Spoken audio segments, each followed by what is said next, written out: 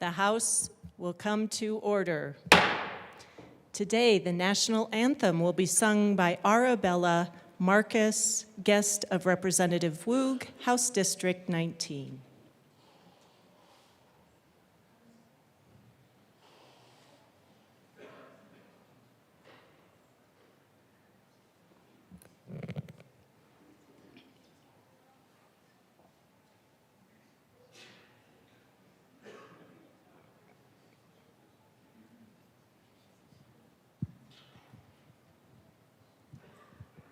Oh, say, can you see by the dawn's early light what so proudly we hailed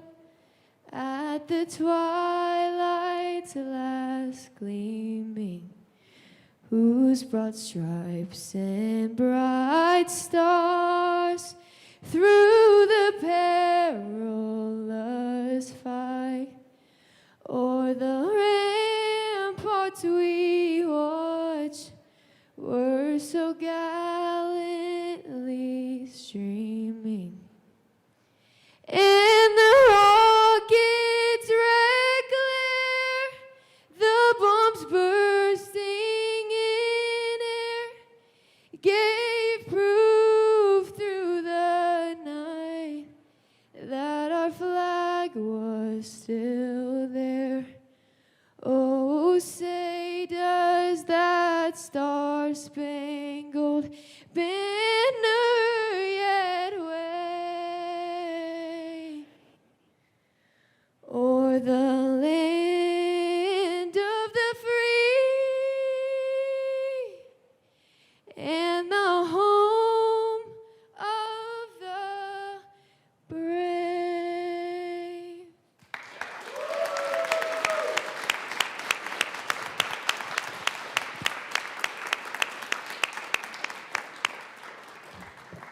Thank you. That was beautiful.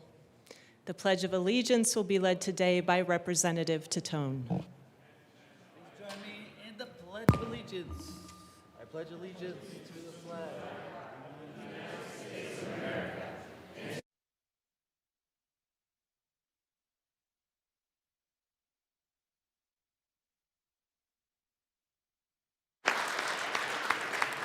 Mr. Schiebel, please call the roll.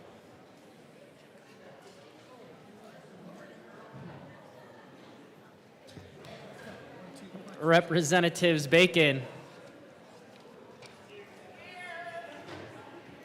Barone, Basenecker, Bottoms, Bradfield, Bradley, Brooks, Brown, Caldwell, Camacho, Carter, Clifford,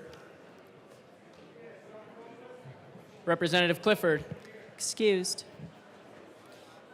DeGraff, Duran, English,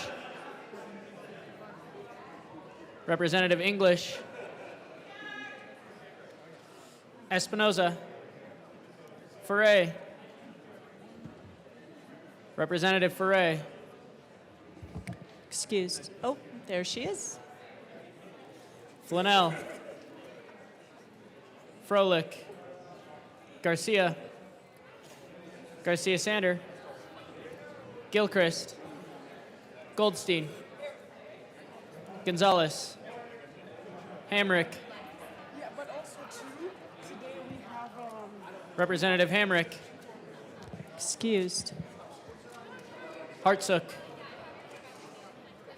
Jackson, Johnson, Joseph, Kelty, Leader, Lindsay, Here. Luck, Lukens, Mabry, Representative Mabry, Excused. Marshall, Rep. Marshall, Excused. Martinez, Morrow, McCormick, Wynn, Pascal, Phillips, Richardson, Ricks, Representative Ricks, Excused. Rutinell, Representative Rutinell, Excused. excused, Ryden, Sirota, Slaw, Smith, Soper, Stewart K, Stewart R, Story, Representative Story, Excused. Sukla, Taggart, Tatone. Oh, God. Valdez A. Rep Valdez. Excused. Velasco. Representative Velasco. Excused. Weinberg. Wilford. Representative Wilford. Excused. Winter. Woodrow. Woog. Zokai. And Madam Speaker. Here.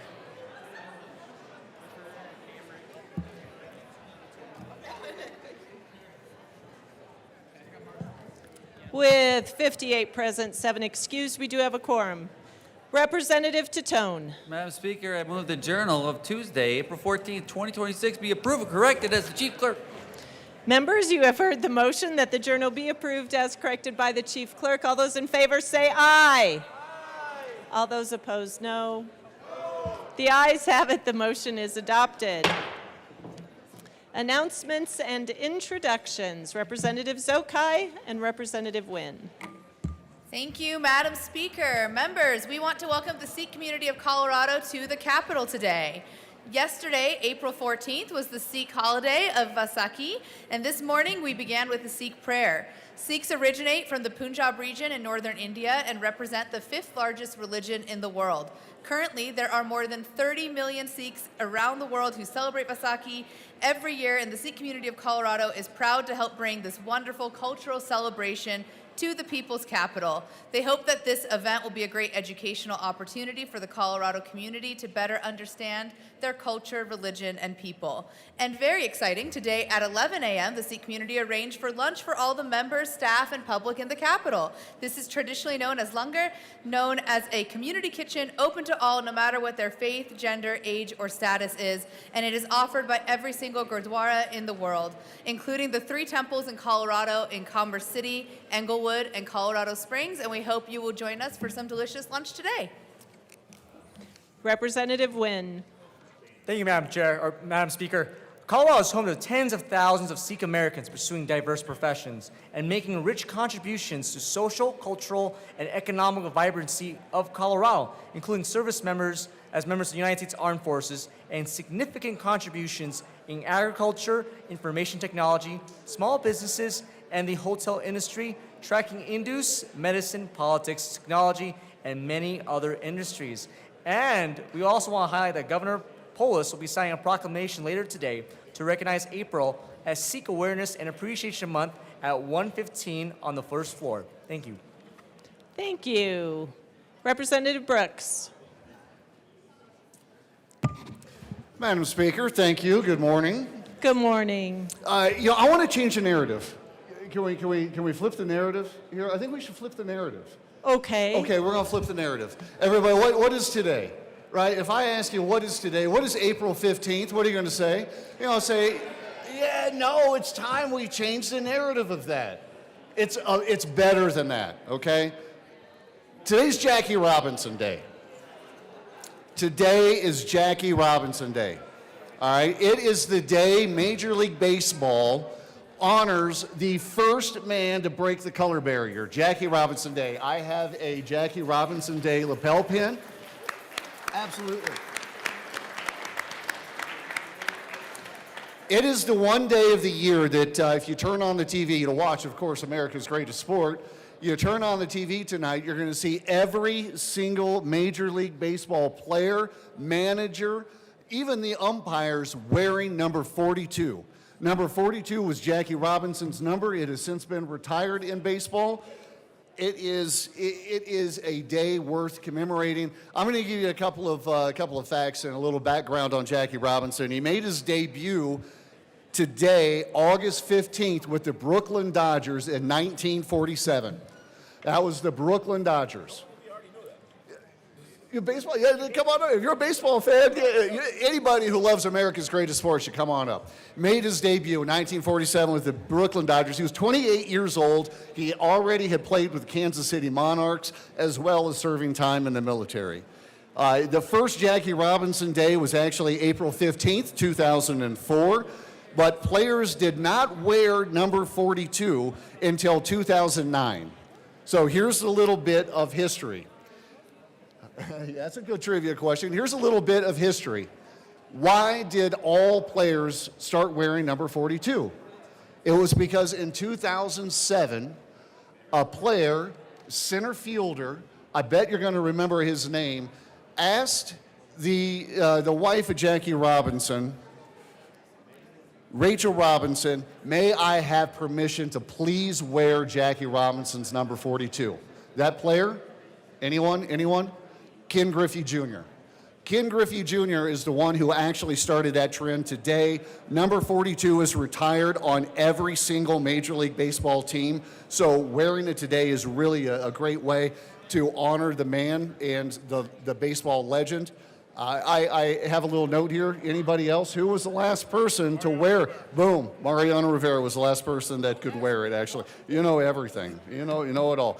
He played 10 seasons. His whole Major League Baseball career with the Brooklyn Dodgers. He retired just before the team moved to Los Angeles to become a Los Angeles Dodger, which you know today. He retired as a 6-time All-Star, World Series champion, National League MVP. He was Rookie of the Year. He earned a batting champion title, 2-time stolen base leader. Oh, and also he earned the Presidential Medal of Freedom. I'm wearing the pin today from a good friend of mine, Mark Stout, who is the bench reporter, the dugout reporter for the Colorado Rockies on television. He sent this to me. I'm proud to wear it. Everybody remember, it's not tax day. April 15th is always Jackie Robinson Day. Thank you. Thank you. Representative Carter? Thank you, Madam Speaker. I'd like to announce today is Golf Day at the Capitol. Today is the Golf Day at the Capitol. PGA professionals, superintendents, course owners, and club managers are here to celebrate the positive impacts the golf industry has had on the state. Members of the Colorado Golf Coalition are leaders in sustainability, water conservation, and environmental stewardship. Golf courses use less than 1% of the state's total annual water consumption and provide 33,000 acres of green space to support wildlife habitat and pollinators. Further, golf courses use drought-resistant plants and reclaimed water and provide defensible space to mitigate wildfire risk. Please help me and welcome to the chamber members of the PGA professionals and celebrate Golf Day.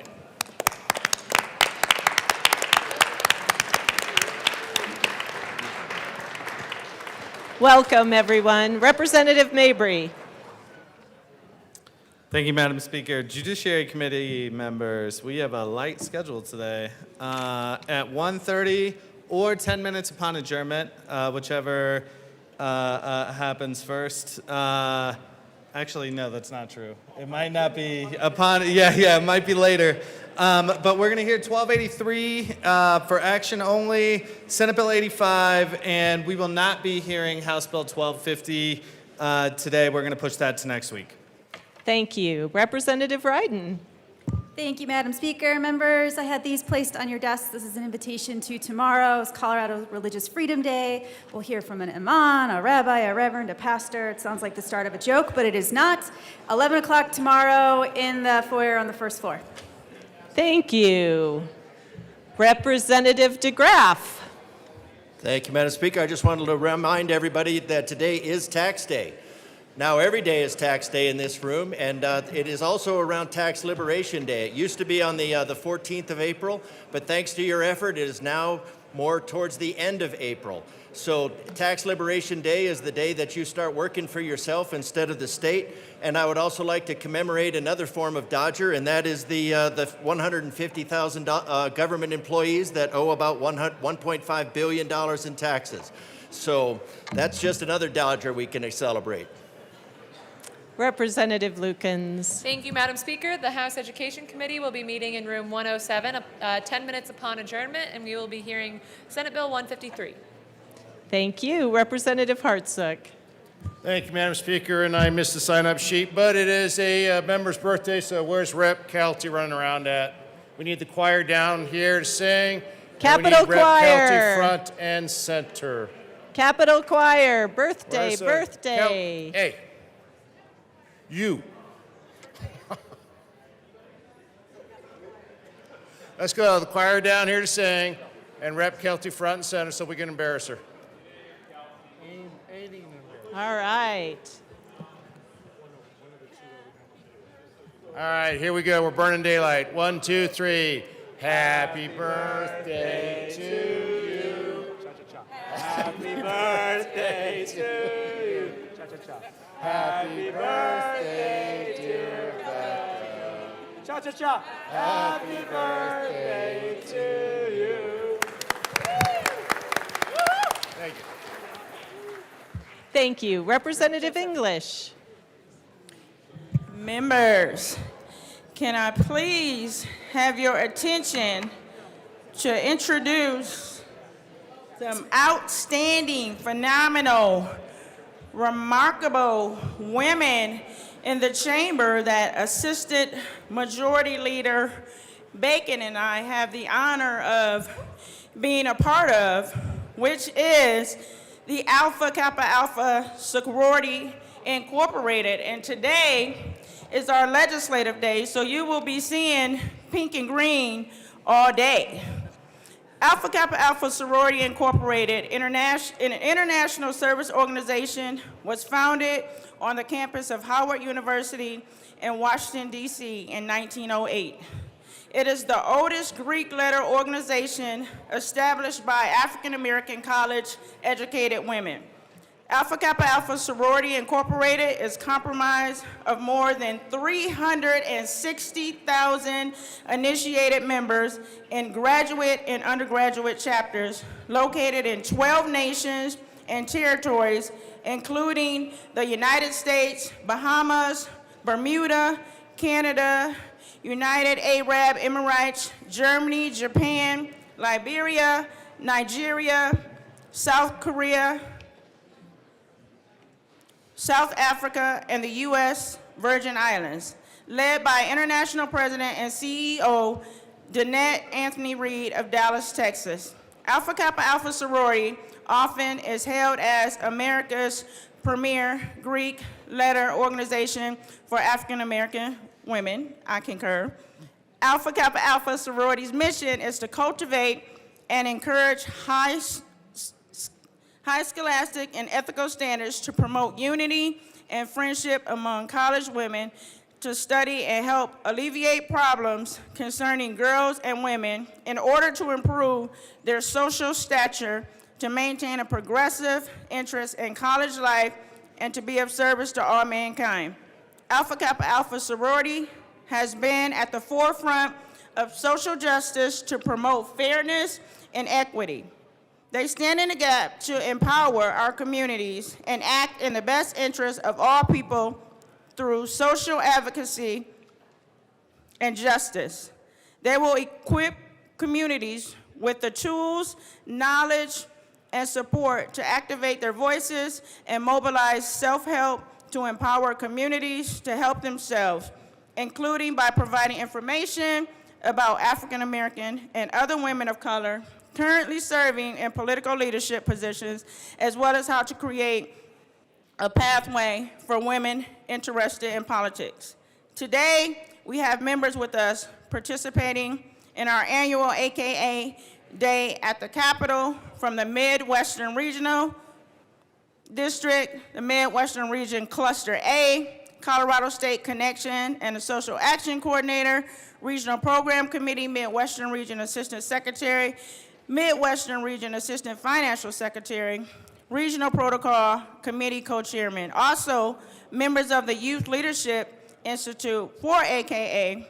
AKA Youth Leadership Institute is a youth-led and highly interactive leadership development program designed to empower and engage youth ages 11 through 13.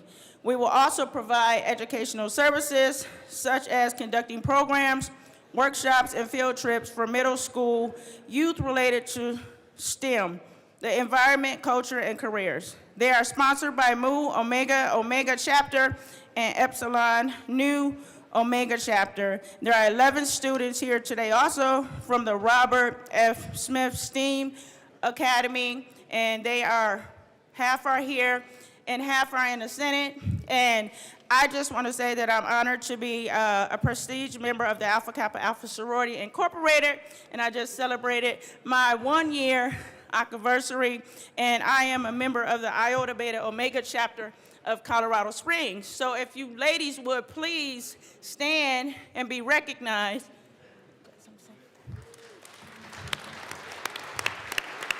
Thank you. Y'all looking good in that pink and green. Assistant Majority Leader Bacon. Thank you. I don't have much more to add. I am not celebrating my 1-year anniversary. I don't want to tell anybody that I have decades into this because I know everyone thinks I'm 27. Thank you. But I do want to just say thank you to my soror and colleague. Thank you all for being here today. If you can, particularly, say hello to the young people. I don't think people understand the importance of this sorority's creation in 1908, especially at a time where African Americans were just beginning to discover that they could even go to college.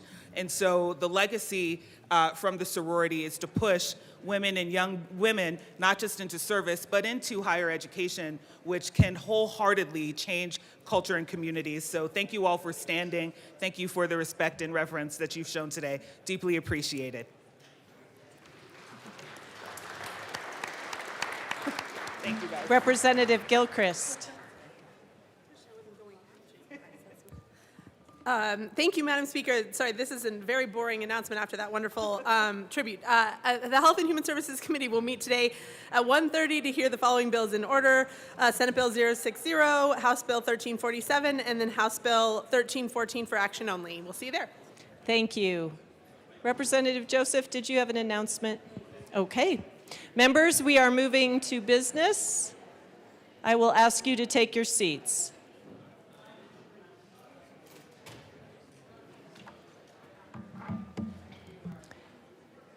Madam Majority Leader. Thank you, Madam Speaker. I move that the following bills be made special orders on April 15th, 2026 at 9:28 a.m.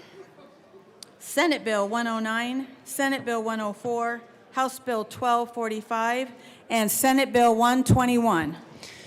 Seeing no objection, the bills listed by the Majority Leader will be made special orders today, April 15th at 9:28 a.m.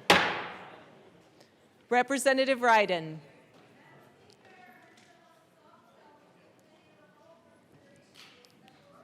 Members, you have heard the motion. Seeing no objection, Representative Ryden will take the chair.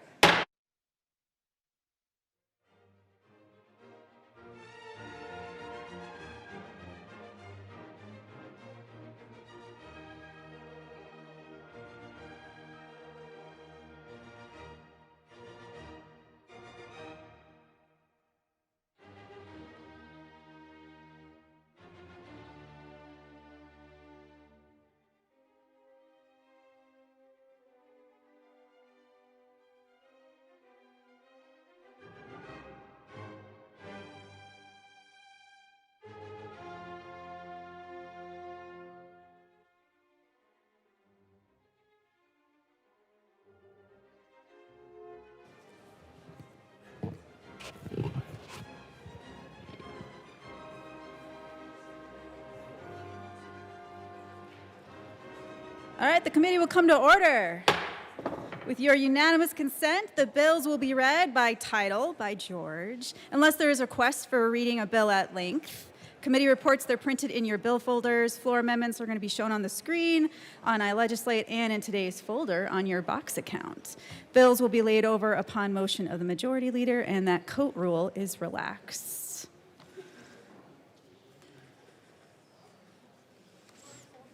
You're up. Yep. Mr. Shabil, can you read the title of the first of Senate Bill 26-109? Thank you. Senate Bill 109 by Senators Exum and Cutter, also Representatives Joseph and Ricks, concerning building code standards for accessible housing supported by public money. Great. Representative Joseph. Thank you, Madam Chair. I move Senate Bill 109 and the Transportation, Housing, and Local Government Report. All right, to the report. Thank you. In the committee, We just made some cleanup, so they were very technical, and we asked for a yes vote on the committee report. All right, any further discussion on the committee report? All right, seeing none, the question before us is passage of the committee report. All those in favor say aye. Aye. All those opposed, no. The ayes have it. The committee report is passed to the bill. Representative Sukla. Thank you, Madam Chair. I move L008 to Senate Bill 109 and ask that it be properly displayed. All right, give us a moment.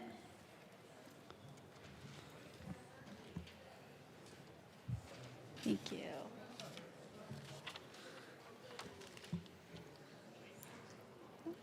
All right, Representative Sukla, talk about your amendment. All right, so what this amendment does is, this Article 5, it would say that it does not apply to counties that have not adopted international building codes. Why this is important, I represent 8 counties. 3 of my counties do not have building codes, and the way that this proposed bill is written up is it would force the 3 counties to adopt international building codes. Now, why do these 3 counties not have international building codes? The reason they don't have international building codes is so that they can function and balance their budget every year. So what they do in these counties, these 3 counties, which one of the counties I live in, is they don't have a building inspector. They abide by the 3 requirements, and that is they have an electrical inspector, they have a septic inspector, and they have a plumbing inspector. And then they can build the house basically however they want. And you say, well, then how do you know that the house is safe? Well, you know the house is safe because what they do is when you want to buy a house, they hire a private building inspector, and the building inspector goes and looks at the house and tell you what's wrong and what's right with the house. And then that you make your judgment on whether you want to buy that house or not. Another thing that these 3 counties do is we do not have an engineer, a county engineer. Now, why do we not have a county engineer? Engineers go to school for a specific thing. You have engineers that specify just in bridges, building bridges. You have engineers that work on building big housing projects or that build commercial property, or you have road engineers. So the reason, it's about common sense, actually. So what you did, if you would have had, if you needed to build a bridge in Montezuma County and you hired an engineer for the county that worked on all aspects of engineering, he is not going to have the expertise to build a bridge. So what you do is, and then if you instruct your engineer for the county to build that bridge, he is going to overbuild that bridge because he doesn't quite know what he's doing. So he's going to overbuild the bridge, and it's going to cost the counties more money. So what we do is when we need to build a bridge, we hire an engineer that builds bridges. When we need to build a commercial piece of property, we hire an engineer that builds that. And what that does is that saves money. That saves money for these counties. It makes common sense. We do not want to do international building codes. These 3 counties are firmly against the international building codes because they increase the value, or not the value, but the cost of building a home. And I hear over and over about affordability on homes affordability. So we figured it out over there where I live, and that's why we would just like to have this amendment passed so that we are not forced to apply by the international building codes. Where does DOLA get most of their money? This is being run by DOLA, and the reason that Montezuma County has the largest known CO2 field in the world. I'm sure they'll find another one, but as of today, it's the largest CO2 building in the dome in the world. And what it is we get severance taxes. That county produces massive hundreds of millions of dollars of severance tax. They go to DOLA, which is one of their main sources of funding, and then DOLA turns around and reallocates that money back to the 64 counties. There's a 6-point system when you apply for up to $2 million from DOLA. And if you are a producer of energy, your county is already up by 2 points. So you have a really good chance of building a library, building a road, whatever that is for that grant for DOLA. And so it is very important because of that, the way that this bill is reading is we cannot get DOLA funds for a project unless we adopt international building codes. And then what that's going to do to us is it's going to greatly increase the cost of housing where I live. It's going to greatly, it's going to put a strain on these three counties' budgets. We've figured it out, and that's why this is a good amendment, and I would say vote yes. Representative Luck. Thank you, Madam Chair. I rise in support of this amendment. In fact, I couldn't say it any better than my colleague from Montezuma County. I just say here, here. I too have counties that are not enforcing specific building codes that do allow the free markets to govern and the regulation to be the ability to resell the property. And I would love to preserve liberty in some part of the state, and so please pass this amendment for freedom's sake. Representative Brooks. And if you can relate this to Jackie Robinson, I will be very impressed. I'll make sure to check out the lapel pin, Chair. It's awesome. It's kind of swinging a bat. All right, so I'm going to make sure to point out. It took me about $1.20 to get here today, and I live within the connected metro area. Just sitting on people's tailpipes up I-25, and that's a pretty average day for me. You know, it's just kind of the way it goes. It's what I've come to expect. It's what we all get, really, when we live in the metro area. However, I think the importance of this is to understand the vast differences between what we automatically just assume, what we automatically anticipate is what our day-to-day lives look like here, how vastly different that is for our folks in rural areas. You know, just by virtue of when my colleague from Delta, Dolores, Gunnison, Hinsdale, Montrose, Ouray, and San Miguel counties comes up to speak, I think there's actually more. I remember counting like 8 or 9 or something. I don't know if they're all listed here, but when he comes up to speak, I think it's pretty obvious already that, you know what, he's not the guy who spends a whole lot of time sitting on people's tailpipes in traffic day to day. It would take us about 8 hours that if we were to drive there to get to where my colleague lives. And I say this only to illustrate, again, the vast difference between how we operate on a day-to-day basis here in the connected metro area and what life is like in rural areas. You know, when we pass things like this, when we look at passing things like this, you know, we are ignoring that difference in how things are done and in how things need to be done differently. What my colleague is asking for here, I don't believe is in any way extraordinary. I think it reflects the needs of his counties. It reflects the needs of those that he represents, and I believe that it is very fair. I would ask us to occasionally lift up from our day-to-day lives and understand that we're serving the entire state, and that entire state looks vastly different for a lot of our representatives than it does for what we have grown accustomed to. So I would ask for a yes vote on this amendment. Any further discussion? Representative DeGraff. Thank you, Madam Chair. I also am in favor of this amendment. I think just as in some way, shape, or form softening the impact of this bill. So I think, yeah, just want to say yes on this amendment, and let's preserve some level of liberty in the former free state of Colorado, now fee state of Colorado. Representative Slaw. Thank you, Madam Chair. I am in support of this amendment. I will tell you, as a builder who is familiar with codes and things like that, to the amendment. Did I say bill? I don't know. In favor of the amendment, the counties and locations that are choosing to not do this, there's good reasons when they take that to themselves to be able to do that. And that's all I'll say to the amendment. So yes, for sure, for the amendment, and we'll talk to the bill later. Representative Joseph. Thank you, Madam Chair. We ask for a no vote, members, on this particular amendment. It seeks to carve out statutory cities out of the bill, and that would create issues with uniformity. So please vote no. We ask for a no vote. Thank you. All right, Representative Sukla. Thank you. Thank you, Madam Chair. So there's a reason that there's 64 counties.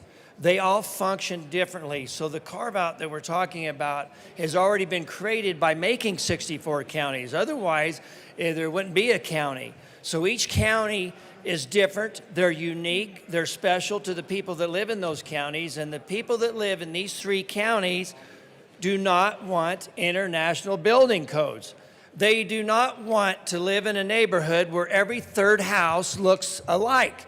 They want to be unique and different and individuals to where they can build their house the way it looks. The last time I looked at these 3 counties, they got some of the most beautiful, unique houses that there is, and it's not a cutter box. To be honest with you, living in Denver, if I didn't have that app on my phone, it'd be a hard time to find my way back because everything looks alike. We're unique over there. We're different over there. We do things differently on purpose. Be honest with you, we have more freedoms where I live. I'm not telling you where I live because I don't want anybody else to go there, but it is free. Freedom rings where I live. We don't have all of this stuff. We don't believe that government is over the people. We believe people are over the government, and this is a good amendment, and I would ask for a yes vote. Representative Luck. Thank you, Madam Chair, and thank you again to my colleague from Montezuma County. He just keeps describing the rural lifestyle, and I really am grateful and longing for home right now. I, too, agree that folks want to have their individuality expressed in their properties, and that they do that in rural Colorado to a greater degree than we see in the suburban and rural or urban parts of this state. I will note that it is, again, our 150th anniversary. Colorado used to be the Wild West, so even if you want to just hearken back to that and give a nod to our history and the reality that at one time we could freely make these decisions for ourselves, that would be fantastic and supported by your aye vote. Representative Richardson. Thank you, Madam Chair. I do support the amendment. I would urge others to as well. The counties that my colleague from the West Slope were describing that haven't adopted building codes are also not building large projects. They are meeting the needs of their communities as they see them every single day. They don't need other instructions to tell them what type of homes need to be built for the people that they're serving. Maybe in larger urban areas that might be appropriate, but in small rural areas, they're only building what's needed, and they know what is needed. They don't need us telling them what is needed. So vote yes on this. It's common sense. Representative DeGraff.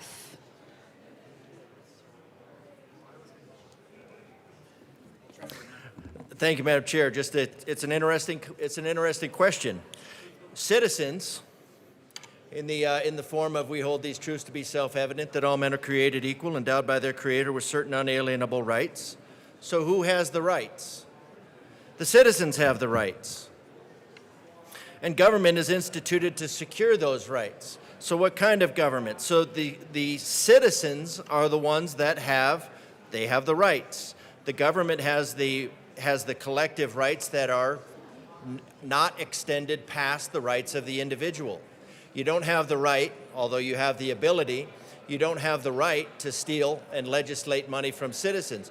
You have the ability, you don't have the right in order to impose your will on the state. And like my colleague said, you know, we used to be the former free state of Colorado. Now we're the Karen state or the fee state of Colorado. Representative DeGraff, can you keep Yes, it to ma'am. the amendment? Absolutely. Thank you. Because this is about returning us back upstream, because now we have municipalities that are supposed to be supported by the counties. The counties are supposed to be supported by the state, and international is nowhere in this mix. International is nowhere in this mix. So I understand. I mean, really, this is just mainly a precedent-setting thing, which seems like it's a good, warm, fuzzy idea in order to start moving the United States into international codes, international law. And this is an easy way to start it because it seems kind of benign. But I'll remind you that you took an oath to support and defend the Constitution of the United States, not the bureaucrats in some international. We have no idea.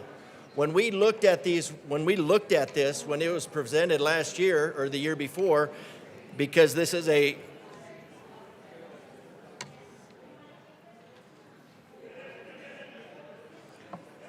Members, chill out. Thank you. Continue. Thank you, Madam Chair. I appreciate that. When we looked at this last year, these rules are not even drafted. We are committing the United States by a state, and we're looking at committing the United States or the state of Colorado to rules that have not been drafted. We don't know what these codes are. We don't know when they're going to change. They make somebody feel good. And this is another Fees for Feels program. Now, when we get down here, it has no fiscal impact. Well, that, I won't say it's a lie because it's true at the state level. This has no impact on the state budget. It does have a great impact on the local budget. We've talked about it. It has a low cost on the municipalities. They've got to come up with, if they have building codes, now they have to have a whole new set of bureaucracy.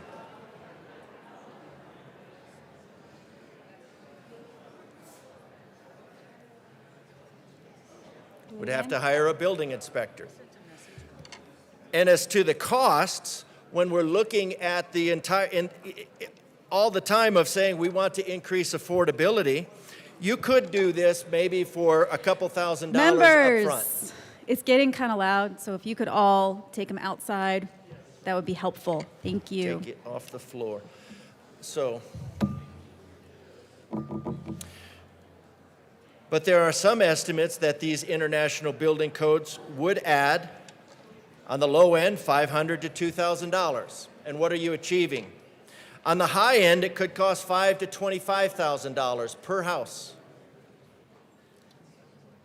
And I'm trying to figure out how the Fees for Feels program makes housing more affordable by adding $25,000. Now, you could do something like say, hey, the government has an interest in this, so we will make tax-free. We'll make property, say, tax-free that complies with these rules that we want.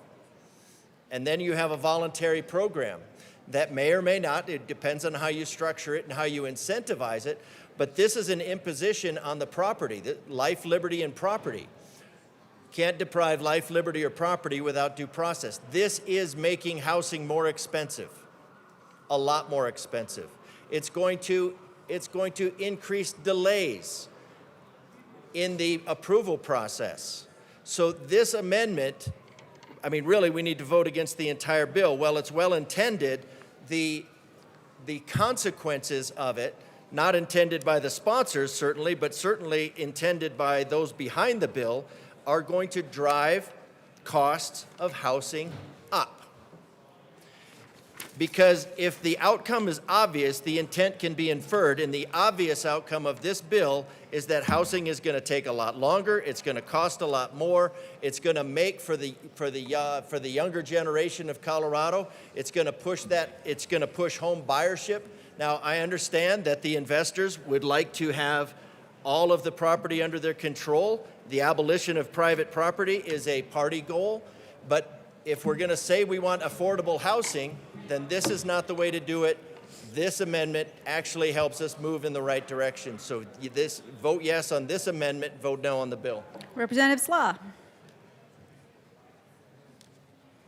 Thank you, Madam Chair. I missed a couple things that I wanted to say last time. So this is in regards to the International Building Code. And even though the word international is in it, I would suggest that they were started as guidelines to help builders know best practices. They do not necessarily have to be internationally and everywhere and universally applied.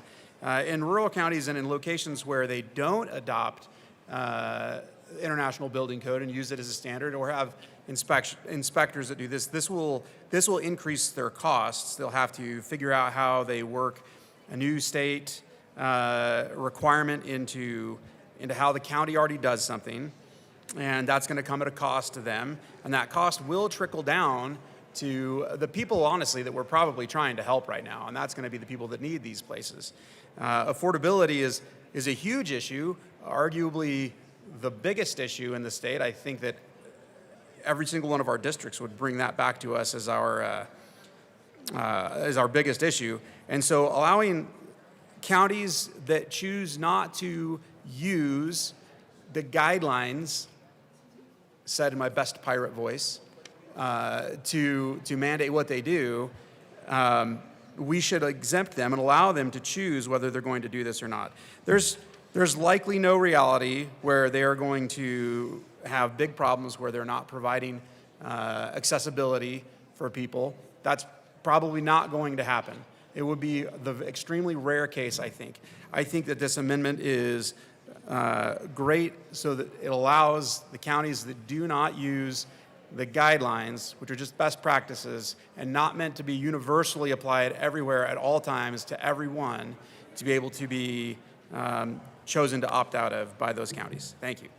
Any further discussion on the amendment? Seeing none, the question before us is passage of L008 to SB 109. All those in favor say aye. Aye. All those opposed, no. No. The noes have it. The amendment fails. To the bill, Representative Richardson. Thank you, Madam Chair, and I do thank the sponsors. I know we're all concerned about those that need accessible housing, but we're also all concerned about people that need affordable housing. And affordable housing seems to be the mantra from both sides of the aisle, on the first floor, and throughout this state. And we know that the people of this state are concerned about affordable housing, and every bill we pass that impacts the affordability of housing should receive some scrutiny, and this one does. So the impacts of this bill to the developer are risks of added soft costs and schedule delay, and time is money. And it adds rigidity to the phasing of projects. It pushes the accessible units earlier in the process, and all of that translates into added costs for the final units. For the builders, there's time lost in the sequencing requirements. You may have things fully planned and get redesign requirements out of the pre-permitting review of your accessibility plan. You're required again as a builder to front load the accessible units. Those may not be the most marketable units. That's going to lead to cash flow problems for our builders, which is going to be accommodated by slightly higher costs again for every unit so they can carry their business forward. For the local government, there's going to be higher planning and permitting fees. There have to be, because there's more planning and permitting work to be done. It adds complexity, and that's to the processes. It's going to add staff time. It's going to add longer review times. And again, time is money, and this is going to add costs and make homes less affordable. All of these impacts might be manageable by larger builders, more sophisticated builders and developers, larger and more well-staffed counties. But it's going to be a struggle for those small builders, small developers, and small counties to accommodate. So for that reason, I move L010 to SB 26109 and ask that it be displayed.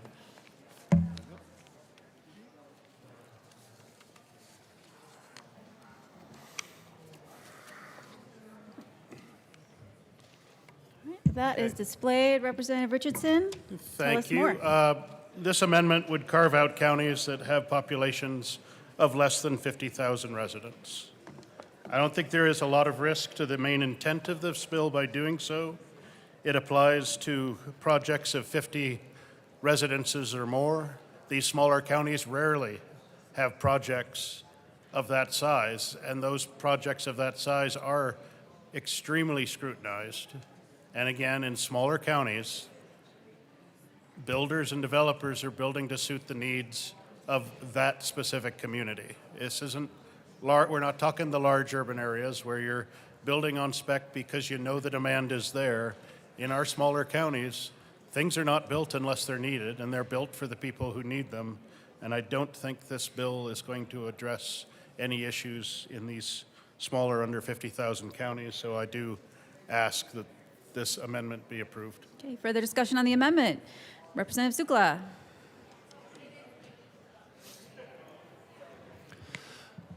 So I live right next to the Ute Reservation, and right on the other side of that is the Navajo Reservation.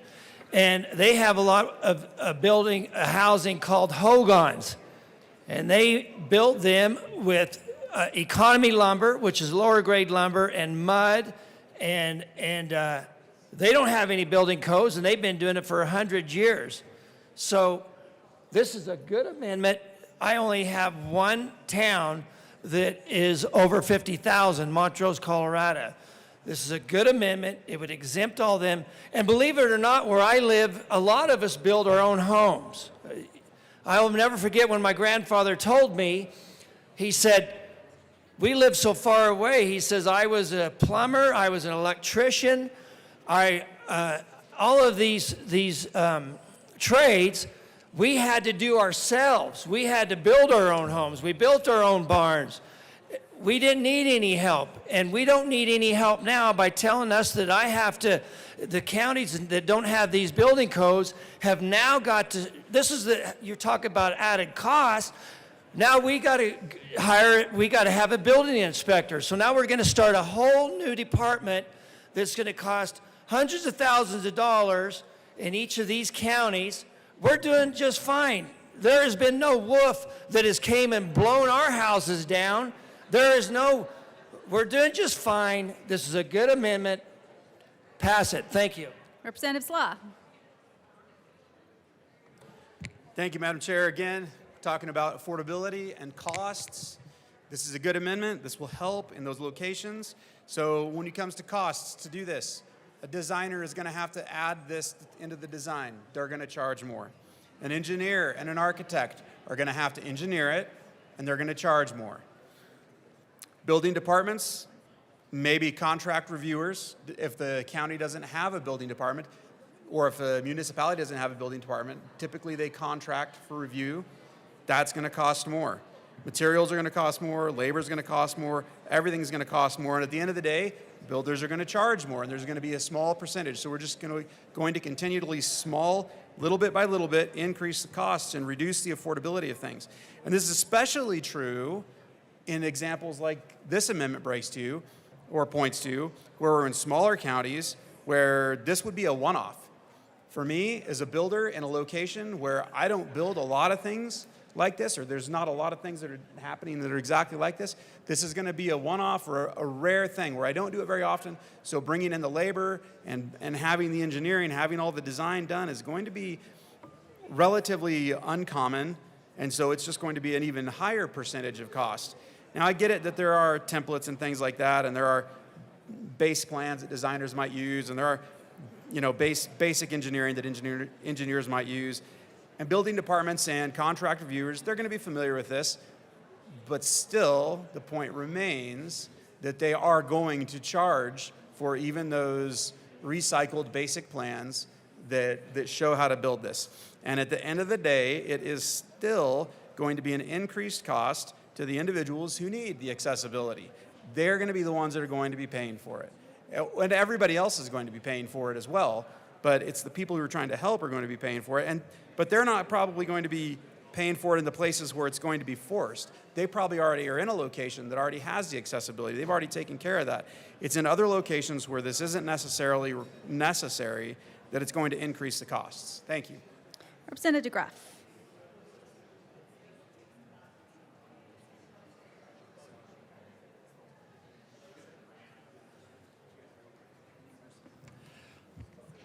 Also a good amendment to try to limit the damage to the state. This is, look at our budget. The state can't balance its budget, and now it's imposing these costs, this is not the good idea factory. I think everybody here just needs to recognize that this is not the good idea factory.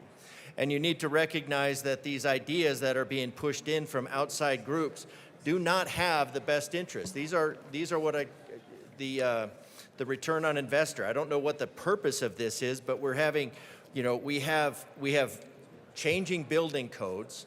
We could, all of the counties that have their building departments, they review the international building codes, or certainly can, and they can adjust their building codes, and we have national building codes, and they can certainly adjust their local building codes to accommodate whatever in there makes sense. But then they also have the ability to reject the things that don't make sense. This bill requires everything that does not make sense. And I like the escape clause here, that the government unit responsible for the enforcement shall grant exceptions or modify any particular standard. So this is just you have to have a mother may I in order. So now you have... Representative DeGraff, are you on the amendment? Yeah. Okay. Yeah, I'm speaking to the amendment of why this should be exempted for units that are less than 50,000. But thank you. So this needs to, for less than 50,000, these counties, they don't have the redundancy and the manpower, and they don't have the excess budget. So this bill becomes yet another unfunded mandate. This takes out this just exempts those areas that have the least ability to deal with yet another unfunded mandate from the state. Assistant Minority Leader Winter. Thank you, Madam Chair. I rise in support of this amendment. First and foremost, this is a urban fix creating a rural problem. We very seldom have, I doubt that most of my counties would even have a project that big, which falls, within this scope. I think another issue that the good representative from Northern Colorado brought up is getting people that feel like they are, a lot of local contractors right now aren't even picking up jobs. We've been dealing with this in Prowers County when it comes to the asbestos issue. The asbestos abatement, that's a regulation that was put on. It has slowed down the building of affordable housing. It has slowed down reconstruction and remodeling of buildings for businesses and for housing. So that's a negative effect. And what we see here is this is an issue that you're trying to solve within your own districts, but which is going to have a negative effect on districts like mine. Also, if you look at the cost it's going to cost for little counties to be able to have these building inspectors to come out, it's an unfunded mandate. It's going to add more staff on top of what we already have. Some of these counties only have an inspector that runs through once a month and tries to get everybody at once. So doing all these things, once again, I understand you're trying to fix a problem in your district. It's going to exacerbate a problem in our district. It's going to put an unfunded mandate on our local governments. This is a perfect example, an amendment that really says you do you and let us do us. So I rise in support of this amendment. All right, further discussion on the amendment. Seeing Representative Ricks. Please vote no. All right. Any further discussion on the amendment? Seeing none, the question before us is passage of L010 to Senate Bill 109. All those in favor say aye. Aye. All those opposed, no. All right, the amendment fails. To the bill.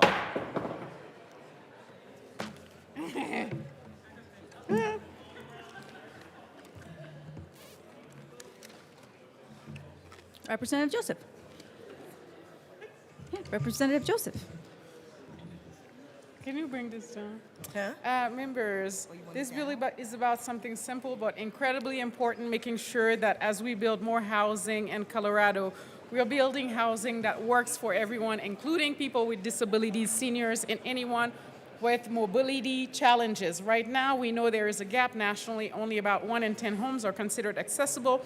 At the same time, our population is aging. By 2030, 1 in 5 Americans will be over the age of 65. That means the demand for accessible housing is only going to grow, and we need to be prepared. Senate Bill 109 takes a practical and thoughtful approach to this issue. It updates and clarifies existing accessible housing laws so they align with current building standards. It removes outdated definitions and replaces them with clearer, more functional language that reflects how housing is actually designed and built today. The bill also reinforces the purpose of these standards to serve individuals with non-ambulatory and semi-ambulatory disabilities and ensure that accessibility is not treated as an afterthought. One of the key provisions is requiring developers to submit an implementation plan. This ensures that accessible units are delivered on time and distributed throughout a project rather than being delayed or concentrated in one phase. Additionally, for larger developments, the bill requires that at least 2% of units are accessible. This is a modest, reasonable step that helps ensure we are steadily increasing the supply of accessible housing across the state. Importantly, this bill maintains flexibility. It allows for hardship exemptions where appropriate and gives local jurisdictions tools to manage enforcement and appeals. Smaller projects remain exempt under current law. At its core, this bill is about dignity, independence, and making sure people can live in their communities regardless of physical ability. Members, as we work to address Colorado's housing needs, we have a responsibility to make sure we are building housing that is inclusive and forward-looking, and I respectfully ask for a yes vote. Representative Ricks. Thank you, Madam Chair. Members, this measure is crucial for ensuring that housing supported by public money meets modern, essential accessibility standards. Accessibility is not a luxury, but a fundamental requirement, especially in housing. This bill ensures that publicly supported housing is truly available to Coloradans of all abilities. Key provisions in this bill is that the bill updates and clarifies existing definitions by referencing current International Code Council standards. The more Colorado's housing is accessible, this move pulls Colorado's housing so that it's more accessible. Specifically, it updates Colorado Revised Statutes 9-5 and replaces outdated language and reference documents. It clarifies that the primary intent for these standards is to specifically serve individuals with non-ambulatory and semi-ambulatory disabilities, providing clear legislative purpose for the housing built with public support.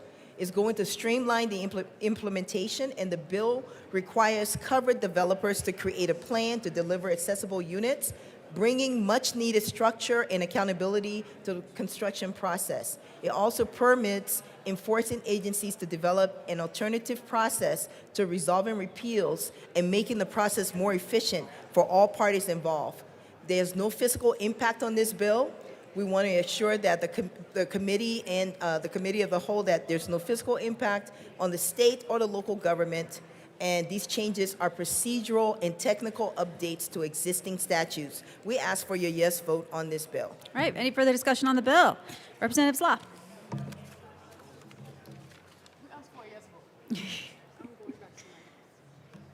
The bill sponsors asked for a yes vote. Thank you, Madam Chair. I, however, will not be a yes vote. Again, affordability.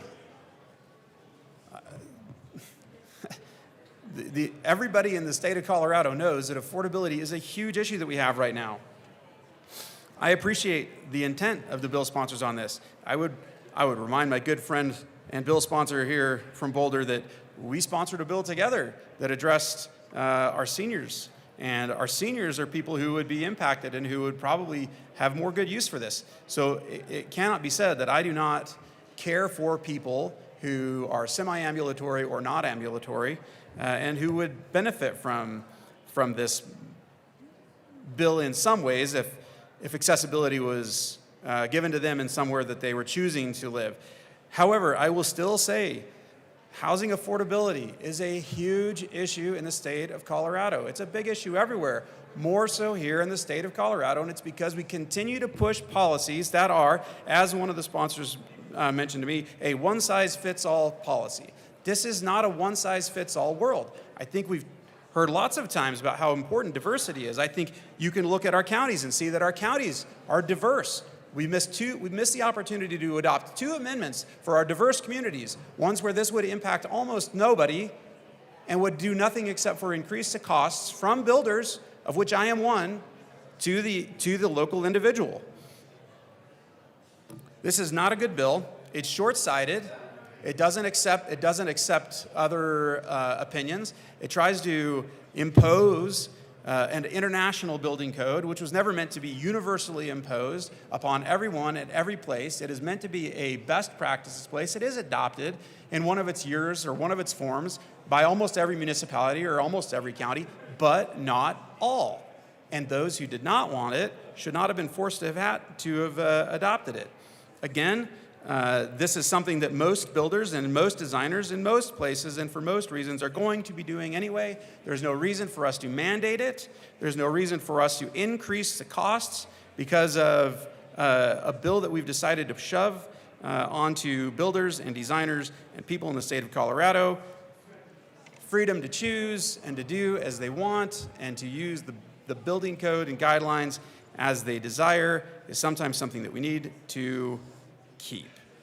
I will be a strong no vote on this, even though I appreciate where sponsors are coming from. It is not going to help us in our biggest problems. It's just going to create more problems. Representative Barron. Thank you, Madam Chair, and your hair looks amazing today, by the way. Thank you. Members, I come up here also to shadow what my colleagues over here on this side said. As someone who has seen building codes on the city council level and talked to my county commissioners and had conversations about building codes on the county level, I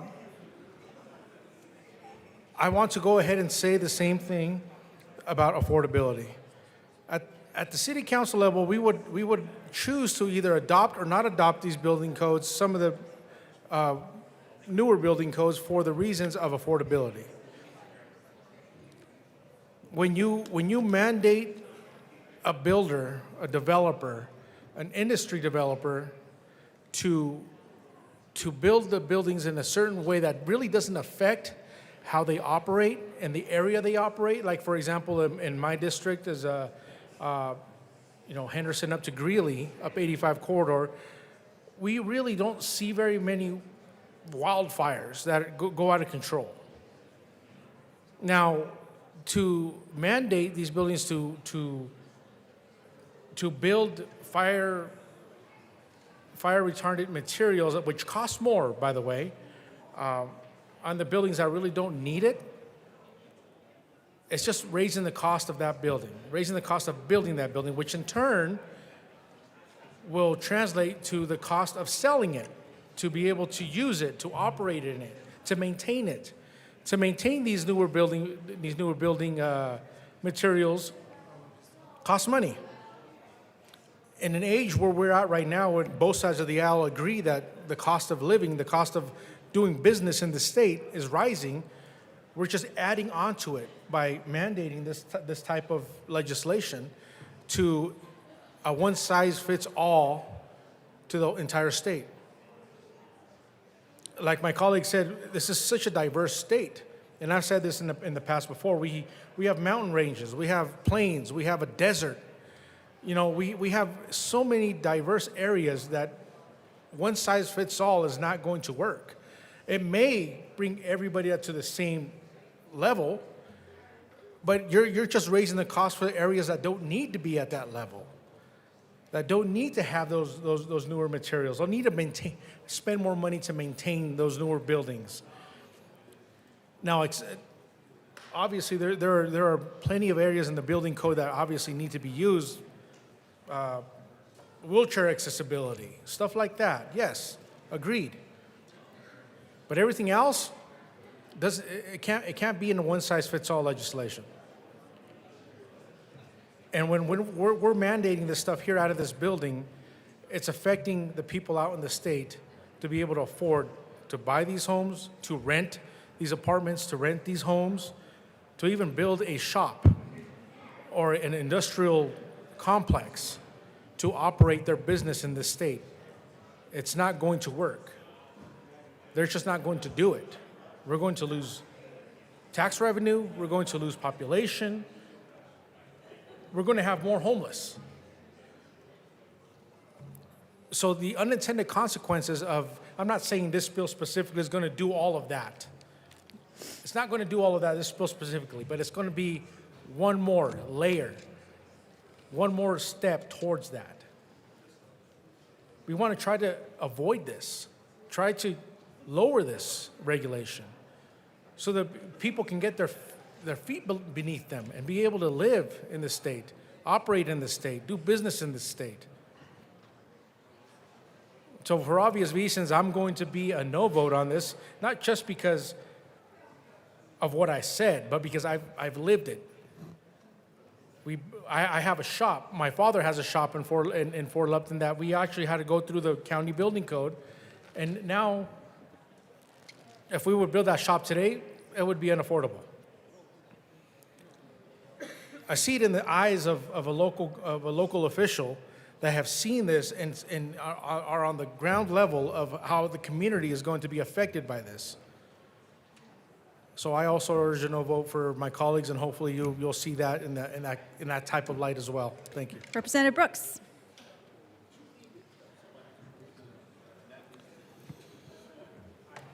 Chair, thank you. I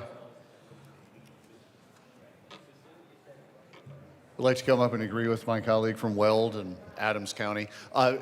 7 3/8. 7 3/8. 7 3. Oh, that's my hat size. You know why? One size does not fit all. And I can promise you that with the big old bucket head my colleague from Weld and Adams has, I need to have one to make sure that it fit. One size does not fit all. That's why we got sizes on hats. That's why we got sizes on everything. If I try to put your suit coat on, it ain't gonna fit me, right? Because that's exactly it. And I think that's what we miss here in this chamber so much. It definitely is not gonna fit me. One size does not fit all. And we had colleagues from rural parts of our state come up and talk about that, talk about how specifically they tried to amend this bill into a position to where it can reflect the ways that rural Colorado does business and the way that rural Colorado lives. Because I understand that this is the hub, right? And we're here, and this is what we get used to seeing. This does not reflect rural Colorado. It is not. I know we think we got all the answers. Sometimes we do. A lot of times we don't. And a one-size-fits-all approach does not work. Further, you know, this is not to impugn any motives at all, but I do have concerns that this is a little bit of a masquerade, a little bit of something trying to parade as something else, but it's really not. You know, I love the idea of clarification. I love the idea of transparency, but I believe that this bill is adding additional regulatory framework and requirements under the guise of clarification. Let's clarify, but at the same time, let's kind of sneak in, let's backdoor some more regulatory requirements, some more regulatory framework. And you already know how we feel about that. Y'all ought to know how we feel about that. And if you don't, I'm happy to refresh your memory that we're the 6th most regulated state in the country. I know you get tired of hearing it. I get tired of saying it. Businesses and those that are being mandated and regulated are even more tired, I guarantee you. I worry about this introducing new planning requirements, expanding agency discretion, further embedding state reliance on national, international building codes. The goal is one thing. I understand the goal is one thing. The goal is accessibility. The likely result, however, could very well be increased cost and complexity in housing development. A theme that I have heard through this legislative session, because each one I think kind of takes on a little bit of a different theme, a little bit of a different, like, these are the real important things that we're trying to work on. One of the things I believe that we can all agree on is that one of the themes, prevalent themes of this session has been on affordable housing. How do we solve for affordable housing? How do we solve for workforce housing, attainable housing, whatever it is that you want to call it? Keep hearing that there's an affordability crisis. Keep hearing that there's a housing crisis. Yet we're not taking into consideration some of the things that we're passing, some of the things that we think, okay, well, this is going to improve accessibility, but if it does have a negative impact on housing costs, if it does have a negative impact on the complexity of what we need to do in order to get houses built, homes built, we are in fact contributing through this policy to directly erode our stated goals that we have all heard time and time again, of trying to fix more housing supply and trying to fix for more affordable housing. You cannot have both worlds, folks. You cannot have a world in which you regulate and then expect that it is going to be speedy, expedient, that it's going to be affordable. It doesn't work. Once you start handcuffing regulations and businesses together, you're going to end up with complexity in getting things done, which is going to result in either a shortage of the supply or it's going to result in increased cost. I wish we could live in a world where, actually, no, I don't.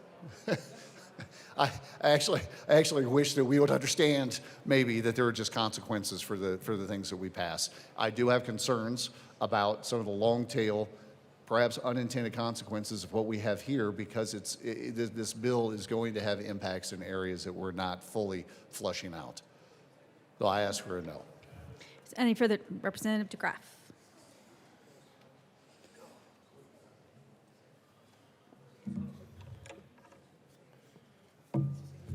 This bill is quite possibly nearly 500 pages long.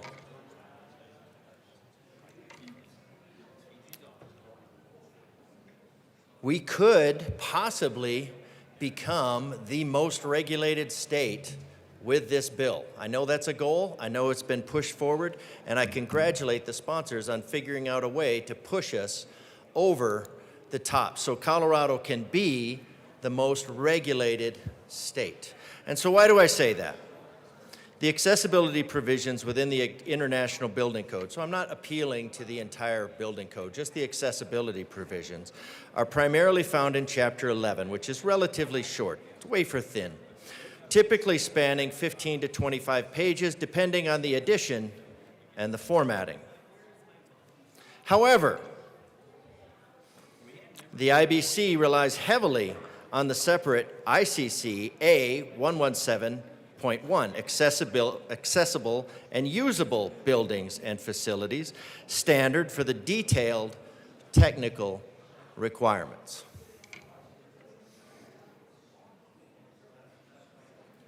This standalone standard is much more comprehensive. Based on the 2017 edition, the ICC A117.1 standard is 469 pages long. The length can vary slightly between editions. The commentary version is 420 pages. So if you actually want to understand what the 469 pages say, you'll probably need the additional 420 pages, which are also regulatory. So if there's a discrepancy, so you actually have to know both. So really, this might be closer to 1,000 pages, well, a little over 900. So this bill, so why wouldn't the sponsors go through the International Building Code and just bring in what it is that we want, instead of over 900 pages? So this bill right here is committing Colorado to an additional 900 pages of accessibility code. And you want to pretend that that's going to be affordable. Now you need builders that are up to speed with that code. You need inspectors who are up to speed with that code. But at least you'll be able to say we're number one in terms of being the most overregulated state in this union of states. So, do those add costs? Yeah. So we have to get, and then what do we have here? We have an escape valve, because, I mean, we all know the rich don't pay taxes, they pay politicians. And here's a good one right here. The government unit responsible for the enforcement of Article 5 shall grant exceptions or modify any particular standard or specification. The government unit responsible for enforcement determines if it's impractical or would create an undue hardship. I wonder how much that exemption costs. So that organization with political favor gets to build. That organization that is not in political favor gets no exemptions. Because this is not an even, this is recognizing that this is an undue burden on the citizens of Colorado, and it gives an escape valve. It gives a loophole for cronies. This is just another crony socialism bill. It will block affordable units. First and foremost, it will block affordability. Because this is not going to end here, for one. But one, for all of those accessible units, they are going to have to have people that are in the know about 1,000 pages of international code. And you can read all about it here, because we have our own part on here, type A dwelling unit, 6 points, A multi-story, 5. So basically this creates a game where the developers have to figure out how to balance their price points. They have to figure out how to circumnavigate, or they just use this little leash here, this little thing here, and pay somebody for an exemption. Now, there's lots of ways you could do it, possibly. You could provide tax incentives. If you make an accessible unit, you don't pay taxes on that unit. It's easy. There's no mandates. The builder can adjust. You could make all accessibility products, you could make them all tax-free. Because maybe if all the doors that had to be 30 inches wide could be purchased without tax, then there would be an incentive to make all your doors 30 inches wide. And you'd solve a lot of those problems. But instead, you figure out how to make the most punitive method possible to impose your fees. You find the most imposing, regulatory intense, expensive way to impose your fees on the builders of Colorado, and then you'll say, gee, I wonder why we're not building. Oh, but there will be building, because the ones that are approved to pay for the exemption, they'll build. So we're number one, or will be soon, most regulatory state in the union. All beholden to cronyism. Vote no. All right, any further discussion on the bill? Seeing none, the question before us is the adoption of Senate Bill 109 as amended. All those in favor say aye. All those opposed, no. All right, the ayes have it. Senate Bill 109 as amended is passed. Mr. Schiebel, could you read the title of Senate Bill 104? Senate Bill 104 by Senators Liston and Snyder, also Representative Clifford, concerning a requirement to install exterior key boxes at schools. Representative Clifford. Thank you, Madam Chair. I move Senate Bill 104. So moved. To the bill? To the bill.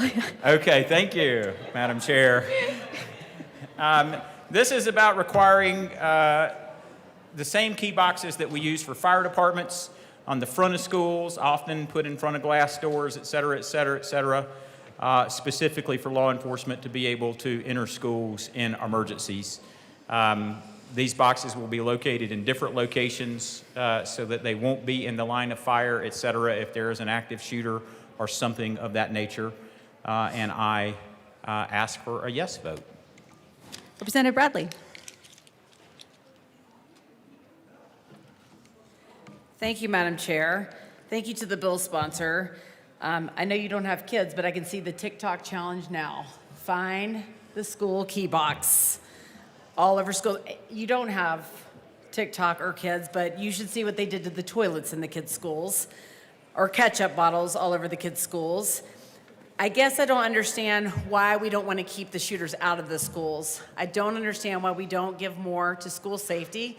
I love that Prop KK has given $1 million to school safety, but we keep taking away from school safety in the state of Colorado. We were given about $16 million, and now here comes another unfunded mandate, although you did pass the Senate amendment, and I don't really understand why the Senate amendment is not the bill.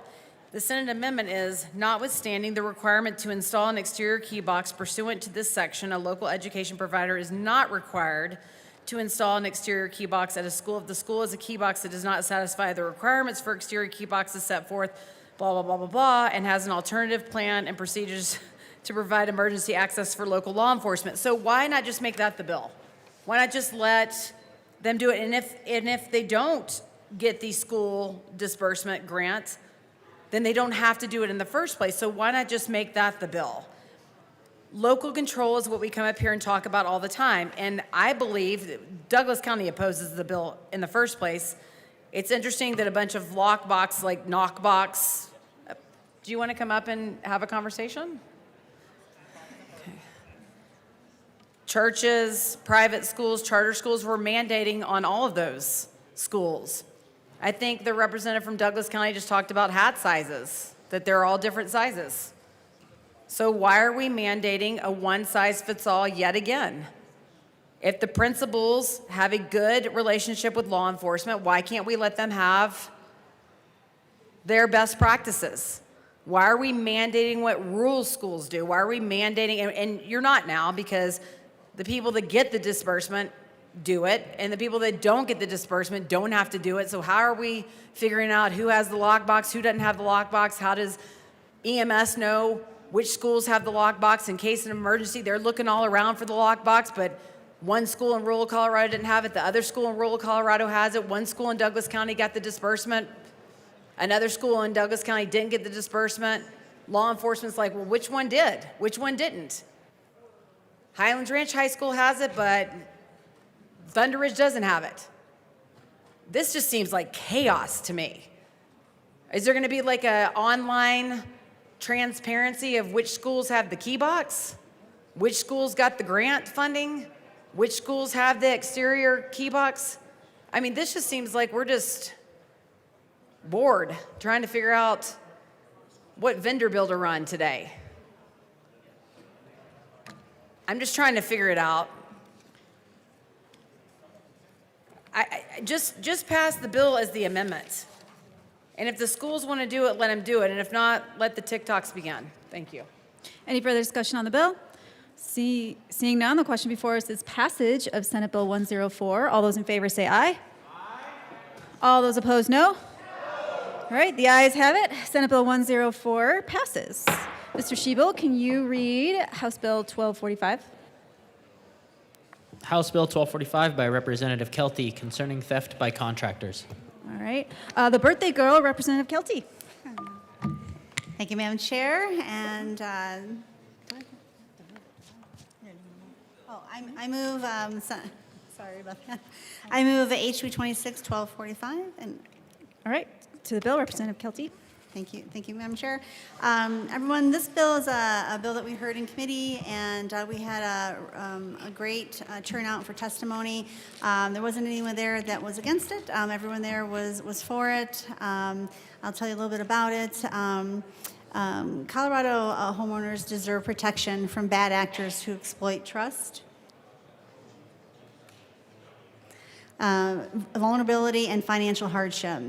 HB 26-1245, the Theft by Contractor Bill, is a necessary and timely step towards protecting consumers, especially senior citizens and families of limited economic means, from contractor fraud. Across our state, scammers, not the good guys, scammers posing as trusted contractors are targeting Colorado homeowners, especially some of our most vulnerable residents, senior citizens. Seniors living on fixed incomes and hardworking families struggling to make ends meet are being approached with urgent and cut low-priced repair offers like roof damage, foundation issues, plumbing emergencies, or storm-related repairs. These individuals are pressured into paying large upfront deposits with promises that work will begin immediately. Instead, the so-called contractor disappears before or partially through the project, leaving the homeowner without repairs and without the money they can least afford to lose, sometimes leaving homes in unsafe conditions from tearing it up to appear to do the work and never getting it done, some years later. This is not an isolated problem. Law enforcement across Colorado report receiving calls constantly from victims of contractor, scammer, theft. However, under current law, many of these cases are treated as civil disputes rather than criminal acts. As a result, police are often unable to intervene effectively, leaving victims to pursue costly and complicated civil litigation, an unrealistic option, especially for many senior citizens and low-income families who have already lost thousands of dollars. This bill seeks to change that by clearly defining current penalties, taking out the confusion seen today. For theft by contractor, this bill adds meaningful enforcement tools to ensure that law enforcement can act when fraudulent contractors intentionally take money without performing the promised work. This legislation will empower police and prosecutors to hold bad actors accountable and deter future scams. Importantly, this bill is not anti-contractor. In fact, it strongly supports the many honest, hard-working contractors, especially the little guys, who serve Colorado communities with integrity. Contractor fraud damages more than individual homeowners. It erodes public trust in the entire industry. When homeowners become fearful of being scammed, legitimate businesses suffer. By holding fraudulent actors accountable, this bill will help restore confidence in hiring licensed, reputable professionals for home repairs. Protecting vulnerable residents, supporting ethical businesses, and strengthening consumer protections are goals we can all stand behind. HB 26-1245 is a balanced and necessary measure to ensure Coloradans are not left defenseless against contractor theft. Representative English. Thank you, Madam Chair. I support this bill also. We heard this bill in committee, and this legislation requires us to confront a fundamental question about the relationship between trust, economic participation, and the role of government in safeguarding both. In its current form, Colorado statute inadequately captures a very specific and very harmful form of economic exploitation: the knowing diversion of advance payments in construction contracts in ways that result in delay, abandonment, or material non-performance. What may appear on its face to be a contractual dispute is in practice often a calculated misuse of entrusted funds. This bill corrects that misalignment. It brings statutory clarity by naming such conduct for what it is: theft predicted on deception and misuse of financial trust. And in doing so, aligns our legal framework with the lived realities of Colorado residents. From a policy standpoint, this is not just about enforcement, it's about structural integrity within our marketplace. Markets do not function equitably in the absence of trust. And trust is not an abstract ideal. It is built through predictability, transparency, and accountability. When a homeowner provides an advance payment, there exists an implicit reliance interest that those funds will be used for the articulated purpose within a reasonable and disclosed time frame. House Bill 26-1245 operationalizes that expectation. By requiring a written disclosure of the intended use of funds, anticipated expenditures, and project initiation timelines, The bill introduces a baseline standard of procedural transparency. This is not an administrative excess. It is a necessary intervention that redistributes informational power in a transaction that is often asymmetrical. And we must be honest about the asymmetry. The individuals most vulnerable to this form of exploitation are not those with expansive legal resources. They are our seniors on fixed incomes. They are our first-time homeowners. They are working-class families. They are disproportionately communities of color who, due to historical and structural inequities, are more likely to encounter barriers in seeking remedy once harm occurs. When funds are diverted and projects are abandoned, the consequences are not isolated. They disrupt housing stability, erode limited savings, and in many cases destabilize the very asset base that families rely upon for intergenerational mobility. So this bill is not just simply about contractor conduct. It is about interrupting cycles of wealth extraction that occur in everyday transactions. This legislation does not cast a wide net over an entire profession. The overwhelming majority of contractors in Colorado operate with professionalism and integrity. In fact, this bill strengthens their position by establishing clear norms and by isolating bad actors who conduct undermines public confidence in the industry. From a legal design perspective, the bill is also appropriately calibrated. It does not presume guilt. It ties enforcement to demonstrate behavior, knowing diversion of funds, and allows patterns of noncompliance, including failure to disclose or adhere to stated use, to serve as evidence of intent. In this way, it balances consumer protection with due process, ensuring that accountability is both fair and enforceable.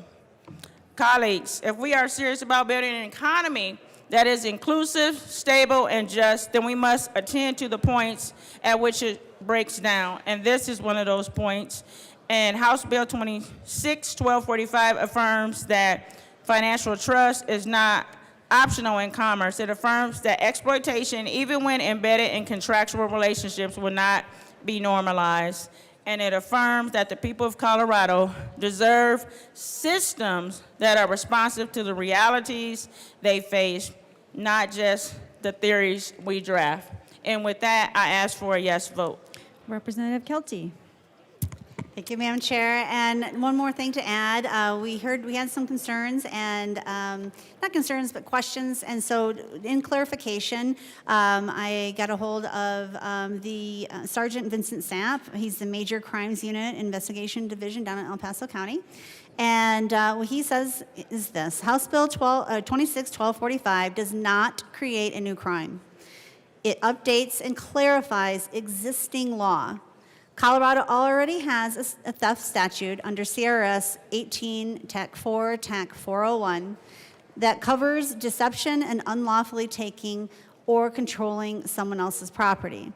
What this bill does is add more specific language within that existing statute to address a problem we are seeing repeatedly in contractor fraud cases. Specifically, HB 1245 makes it clear that when someone knowingly takes an advance payment for a project and then diverts it or misuses that money in a way that leads to a great delay, abandonment, or failure to perform knowingly, that conduct can meet the elements of theft. That concept is already there under the current law. We are already trying to apply it in these cases when the facts support it. The challenge is that it's not clearly spelled out in statute, so these cases can fall into a gray area.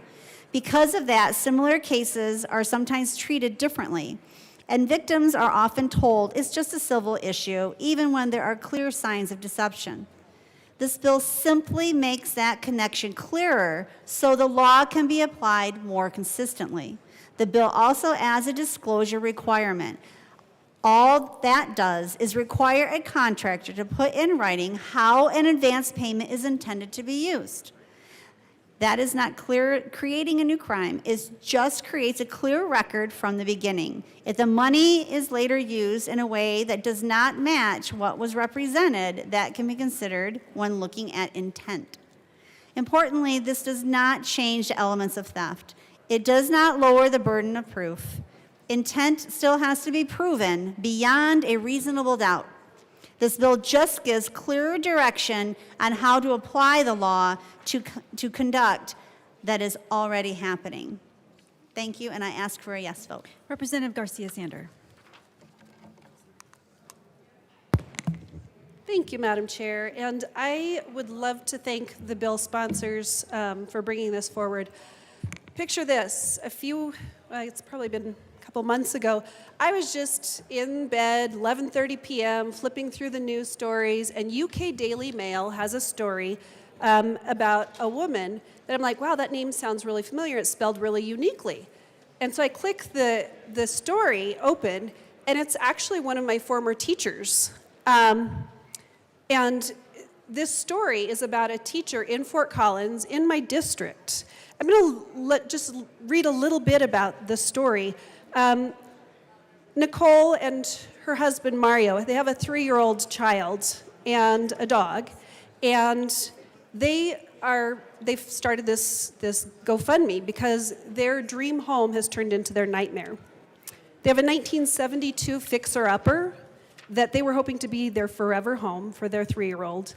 They did everything right. They saved, they refinanced, and they hired a contractor with a seemingly transparent bid. They are now homeless. They're staying in their fifth-wheel trailer. Their house is a gutted, unlivable shell. A structural engineer recently confirmed that the work done was not only incomplete, but structurally unsound and must be torn out and redone. Over the winter, remember in January, we had a very quick cold snap of below zero weather. The contractor failed to protect the utilities in the home, causing the water heater to burst in -10-degree Colorado weather. After receiving payment, the contractor stopped work. $219,000 of their life savings is gone. A police report was filed and it's under investigation. But just so you know how a family copes with this, their toddler, their dog, their cat, they've been living in their fifth-wheel trailer in the Colorado winter. They have not had running water due to the freezing weather. They carry 1-gallon jugs from the neighbor's spigot to flush their toilet. And they shower at a local gym. It breaks their hearts to hear their 3-year-old cry at night because she just wants to be in a real home and have a bath. They're hardworking people. My teacher, she works 2 jobs as an occupational therapist, 12 or 19 days sometimes without a day off, and her husband works 12-hour shifts in a physically demanding job. They're not looking for a dream home, but they do need a safe, dry, and heated shell so they can move back inside and finish the work one room at a time. This is a family that worked hard, did all the right things. They saved. They were hoping to turn their first home into their dream home, and the contractor left them high and very dry. So this is an important bill. This is one family. Like I said, I was just looking at UK Daily Mail, and all of a sudden this story pops up about how tragic this is, that this family is dealing with this situation in the middle of Colorado winter. And now they have not just the work that they initially contracted for, but the damages that they have to go back and fix because the contractor was so negligent. So this is a really, really good bill. I really hope that everybody can get on board with this. I urge a yes vote. Thank you. Representative Brooks. Chair, thank you. What's today? April 15th? What's today? Jackie Robinson? Oh, right. Yes. Okay, all right, it's passed. Chair, thank you. I wanted to just get up for a moment and rise in support of this bill. Not only, I know you think, oh, it's a member bill, that's why. But no, It's actually because I sat in the committee from which this bill went through and had an opportunity to be able to hear, as you just did. Obviously, the bill sponsors are very well prepared. They've spent a lot of time working through this bill. This is a bill that came from constituency, born from issues that the bill sponsors had identified and that they wanted to work on solving. So as a member of the committee that this came from, and as somebody that had the opportunity to be able to sit through and listen to the testimony and listen to the genesis of this bill and voted on it, yes, in committee, rise in support of this bill, believe that it does solve a problem and gets right to, without the messiness of the unintended consequences down the road. I believe that this does solve something that the bill sponsors have identified that we need to be able to close the loophole on in Colorado. So I urge a yes. Okay. Further discussion? Oh, okay. Representative Camacho. Thank you, Madam Chair. Colleagues, I very rarely come down here, but I was compelled to by my colleague who said he sat in committee, because I also sat in that same committee and I drew a different conclusion. I have serious concerns about this bill. I believe it is leading us down a path to criminalize common breaches of contract. If you are a contractor who has taken money and something has befallen you and you cannot complete that contract, that doesn't mean you go to jail. That means you have a breach of contract. I also have concerns of whether or not this bill will implicate our bankruptcy process. If you are a contractor and not very good at business and you go bankrupt, this would lead down the path to a criminal charge. That is not our system. That is not what I hope anyone is intending, but I feel this bill takes us down this path. I would also note, the concern from the sponsors is that we get after those bad actors, that we find the bad actors in our community who are victimizing those among us who have the least. I will point you to a news story from this morning from the Colorado Attorney General's office, who found one of these bad actor contractors under our current laws guilty on a criminal charge and sentenced them to 10 years. Our laws do what the sponsors already are trying to intend with this bill. We do not need to criminalize a common breach of contract, and for that, I urge a no vote. Further discussion on the bill? Representative Richardson. Thank you, Madam Chair. I appreciate the previous rep's comments. I would just say if breaches of contract are becoming that common, perhaps we do need to criminalize the activity. So I do support this bill. Okay. Further discussion on the bill? Representative Kelty. Representative Ricks. Okay. You know, earlier this summer, there was some news articles about a contractor that actually was going around digging septic tanks. And basically, he was digging septic tanks, let's say in Adams County, and then he would not finish the work, leave a bunch of dirt in the people's yard, and move on to the next person in Fremont County and do the same thing. There needs to be more accountability around contractors, and that's why I am rising to support this bill. Please vote yes. Okay. Further discussion on the bill? All right. Seeing Assistant Majority Leader Bacon. Sorry. Thank you, Madam Chair, and thank you to the sponsors. You know, I think I did just have some questions, so I want to acknowledge that the sponsors have been talking to me on the side. You know, typically we see bills that change the criminal codes. This is changing Title 18, come to judiciary. And it's because we have typical questions about the structure of the law and how to differentiate particularly civil disputes as well compared to criminal intent. And so in regards to the language, I wanted to just raise some of the questions that we have that are being answered here. I want to, again, thank the sponsors. I asked if the professions or the home builders had questions. The bill refers to a specific type of contractor action. Not all contractors, but contractors, particularly when it comes to building structures and construction projects. And so, one, they are separated in this law from all other types of contracts, and that they have the risk of being criminalized. Two, I want to mention the conversations that my colleague just shared in regards to the elements. If we're going to turn something that is also, yes, can be pursued civilly, the questions that we have are to drill more down into the elements of naming what needs to happen to demonstrate criminal intent to defraud or steal, not just the circumstances of which and how contractors use dollars and the terms to which a project is not completed. Technically speaking, you all may hear the term contractor in work, right? I might be a contractor at my job, and what that means is you've told me to get to an outcome, but anything that happens in between is up to me. And so even though folks might use dollars for other things, the question is, did they have criminal intent to defraud or steal, which, by the way, are existing felonies, and how do we know by when and the terms that this question would be raised for criminal action? Is it a year after? Is it 2 years after?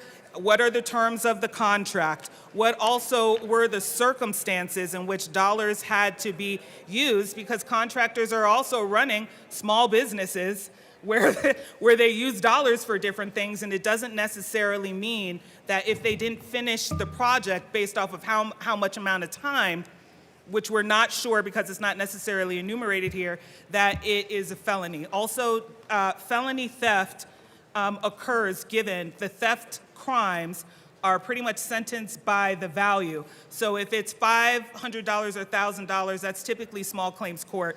Some people have $100,000 contracts, and for what it's worth, $100,000 worth of quote unquote theft is a 3rd or 4th degree felony. So, you know, we just had some questions. Again, want to thank the sponsors to figure out, to their point, what could perhaps strengthen this for for clarity's sake.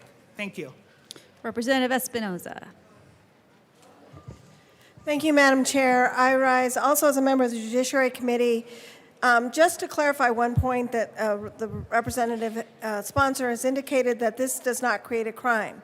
In fact, it does create a crime because it adds a new definition under a section of the criminal code. So when you put a new definition within the criminal code, you are creating a crime. And so the fact that the Judiciary Committee did not review this bill and enable better discussion in terms of what these elements and requirements are for a crime really creates some deep concerns about this legislation as it's currently drafted. I stand with my colleague from Denver who has raised some of those issues. I think actually both of my colleagues from Denver, one raising the issue with regard to the question of contracting in the circumstances and its potential impact on bankruptcy and other issues that exist for pursuing fraudulent criminalization without, as my second Denver colleague said, without clarification of the elements of the crime that's being created here. So yes, I agree with everything that our sponsors and the supporters have indicated, that there is some concern when people are fly-by-night, because that's what I heard, organizations that come in and exploit individuals in these projects. But there are ways already existing in the law to address this issue, and I don't believe that, as written currently, this bill meets the terms and conditions that we should be supporting today. Thank you. All right. Representative Slot. Well, Thank you, Madam Chair. I recognize a real problem with contractor theft. I know that this problem exists. Should we do something about it? Yeah, I think we should do something about it. I think there's been some great points made. A small concern that I will raise that I don't know that has been addressed is, what if you're a very small general contractor and most of your projects are lower dollar in the grand scheme of things? I know a good number of individuals who I work with who are smaller contractors. They may not be quite the same level of businessmen that the larger contractors are. I would put myself closer to the very small contractor list than the very large contractor list. Contracts and even breakdowns of pricing and things like that, you know, that's something I feel pretty proud that I do to the level that I do, but I know that it's not to the level that other people do sometimes. So I am concerned that we may make small contractors who do smaller projects potentially guilty of crimes. I would hate for my friend who just does pergolas, as an example, and maybe it's not even $10,000 all the time that he's charging. Members, it's getting a little loud. Bring it down, please. Yeah. Continue, Representative Slaughter. Thank you, Madam Chair. I'll speak up a little bit more. That's my only small concern is how it would apply to small contractors and whether they are going to become potentially, and even if they have a small hiccup in their life where now they're not able to complete a project, maybe they have there's very little money that would be due back to the people who gave them the money. They may be operating on very small, margins. I would hate to see somebody be criminalized for a very small thing. That said, again, I think what the intent of the sponsors is, and I think it is good, is that there are certainly individuals and companies who are out there intentionally committing theft. And that's all I will say today. I think my colleague from Denver is going to speak to that also. So thank you. Representative Mabry. Thank you, Madam Chair. Members, I want to note our Assistant Majority Leader is a lawyer. Our colleague from Northwest Denver is a former judge. I am a lawyer, and I'm the chair of the Judiciary Committee. This bill creates a new crime, and it creates a crime for something that should be a contract dispute. And I want to name who will bear the brunt of this. A significant portion of Colorado's construction workforce, contractors, subcontractors, independent tradespeople, are immigrants. A criminal theft charge, even without a conviction, can trigger ICE attention and set a deportation process in motion.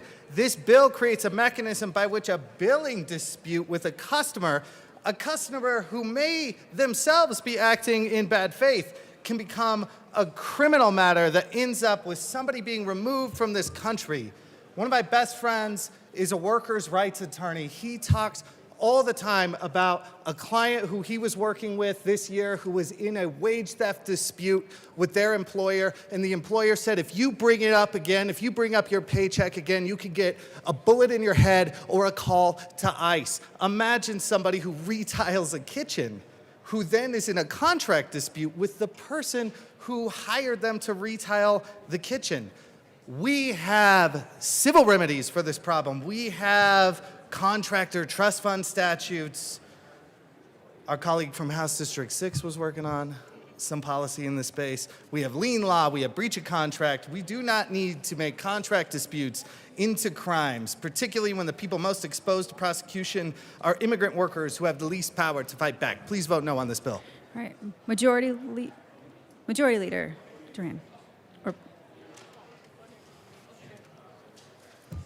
Thank you, Madam Chair. I move to lay over House Bill 1245 until tomorrow. All right, are there any objections to laying that bill over? Seeing none, House Bill 1245 will be laid over as requested by the Majority Leader.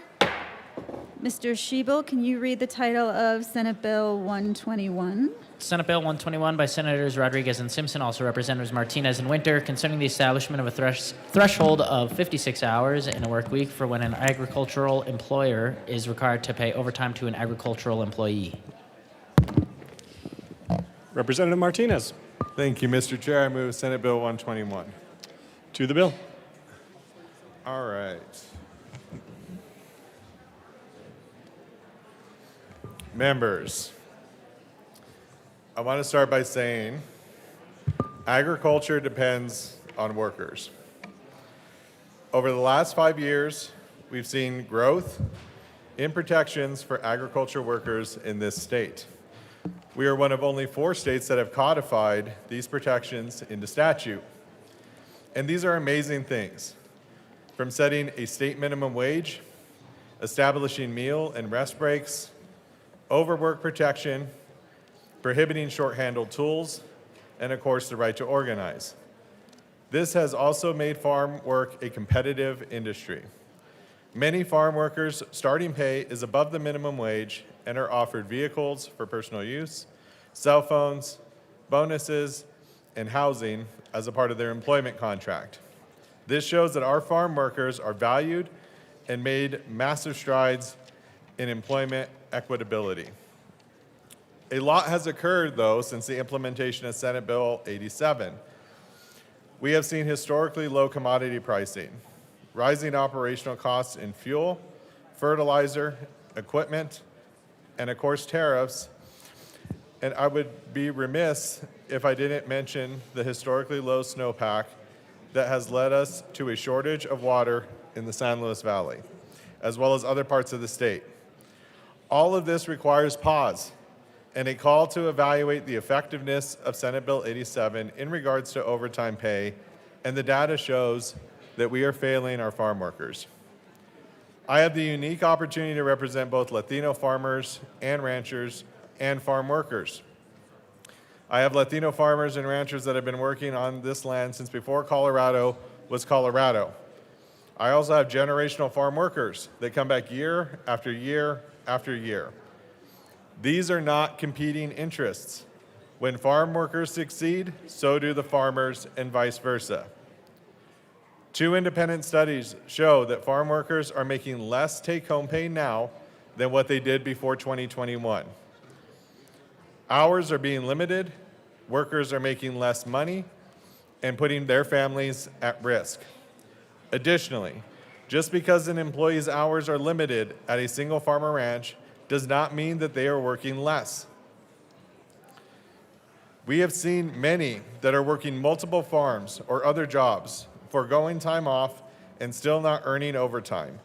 Working multiple jobs to earn the same wages is the reality that we live in.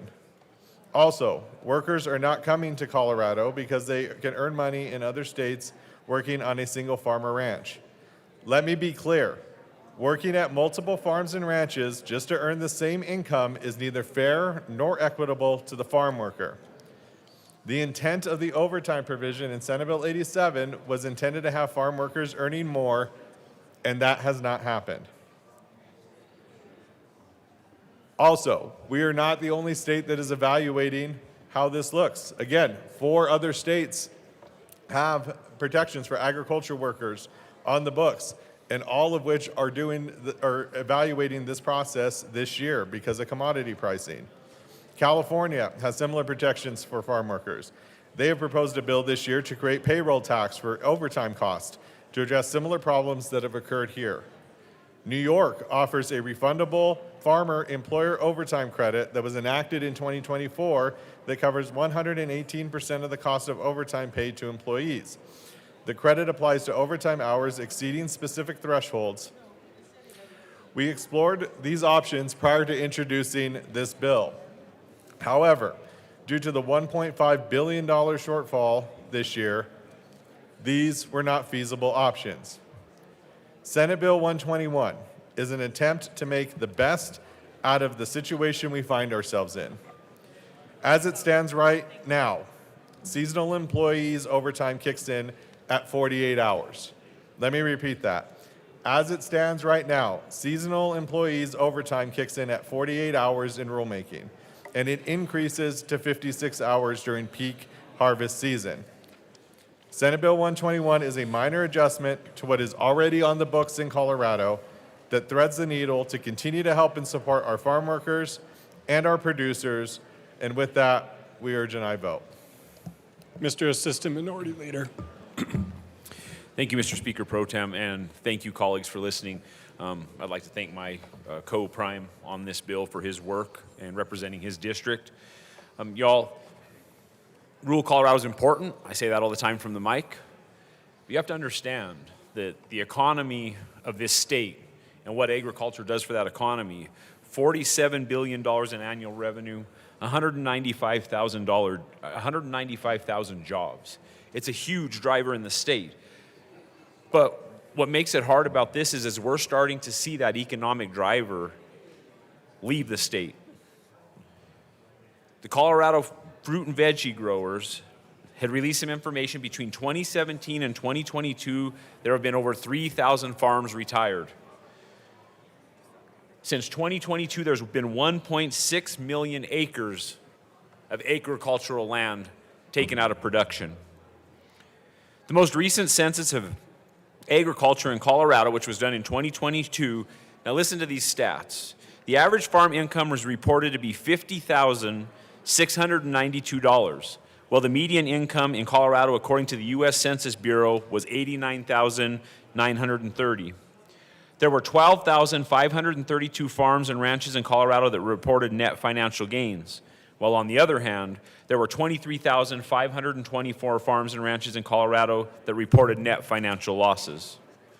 There were 12,466 farms and ranches in Colorado that reported net gains in income, while on the other hand, there were 23,590 farms and ranches in Colorado that reported a net loss in income. 66% of farmers and ranchers have a second job to support their operation, and more than 80% of Colorado farms and ranches are owned by individuals, not corporations. Members, I really believe that a lot of the legislation that we've seen around this space stems from some tours that we've done in rural Colorado. I was on one such tour. We were in Rocky Ford, and members not only got to speak to producers, but they got to speak to workers as well. And it was clear that both groups weren't necessarily happy with the language that had been passed in other legislation. I would be remiss if I didn't say that food security is national security, and we saw that during COVID. And to be able to have that food security within 1 to 2 hours away from the Metroplex is ultra important. Farms and ranches, they're struggling. They're facing fees, taxes, fuel costs, over-regulation. But where we're fighting for the little guy here is I think we're fighting for the little guy on two fronts. We're trying to make sure the workers are made whole and they're able to earn what they want. But you have to understand, members, as the urban sprawl happens, little farms are preyed upon. We are seeing buy and dry in rural Colorado where they are pulling water off the land.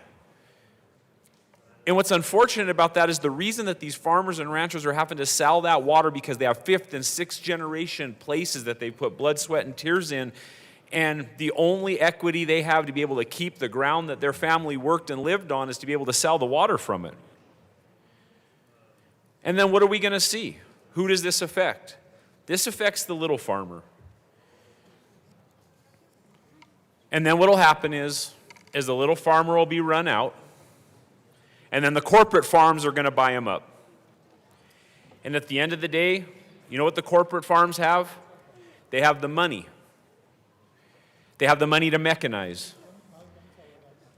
They have the money to create equipment that is going to do the work of the workers you're trying to protect. And you can't make a living when you have a machine doing it for you.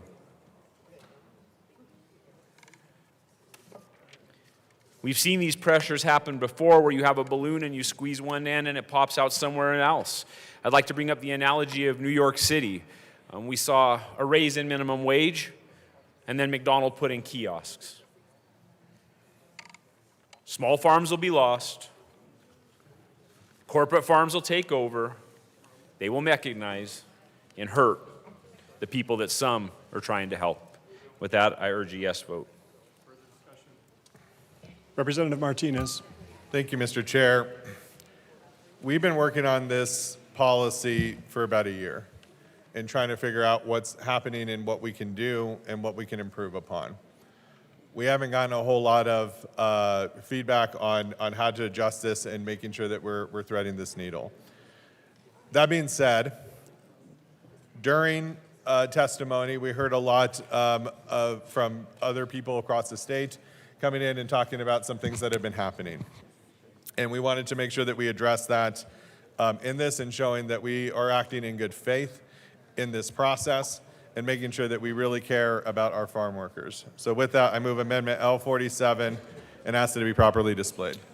That is a proper motion. 1 second, we'll get the amendment displayed.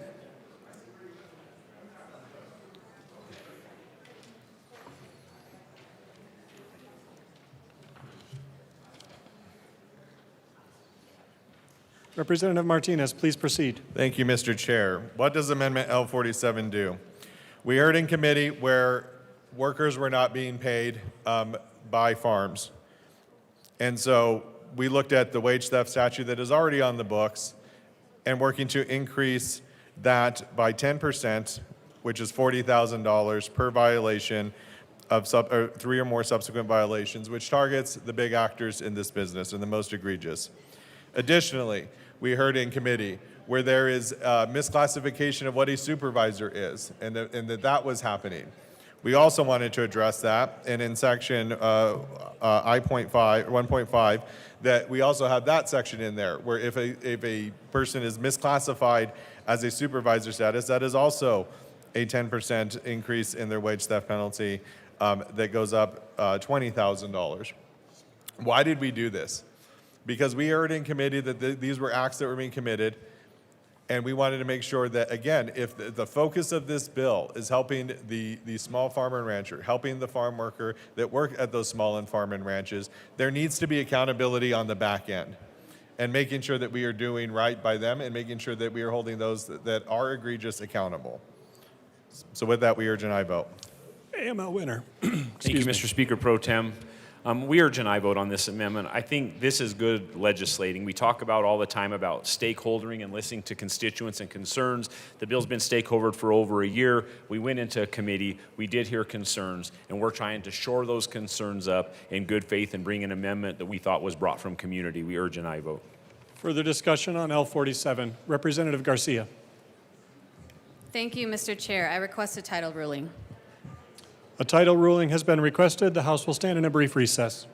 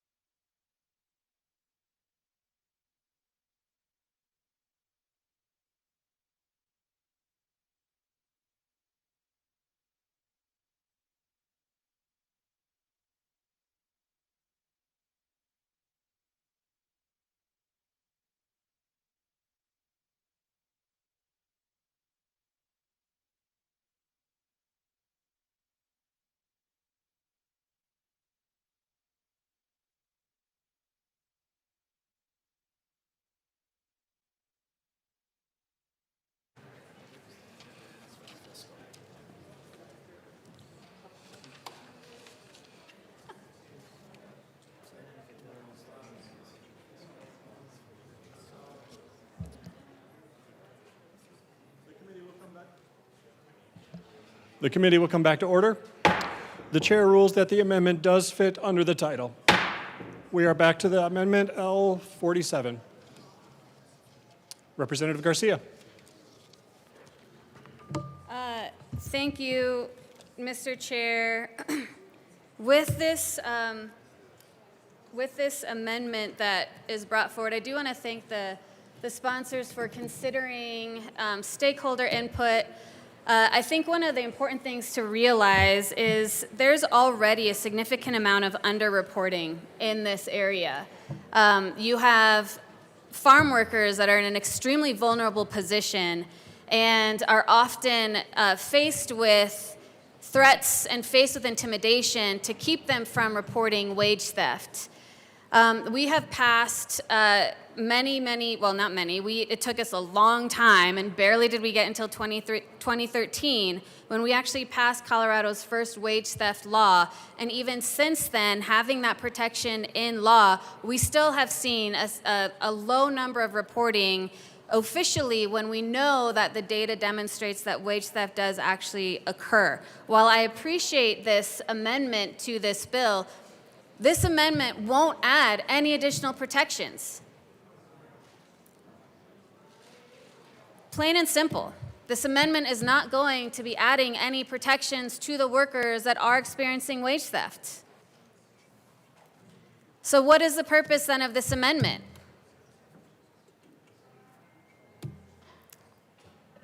I don't know.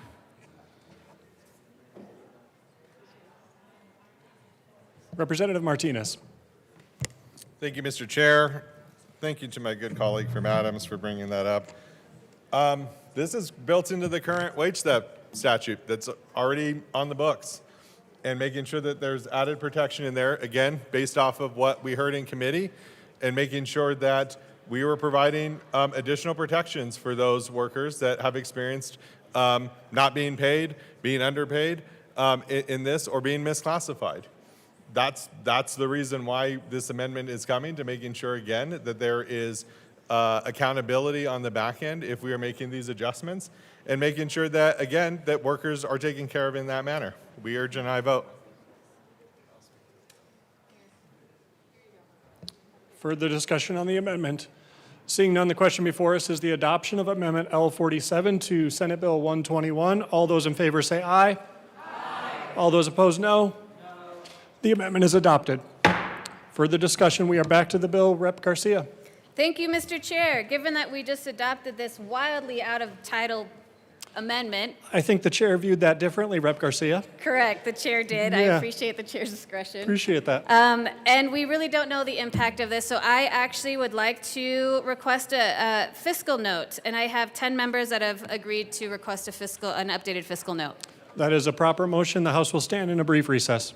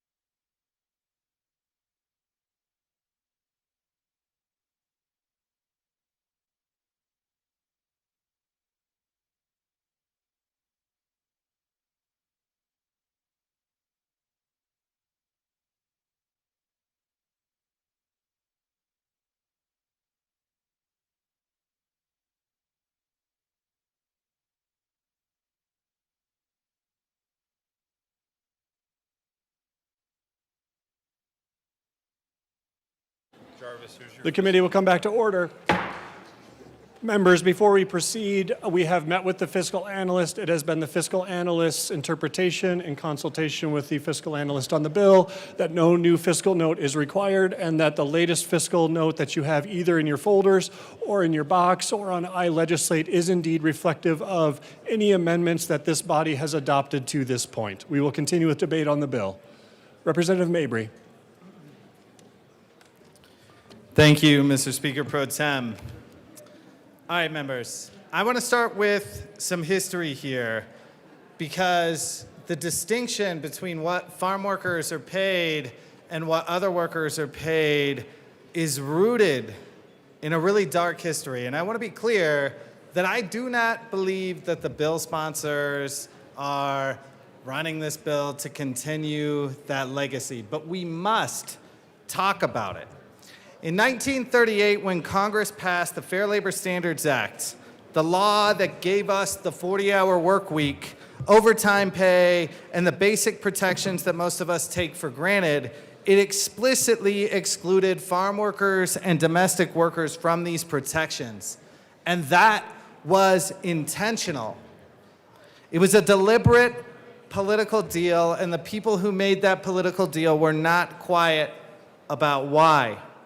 Southern congressmen negotiated that exclusion specifically to preserve what they called a plantation economy, and that plantation economy was built on the labor of black and brown workers. And they spoke to this openly. Representative Mark Wilcox of Florida complained on the House floor that the federal government knows no color line, that it would prescribe the same wage for black and white Americans. And he meant that as an objection to the Fair Labor Standards Act. Senator Cotton Smith of South Carolina said that the opponents of the bill knew that its main objection was to undo, in his words, quote, the splendid gifts of God to the South.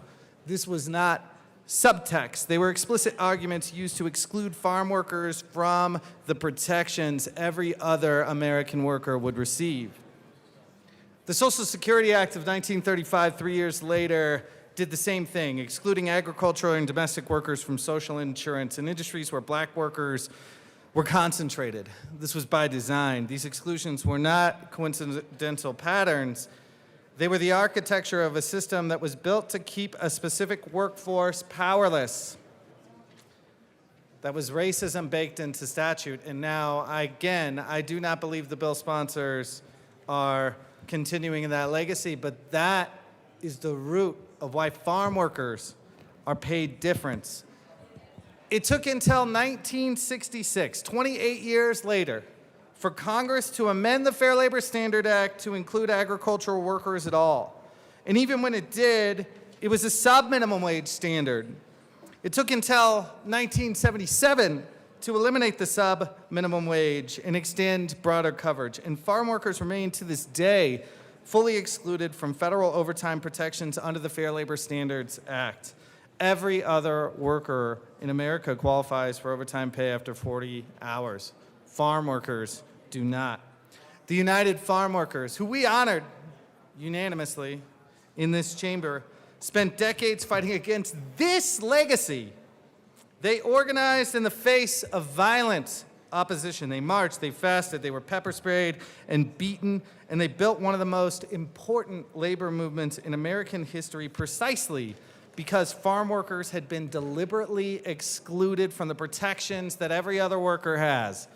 Their fight was not just about wages, it was about dignity. It was about the basic proposition that a person who harvests our food deserves the same protections as the people who build our cars. California became the first state in the country to provide farm workers with overtime pay after 8 hours in a day. It took the United Farm Workers until 2016 to win it.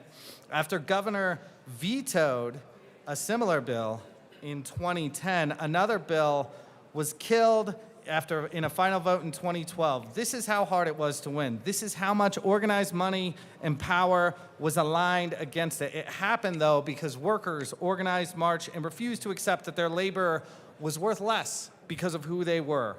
And today, we are being asked to move in the opposite direction. And let's talk about who these workers are, what their lives look like, because I think that matters in this debate.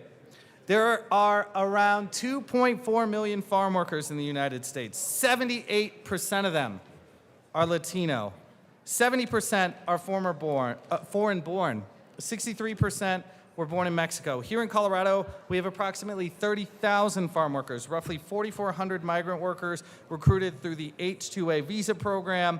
Their median annual income, this is critical, the median annual income of the people we're trying to reduce their wages here is between $20,000 and $25,000 a year. That is for full-time work in an industry that is often seasonal, meaning they earn far less across a full calendar year. Farm wages nationally equal only about 60% of non-farm wages. This industry already benefits immensely from paying people less. Colorado farm workers earn roughly half the average wage of all workers in the state. 21% of farm workers live in poverty, nearly twice the national average, despite performing some of the most physically demanding, dangerous, and essential work in our economy. And I think it's important that we consider the words of these workers directly. In comments to CDLE, when they were doing rulemaking on the new overtime law, we had people reach out with their names and anonymously. A worker named Alfredo submitted comments when Colorado was crafting this overtime rule we're being asked to roll back. He said, "I've worked 16 years exactly in agriculture. I've experienced many beautiful things in agriculture. But there is another sad reality behind the glorious cultivation of vegetables, where the immigrant farm worker is forced to work too many hours. I worked an average of 60 to 90 hours a week, where I did not receive even one single dollar of overtime pay. In addition, we were verbally abused by our boss if we tried to defend our labor rights." An anonymous farm worker from the San Luis Valley wrote, "Working more than 40 hours a week can harm your body in the long run. Working overtime has affected my mental and physical health. I feel guilty not being there for my family. I'm always tired. I'm sad to have to work extra hours. Stop treating us like indentured servants. We are people with families and children." Another anonymous farm worker, this is translated from Spanish, said, "I've worked with sacrifices, long work hours between 12, 14, up to 16 hours daily. I don't have time to see my children because of work, without a right to vacations or without a right to overtime pay." These are the people we are debating today, and we're debating whether they deserve overtime after 40 hours or whether we should make them work 56 hours before that protection kicks in. Let's think about what 56 hours means. That is more than a full additional day of labor each week before a single dollar of overtime. A worker putting in 56 hours earns the same hour rate as someone working 41. And the argument being made is that this is good for workers. This is good for workers. Every May Day and Labor Day, we celebrate the progresses that the labor movement gave us, things we take for granted, the 40-hour work week, the minimum wage, and overtime pay. But this is good. This is good for workers. I also want to name what this bill means for worker health and safety, because I don't think that that dimension is getting enough attention. Agriculture is one of the most dangerous industries in the United States. According to the Center for Disease Control, every single day, 100 farm workers across this country suffer a lost work time injury. The industry fatality rate is 21.4 deaths per 100,000 workers, compared to all other industries, which just averages 3.5 per 100,000. This means farm workers are 6 times more likely to die on the job than every other American worker. Research shows that weekly work hours increase mortality rates by nearly 20%. And being required to work overtime hours is associated with significantly higher injury hazard rates. Cersei, a health prematura who works with farm workers in Colorado, described these conditions to CDLC. "I've observed that it is reoccurrent to see people in the fields with consistent pain and with postural and mobility impairments due to muscle fatigue. These conditions are caused by overworking in the field and overstress to the worker, to whom I have seen resort to the daily and excessive ingestion of painkillers and even alcohol. It affects their ability to access public services, care for their family, and even the provision of the pantry, because due to fatigue, they neglect the purchase of food. Tri-County Health Department wrote, when agricultural workers are not subject to overtime rules, farm workers feel retaliation or loss of employment if they request to work fewer hours in order to satisfy their own basic needs. And the adverse health impacts of overwork is true across agriculture employees, regardless of the size of the operation or the seasonality of their work. They called for full parity with other workers, time and a half after 40 hours, the dignity that we recognize in every other industry. Again, this isn't a wage question. This is also a health and safety question. The Washington Supreme Court recognized this explicitly, holding that Washington's exclusion of farm workers from overtime protection denied them the fundamental right to a workplace health and safety protection guaranteed by their state constitution. When we raise the overtime threshold to 56 hours, we are telling these workers that they must absorb more hours of dangerous, physically brutal labor before receiving any premium for that risk. Also, again, this is just like half pay on some of the lowest hourly wages in the state. I want to address the economic argument for this bill directly because it requires serious scrutiny. We're being told two things simultaneously that cannot be true at the same time. We're told first that farms are in financial distress, that overtime costs are crushing them, and that the 2021 law has been devastating, and that without relief, some operations will not survive. We're also told, second, that workers will actually earn more if this bill passes, that employers have been cutting hours to avoid the overtime threshold, and that raising it to 56 hours will let workers log more time and take home more pay. These two arguments directly contradict each other. If farms cannot afford overtime, why all of a sudden would they be able to afford more hours when the threshold goes up? The rational response for a financially strapped employer is to keep workers under the new threshold too. Workers work more hours at straight time. The farm saves on overtime. The worker earns the same or less per hour than they did before. We already have data. A survey found that 55% of dairy workers, 70% of livestock workers in Colorado already exceeded 48 hours a week. But only 38% of them are actually receiving overtime pay. That's wage theft. We treat theft very differently in this building depending on who's doing the theft. When workers are getting their labor stolen, we do not treat that nearly as seriously as we treat petty theft, where last year we argued extensively about if somebody should have to spend 300 days in jail for petty theft. Stealing somebody's labor, I believe, is far more serious, but it's treated as a contract dispute. The current law is already not being fully complied with, and the proposed response is to raise the bar rather than to enforce what already exists. The Economic Policy Institute has noted that labor costs as a share of farm income have not increased in 2 decades. The number of Colorado farms has actually increased significantly over the past 15 years, suggesting a growing, not collapsing industry. And California's experience since 2016 showed that farm worker overtime protections can be achieved without negatively impacting the farm industry. There is no economic justification for treating workers differently. Now, I want to talk about the financial pressures being faced by farmers because I do think they are real, and I think they deserve to be addressed honestly, which means not pretending that worker pay is the cause of them. Farm bankruptcies climbed 46% in the last year. In 2025, 15,000 farms went out serious. But let's be precise about where the toughest pressures are coming from. Trump's tariffs targeted a trade war with China, the largest buyer of American soybeans. That collapsed prices and cut off a major export market.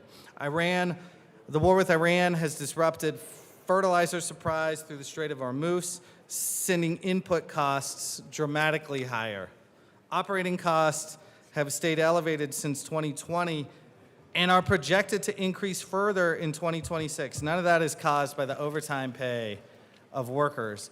At And the federal relief dollars meant to help farmers survive are flowing overwhelmingly to the largest operations. Under the $11 billion Farmer Bridge Assistance Program, the largest soybean farms, just 7.6% of operations will collect 42.5% of all soybean payments. In previous rounds of Trump tariff bailouts, the largest 5% of farms received 41% of all payouts. And I think we should listen to a farmer that has been impacted by this.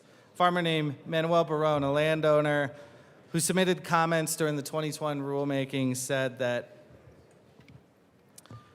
40 hours is dignified and a solid week's worth of work. People who are not underpaid and overexhausted perform better. It's not science, it's humanity.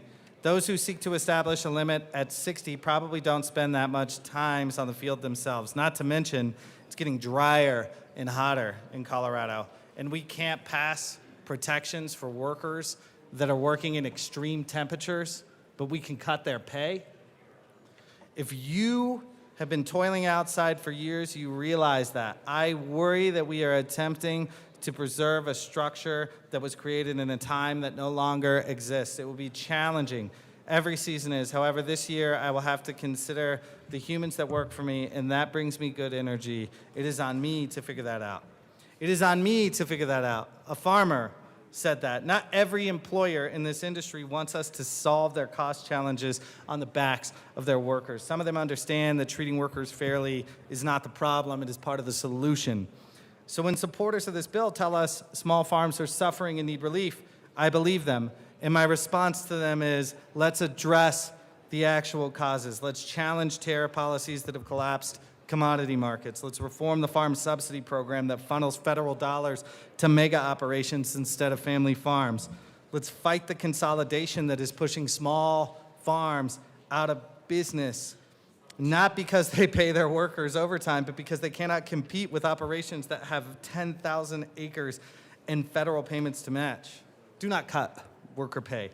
The financial problems facing small farms in Colorado are real. Asking farm workers who earn a median income of less than $25,000 a year and experience poverty at twice the national rate to solve those problems by forfeiting overtime pay is not a solution. It is a transfer. It takes from the people with the least and gives to the operations that employ them. It leaves the actual causes of farm financial distress almost entirely untouched. I want to be honest about the political dynamics here because the context matters. The effort behind 121 has been driven by farm owners and agriculture industry groups. The people whose wages are directly affected, the workers, are not the ones asking for this change. And the reasons they are not here loudly opposing it every single day go far deeper than indifference. The workforce is disproportionately made up of immigrant workers. Many of them are undocumented. Many of them here on temporary visas. Nearly all of them in a situation of profound economic and legal vulnerability. 70% of farm workers are foreign-born. 63% were born in Mexico. Under this federal administration, immigration enforcement has intensified in ways that have created a real and documented fear in agricultural communities across this state. Patricia, an ESL teacher who works with farm workers in Colorado, described what she has observed. All their mail goes to the ranch owner. The ranch owners either throw it away or read it before they give it to them. Some of them have already been threatened against talking to the prematoras. They fear they will not be hired back if they accept help. Workers do not have time to learn English because they work so many hours. That is why they deserve overtime pay. Think about that. These workers cannot even take night classes to learn English, cannot develop the language skills that will give them more options and more power because they are working too many hours at straight time pay. And this bill asks us to pay them less. These workers are not able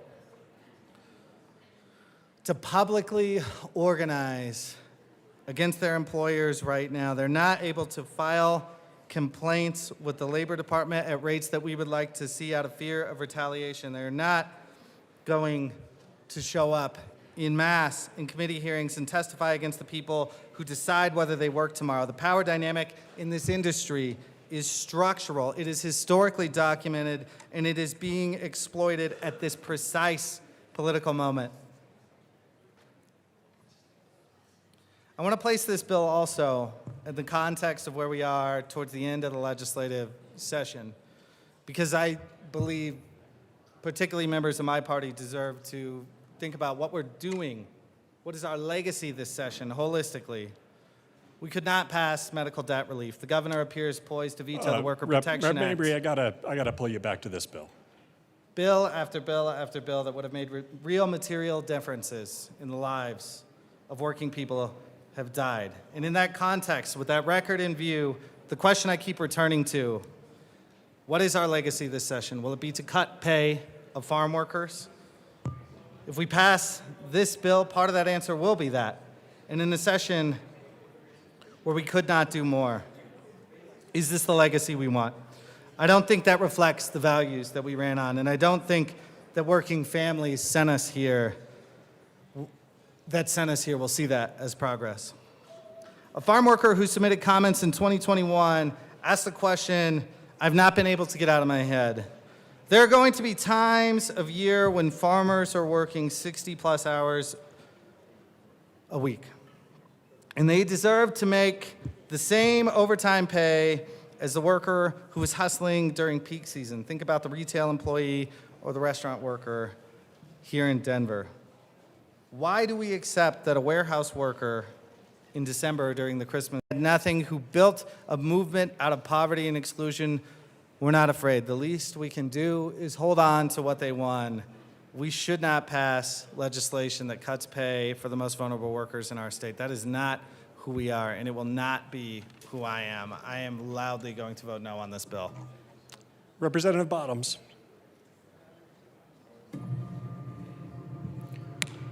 Thank you, Mr. Speaker Pro Tem. I am enjoying this moment.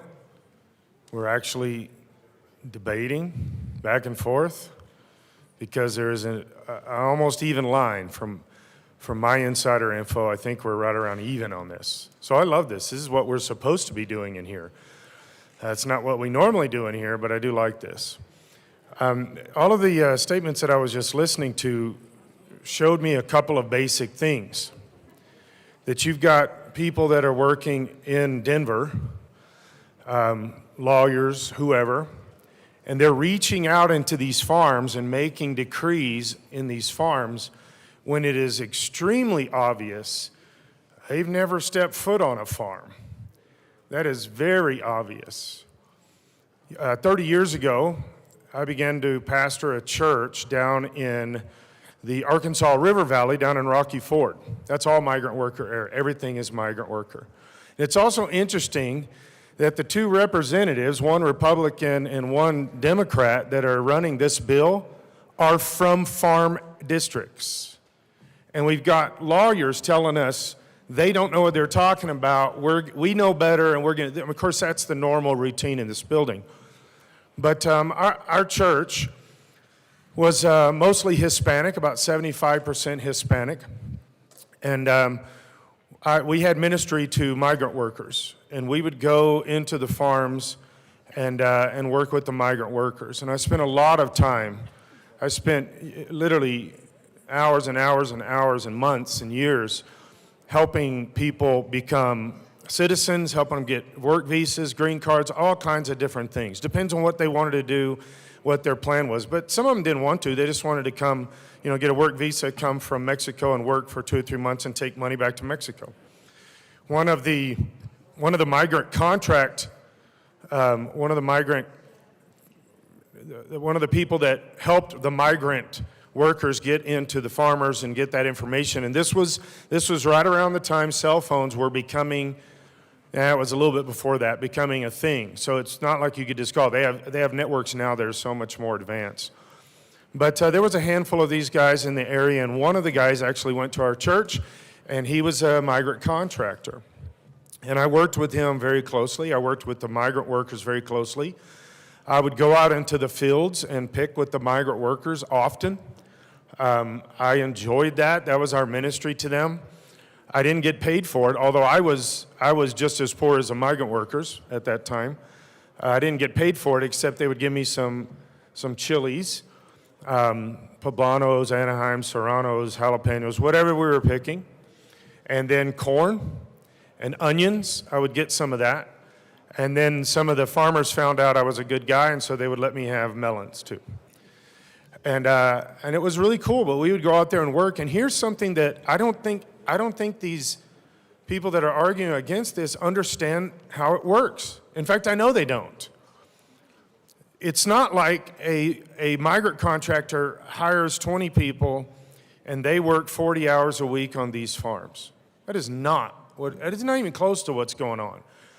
These migrant contractors will have worked with these people potentially for years, and it's generational, and they will bring them to the farms, and then they'll work at this farm for a couple of days, and then they'll go over to this farm and work, and it depends on the idea that this is a 40-hour-a-week job. It is not the context here. That is obvious from the people that are arguing this bill.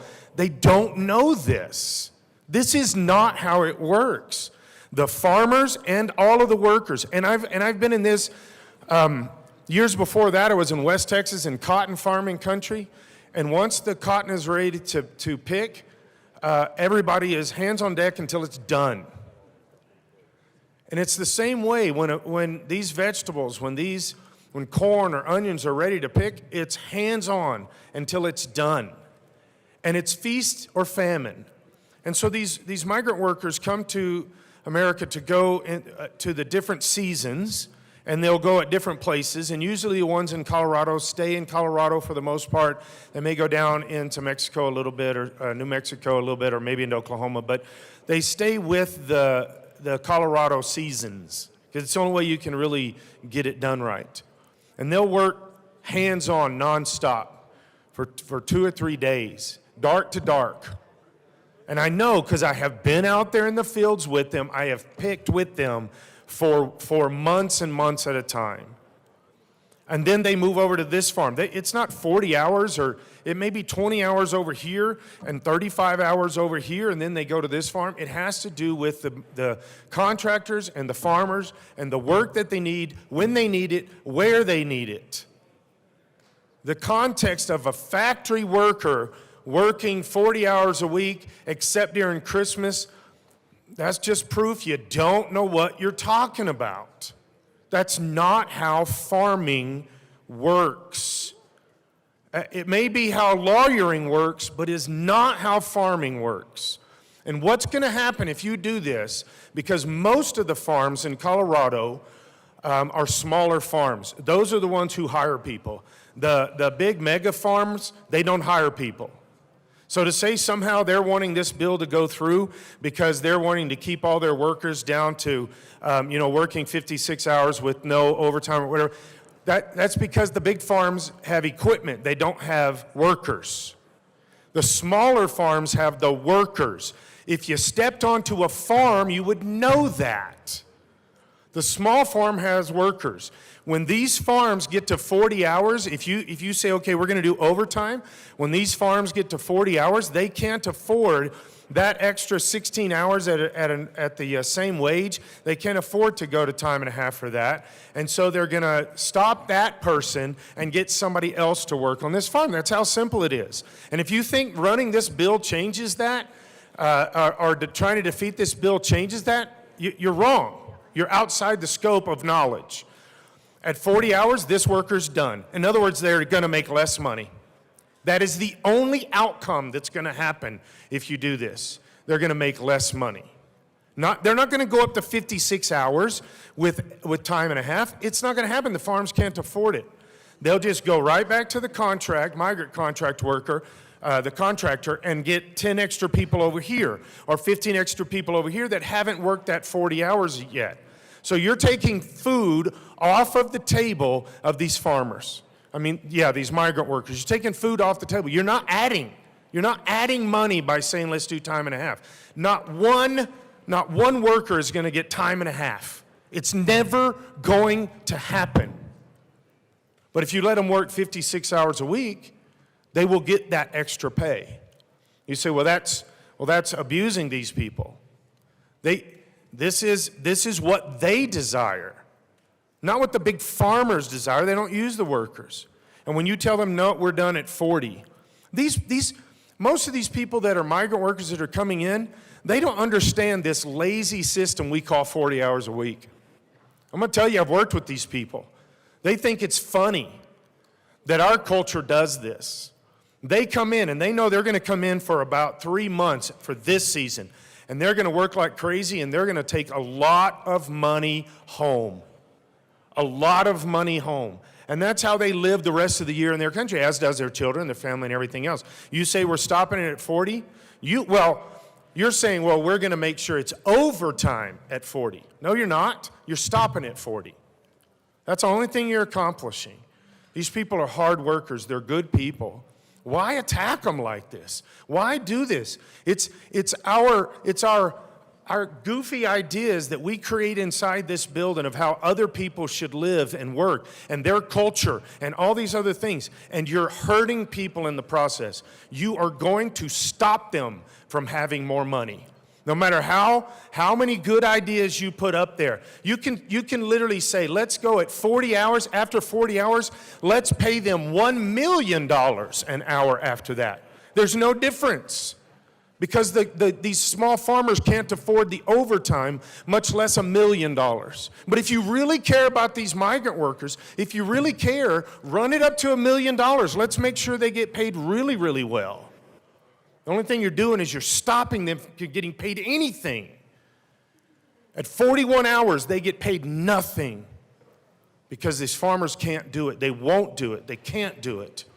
I've watched this. And let me give you another side of this that lawyers don't understand when you step into this space. That farmer is going to pay that migrant worker for the work that they did. That farmer may not get paid. But that migrant worker is going to get paid because that's the only way they can guarantee they'll come back next year. And there's many farmers that go without so that the migrant workers get paid. But now you're saying you got to pay them time and a half. It's just not going to happen. And here's another thing is the farmers are out there with them. When I would go out into the fields and pick with these guys, girls, they worked me into the ground. And I think I'm the hardest worker in this room. But they would work me into the ground, and they would work till they couldn't see what they were doing anymore. Then they'd get up the next day. Don't take that away from them. You say, well, that's cruel. It's not cruel. It's paying them, and it's giving them food for their families. They're sending 90% of it back to their families. And those farmers, they're out there too. I was working alongside migrant workers and farmers. And the farmers will bring their whole family out. I've seen the farmers won't hire the children, but the farmers will bring their own kids out. I've seen that happen many times. And they're out there picking. So don't do this to them. Don't hurt these people. They are depending on this, and they've been depending on this for a long time. The only thing you fighting against this bill does is take money away from them. It will never give them one extra penny. So I strongly in favor of this bill. And again, I want to thank the actual farmer representatives that are actually running this bill, because they know the lawyers don't. Representative Velasco. Thank you so much, Mr. Chair. I did want to put on the record that without this bill, the threshold for overtime for farmers is 48 hours, so it's not 40 hours. And I wanted to start by talking about the pressures of farming. And we know that climate change is real. We're seeing extreme temperatures and extreme weather. We are breaking all the records when it comes to extreme heat. We are seeing decades-long drought or water levels are really low. We don't have enough precipitation. In the mountain resort communities, we lost 30 days of winter. Our ski resorts are closed. We know that the Colorado River is at a very low level. I can't even see rafters going through some of the parts in the Colorado River in my district. I remember also a couple years ago, we retired agriculture land from the Republican River because there's not enough water. And these issues of water are not going to be fixed by this bill. We are also seeing workers die on the job because of extreme heat. We are seeing an administration that is defunding OSHA, the infrastructure at the federal level that we had depended on to protect workers. Protections are being rolled back. Agencies are being defunded. And this bill is not going to fix that.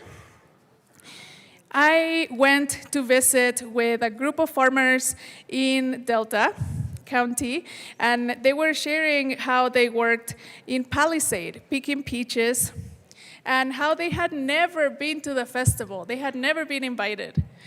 And there was an organization that did a project called the Faces of Agriculture. And they were invited for the first time to attend the Peach Festival for free and to enjoy the celebrations for the first time.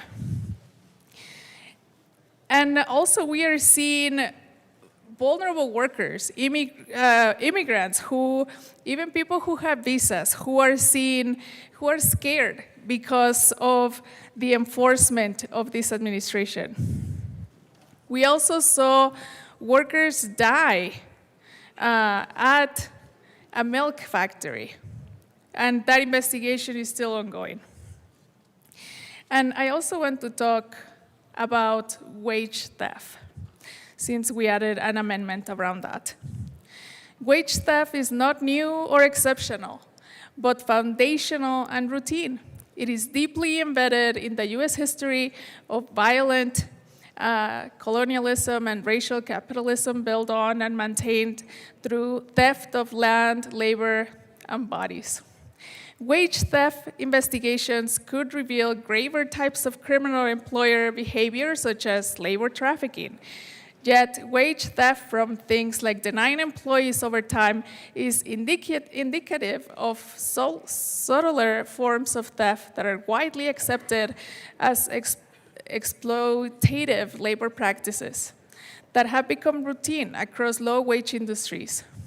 These labor practices often blur the line between routine exploitation and criminal behavior, but decimate working conditions, subject low-wage workers to disproportionate rate of workplace illnesses, mistreatment, and injuries, and erode wages amid rising cost of living. Treating wage theft as an individualized incident or dispute can distract attention from the power discrepancies and structural factors that render it systemic. Wage theft is a symptom of how decimated labor standards enforcement, unaccountable contracting arrangements, the decline of organized labor, and the devaluation of immigrants have degraded employment and normalized increasingly unjust wages and widening economic inequality. When we create policies and decide different forms of inclusion into state law and labor protections for workers, we as a state are protecting business interests and essentially creating a subsidy for wealthier agriculture industries by denying ag workers protections and their due time and pay. Wage theft punished employers who play by the rules by giving bad actors who undercut their workers a cost savings advantage. And with that, I would like to move L036 to Senate Bill 121 and ask that it be properly displayed. That's a proper motion. We'll get the amendment displayed.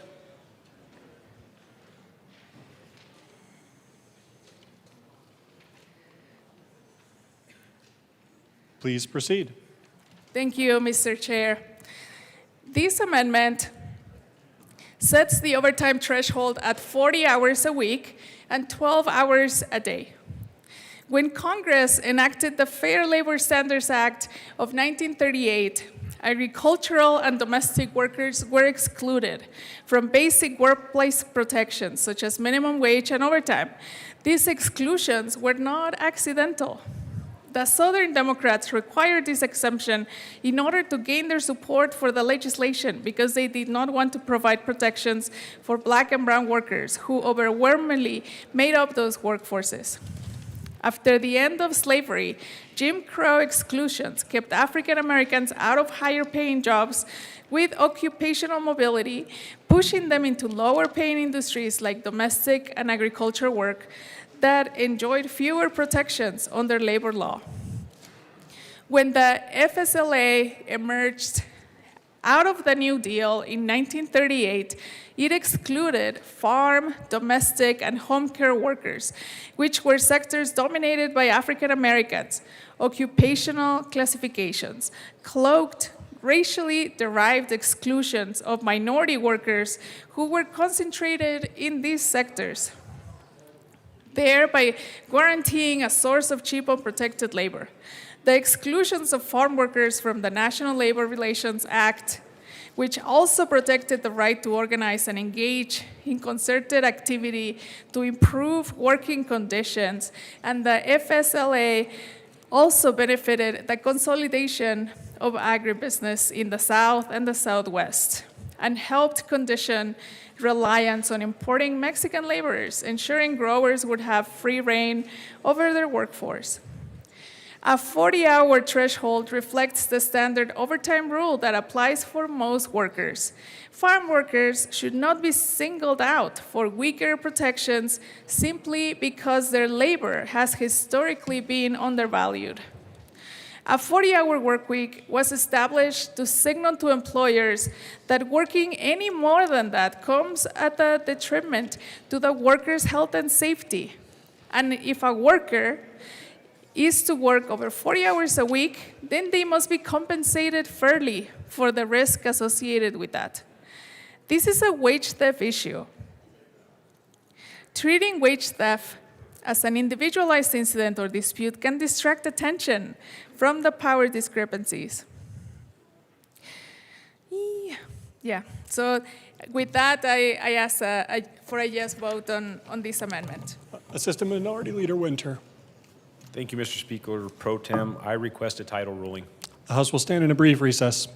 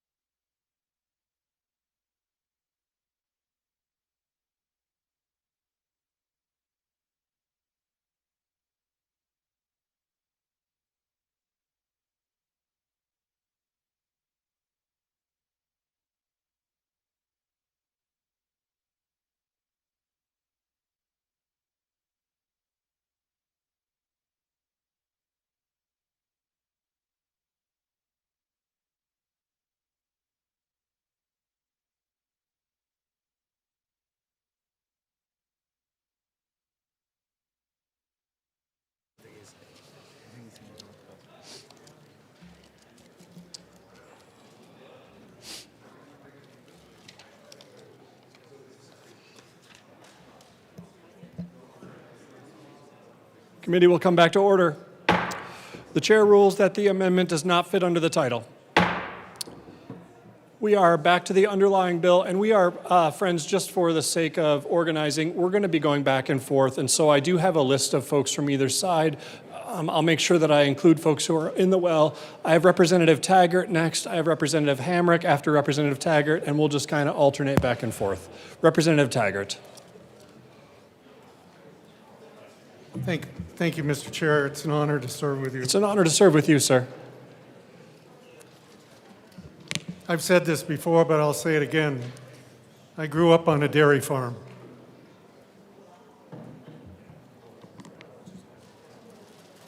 How my day works even today is based on the way I was brought up on our dairy farm. My grandfather would wake me up at 4 o'clock in the morning so that we could be ready to milk the cows in the morning at 5 o'clock in the morning. He and I and the people that worked for my grandfather and my dad worked then in the fields during the day. And then guess what? At about 4 o'clock in the afternoon, we started moving the cattle back to the barns to milk them. Think about that. I was up at 4 o'clock, and the second milking was going between 4 o'clock and probably 5:30 at night. That's a 12-hour day. How in heaven's name, on a dairy farm, can we do that in 8 hours? You can't make 12 become 8. You can't do that. And so, while I have a great deal of respect for individuals on this side of the aisle, at some point in your lives, you have to have the reality of being around a farmer. Even though I wear suits today and did in my corporate career all the time, if my dad were here alive today or my grandfather and they said, "Rick, would you have liked to have taken over the farm?" Yes. To paint the longer hours as strictly a Southern situation for plantation rules is completely ignoring the upper Midwest, the mid-Atlantic states, and New England, where a great deal of farms have been and still exist. I was born in a little town called Ogdensburg, New York, which is right on the very pinnacle of this upstate New York, looking across the St. Lawrence River. I can assure you that my grandfather wanted those hours not for the purpose of plantation rules. He wanted them for the purpose of a dairy farm has very real time clocks. And it has to do with our cows. And it's built around our cows. The other thing that gets talked about up here is that we as families that had farms, we do things at the expense of those individuals that work for us. My grandfather, till the day he died, worked side by side with all the men and women that he employed on the farm. He worked side by side with them. And that was deliberate. He also provided housing for them, as one of my colleagues talked about Palisade. I wonder if she knows why the peach growers can't always allow their workers to go to the peach festival. Does anybody want to guess? There is not one species of peaches. Palisade has figured out how to have peach growing go from different species early in the season to late in the season.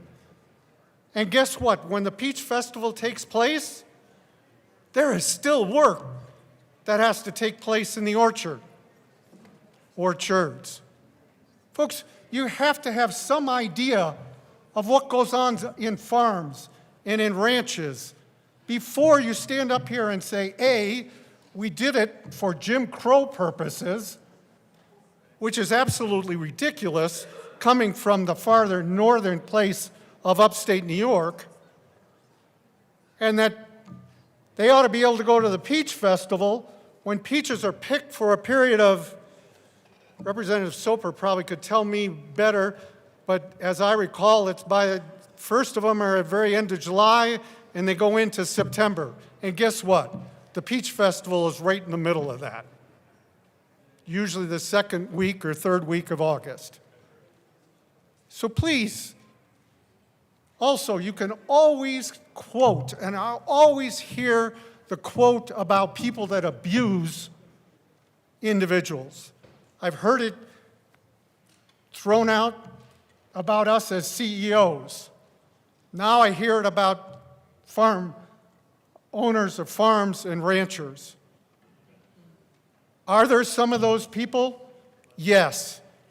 Do we have a small population in every profession that's out there that people abuse? The answer is yes. But to make that the norm is ridiculous. I worked side by side for 10 years of my life with my grandfather, with the men and women that worked on our farm, and we never abused them. And how did I know it? We did those menial tasks, my grandfather and I, as we asked other people to do. If you've never shoveled manure in a barn, that's a menial task, and that's one of the very first things my grandfather asked me to do. So please don't come up here and talk about the abuse. And then when you talk about that, you talk to farm workers. Those of us that live in this area, I will tell you what those migrant workers said to me in one of my town halls. That bill caused them not to be able to send home money to their families because they could no longer work those 50-plus hours. They couldn't send home what they needed to send home. And it resulted in two things. One, many of them didn't come back because they couldn't make enough money. And two, that the farmers and ranchers had to hire more people at 40 hours. And guess what? That makes for more crowded living situations as well. Because they couldn't all of a sudden wake up and say, I'm going to build X more in terms of how am I going to house my folks.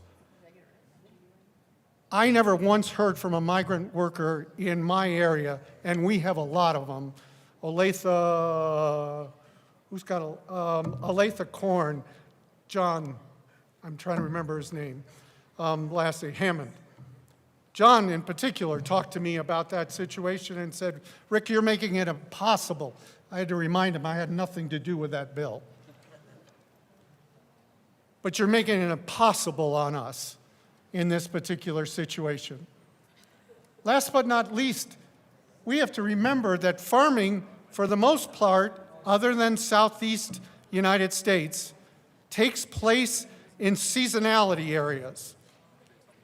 We had a growing season in the far northern part of New York State that didn't start till Memorial Day and ended sometimes the middle of September, sometimes the 1st of October. That was it. Think about that. That means we had June, July, August, and some of September to generate the revenue for the farm. Now, yes, after that, did we in fact have to milk the cows? Obviously we did. But the big growing season lasted less than 4 months. So the people that worked for us, they needed as many hours as they possibly could in that period of time. Now, they were there getting ready for the growing season, and they were there after harvest to help us. So they might have been there with us 6 months of the year. But they depended upon that income, and they depended on those number of hours. So please, if we're going to get up here and talk about this business, at least have a foundation and understanding of the business.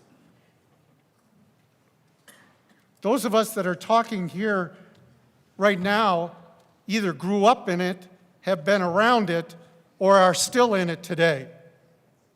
And I would be the first to say, and I'll end by saying, if I could trade this suit for having our family farm still in Ogdensburg, actually was in Lisbon, New York, if I could have that today, I would gladly be there.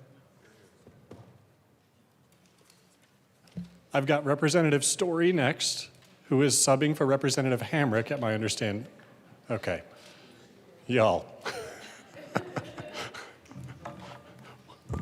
Representative Leader, welcome to the well. Thank you, because I don't like to come down here much, but I do when it's important issues. All right. Is that better? I've never been accused of somebody not being able to hear me. But thank you for that. So many colleagues, many of you know. There we go. So many of you know I come here to support workers, to protect workers, our seniors, our vets, and take care of our children. When I look at a bill like this, it just pains my heart.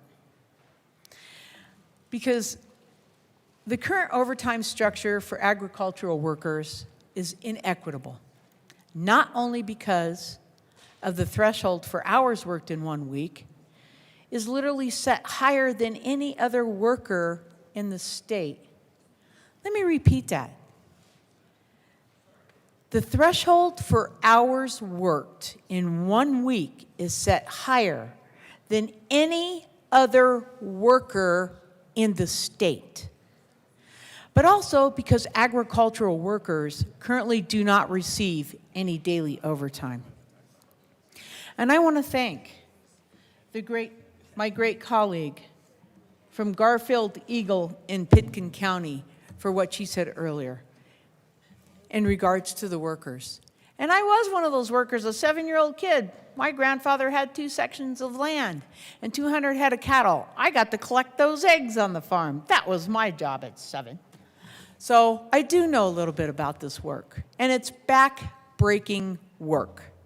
The standard daily overtime for workers in Colorado is 12 hours.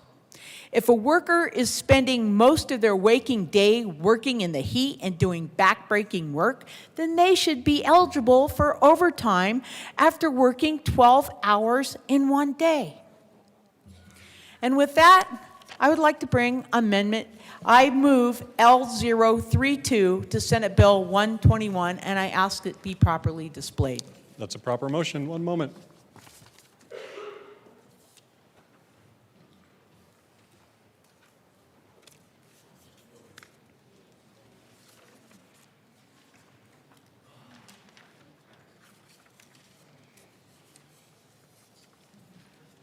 Rep Leader, please proceed. Thank you, Mr. Chair. What this bill, it's a simple amendment. It sets a daily overtime threshold at 12 hours. You can see page 3, line 5, strikes work week and substitutes work week for 12 hours in a workday or 12 consecutive hours without regards to the start and end time of the workday. I ask for an aye vote. Further discussion. Representative Martinez. Thank you, Mr. Chair. Requesting no vote. Any further discussion on Amendment L32?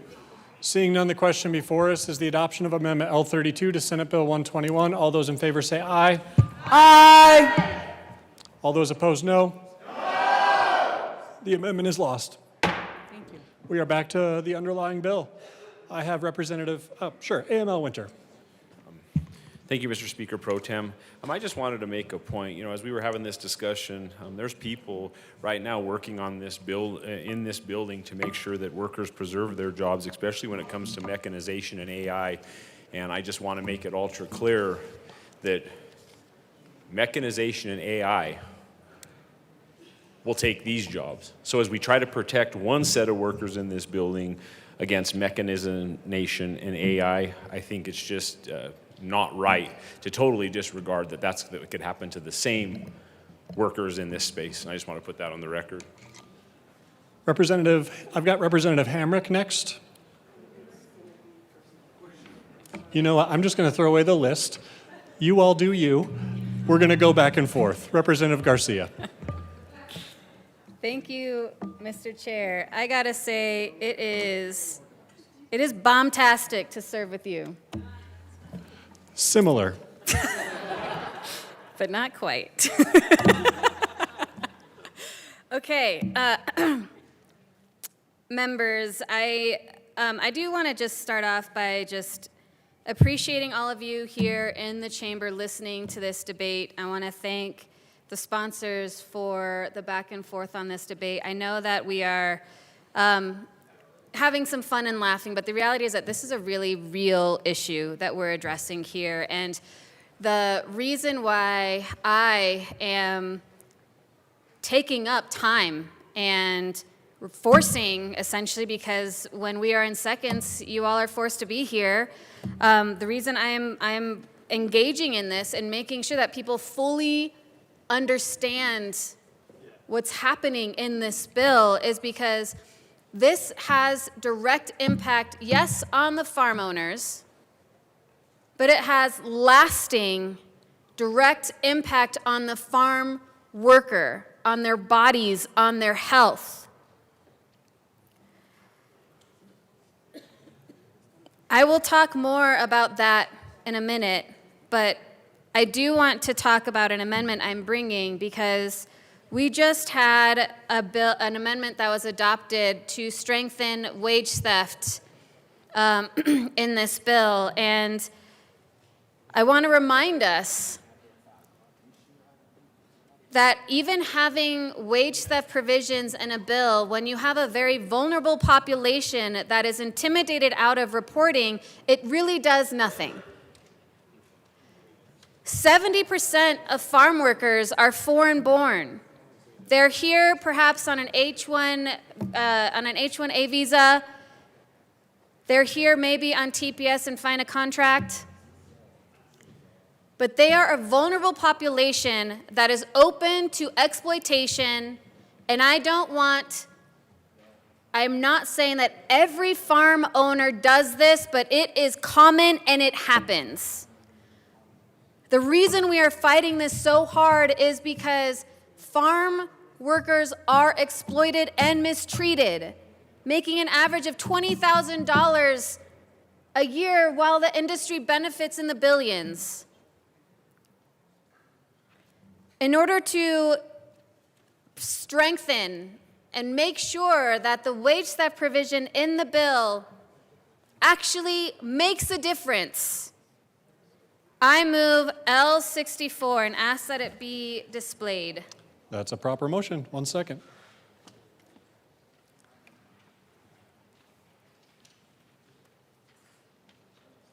Rep. Garcia, please proceed. Thank you, Mr. Chair. What this amendment is doing is it is expanding the wage theft provision and allowing the Department of Labor to accept anonymous reports regarding the violations of this section by agricultural employers. When you can accept anonymous reports, it will trigger an investigation. Why do they not already report? Because it is not anonymous, their name is attached, and they can face retaliation. If we are really in this chamber saying, yes, yes, we believe in farm workers, and yes, we want them to work as much as they can so they can send money back home or whatever, then let's also make sure that they can actually protect themselves and reporting when there is a violation of wage theft. Let's make sure that we are adding another shield against retaliation. This amendment should be easy to accept. This amendment is saying that farm workers should have a safe avenue to report wage theft, which is a new provision in this bill.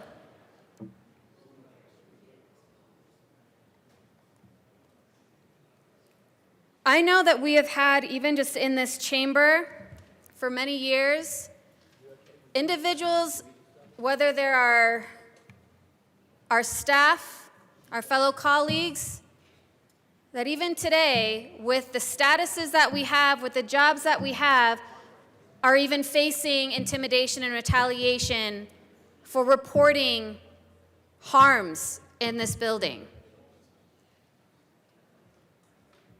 Many of us know what that feels like, because retaliation is a real thing. Let's make sure that we are not putting that on our farm workers. Let's make sure that we are not putting on our farm workers an additional burden to get what they are owed because they are afraid of retaliation.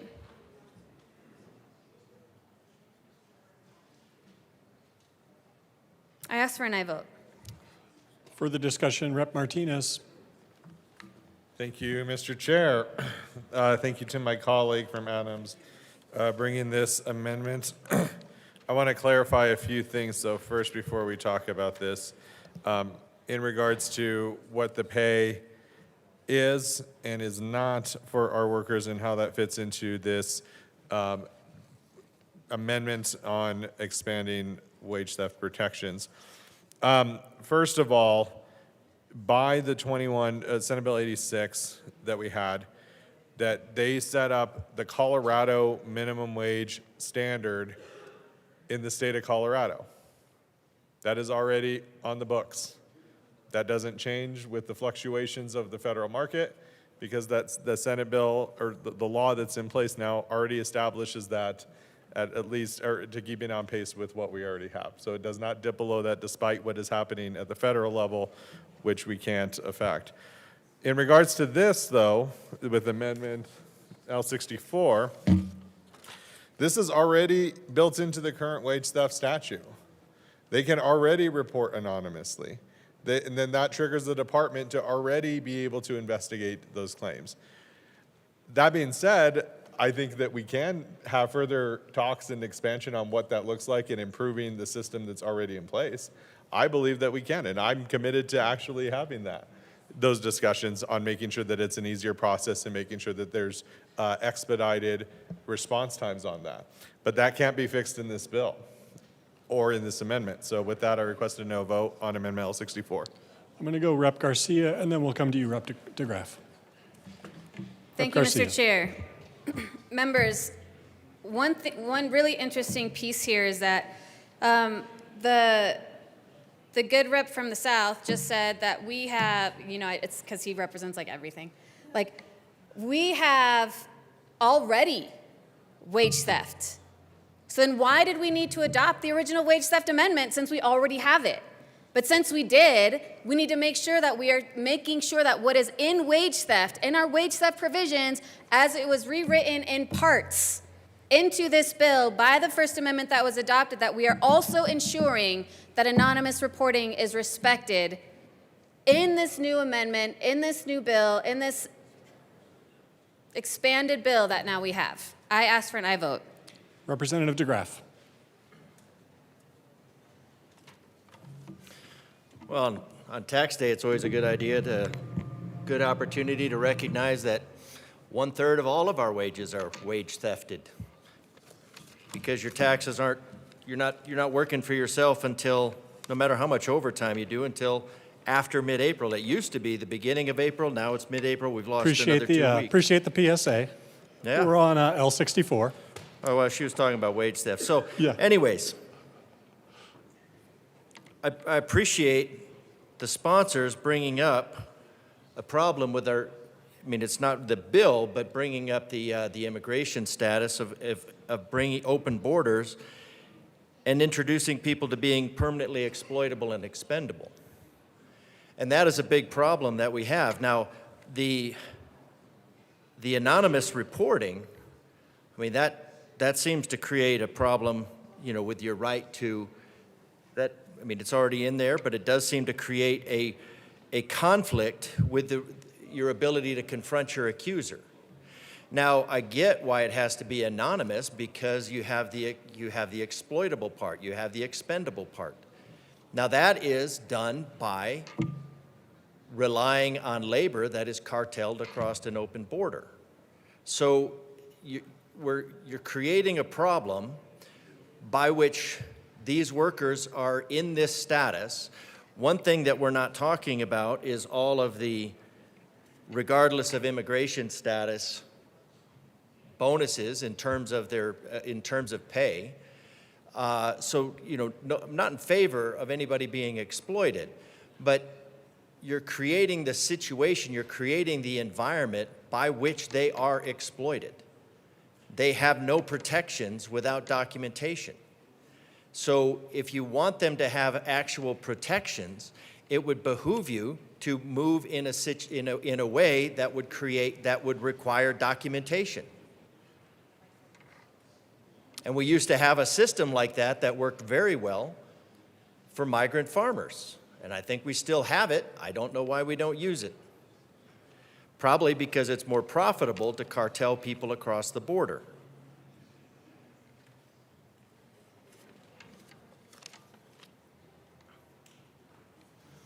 So the idea that you can that everybody is, your policies are creating the environment by which these individuals are exploited. Your policies are the ones that are creating it by which they are made expendable, and they can be disappeared, as our colleague who stated outright. So maybe that's something that we need to fix first. So I recommend a no vote on the amendment. Seeing a little more discussion, Rep. Garcia. Thank you. Thank you, Mr. Chair. Members, I just want to clarify that even if we currently have anonymous reporting by CDLE, there is absolutely no requirement that they investigate from it. While this amendment doesn't also require, what it does is just adds another level of acceptance of anonymous reporting. Anonymous reporting is a protection for employees. It's a protection for farm workers. If we are going to rewrite part of wage theft law into this bill, then let's make sure that we are doing it entirely. There's no reason that we should not be including this, especially if it's calling out one of our most vulnerable workforce in this state. Remember who our farm workers are. There is this need for protection. They're giving everything they have to be in the fields, in the warehouses, so that we can eat. They're sacrificing their bodies, they're sacrificing their health, they're sacrificing their families and time with their families. And when they're getting exploited and not getting paid what they should be getting paid, they should be able to file an anonymous complaint, and it should be no question that they should be able to file an anonymous complaint. I ask for an aye vote. Representative Martinez. Thank you, Mr. Chair. Again, this is already covered in the wage theft statute. We are not rewriting the wage theft statute. We are simply increasing the penalties because of what we heard from witness testimony on things that were happening here in Colorado and needed to adjust accordingly, and making sure that, again, if we are proposing this increase in the threshold, that we need to have balance on there and making sure that there is accountability. There is an obligation from CDLE to be able to investigate once a complaint has been filed and being able to proceed forward. Also, secondly, to my good colleague from Adams County, warehouse workers are not included in this. They are not considered agricultural workers by state statute. I request a no vote. Seeing no further discussion, the question before us is the adoption of Amendment L64 to Senate Bill 121. All those in favor say aye. Aye. All those opposed, no. No. The amendment is lost. We are back to the bill. Representative DeGraff. Thank you, Mr. Chair. This has been a day. All right. Tax day. It's been taxing. All right, trading time for money. That's called a job. When these individuals, we're not talking about slavery, we're talking about people that are coming here voluntarily and working for a wage. And that is a competitive process. Now, what they're competing with is they are now competing with robots and drones. Now, it was a few years ago, I remember seeing the protest outside about demanding $15 per hour. And I thought, I'll bet that's being funded by the manufacturers of kiosks. Now, I don't know for sure, but sure enough, a lot of people became unemployed and a lot of kiosks went in their place. You know what the minimum wage for a kiosk is? $0. $0. So if you really want to accelerate the mechanization of farm work, you're on the right track by rejecting this bill. Farming's easy when you're 1,000 miles away and your pen is a plow. Can't remember who said that, but it makes a lot of sense. Farming from Denver, telling the ranchers and farmers how that works, the same group of people that sick wolves on the farmers cause them to have to work longer.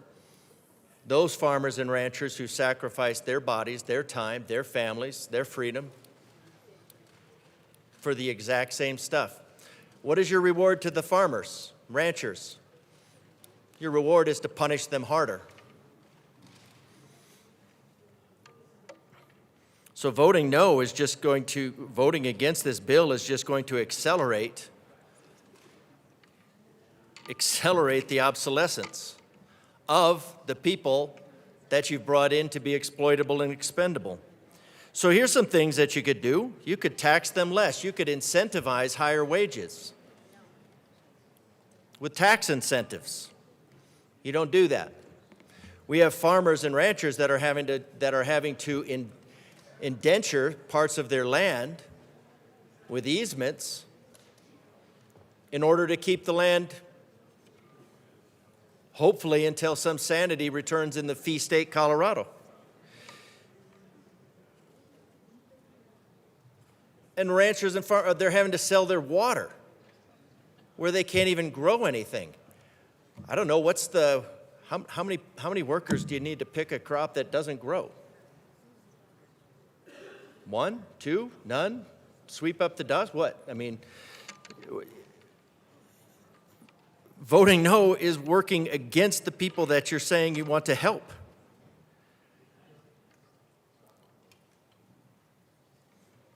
Just looking at some basic math of this, let's just say 4 months, 16 weeks is harvest season, right?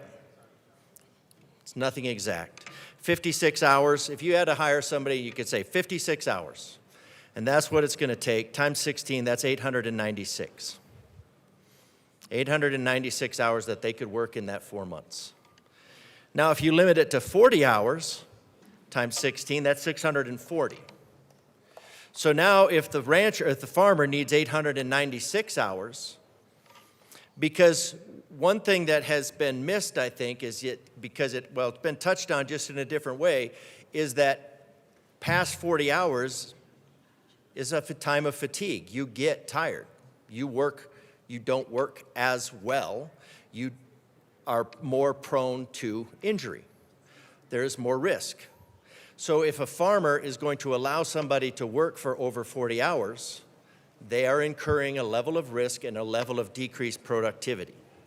So if they have a worker who wants to work past 40 hours, that farmer has to say, I am willing to accept a decreased level of productivity in order to keep you on. So is that worker's labor then worth time and a half? Well, the actuality is you would have to multiply it by that value of that labor. You would have to multiply it by some degraded factor, because none of the opposition to this bill has given any indication that if you go past 40 hours in a week, that suddenly your productivity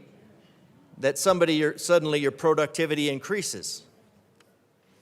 So the farmer has to accept an increased risk and decrease in productivity to hire over. But let's say he needs that 896 hours. Gotta have it. Because this is, I don't know, I think maybe we should call it the Make Hay While the Sun Shines bill, right?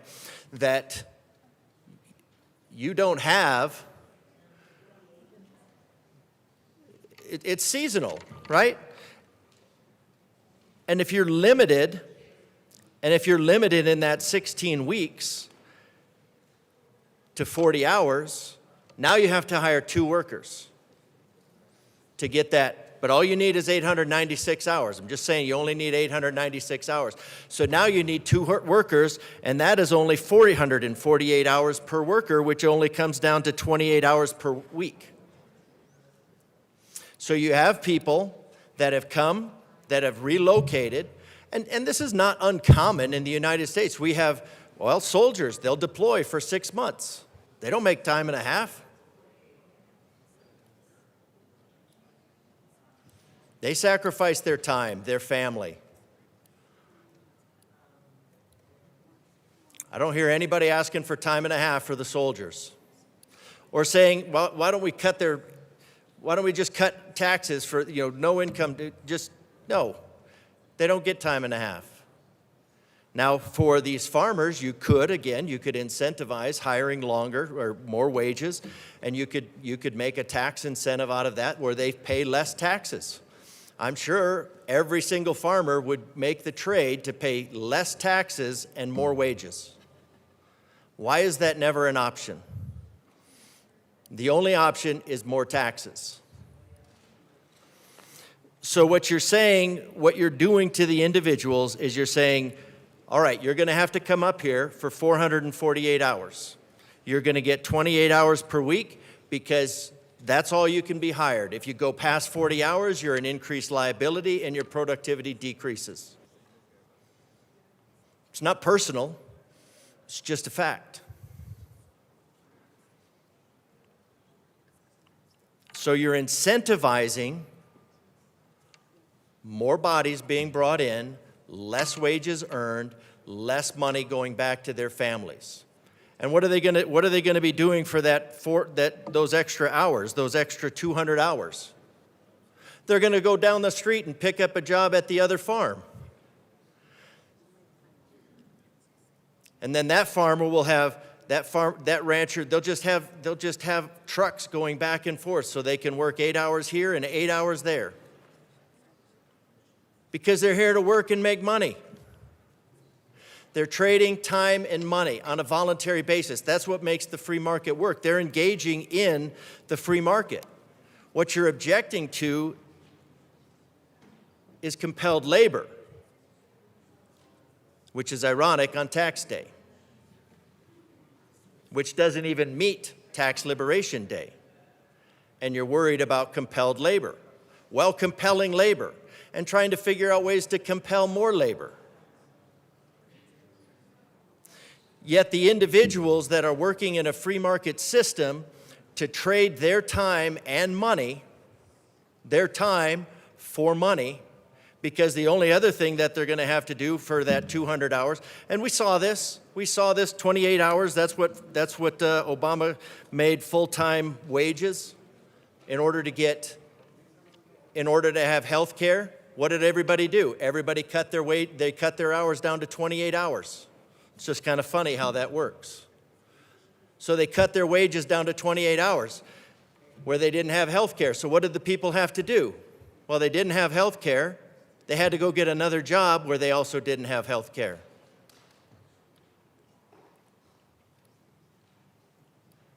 And the price for health care skyrocketed. And that's lauded as some big success. It's the same economic principles.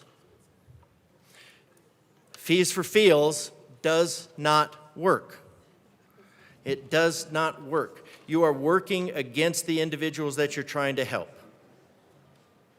You're actually working against the individuals that you're trying to help. They have the opportunity. They can work someplace else. If they're mistreated, nobody should be mistreated. I mean, the golden rule, do unto others as you would have them do unto you. Our colleague mentioned that, how did his family treat it? They did unto others. They got out there and worked in that field all day long.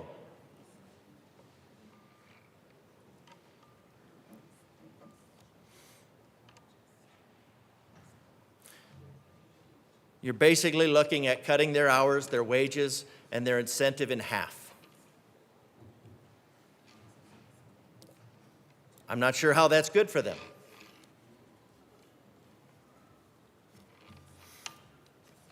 If you want to give them more leverage, if you want to help the farmers, cut their taxes.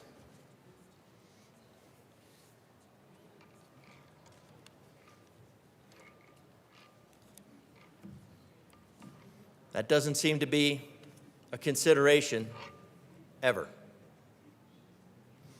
If you want to help these individuals, make sure that they have a protected status. Traffickers take away documents. You look at any other country, friends from Africa, worked in other countries, what's the first thing they do? Take away their documents so that they have no recourse and no escape. So you want to help the individuals, make sure they're documented.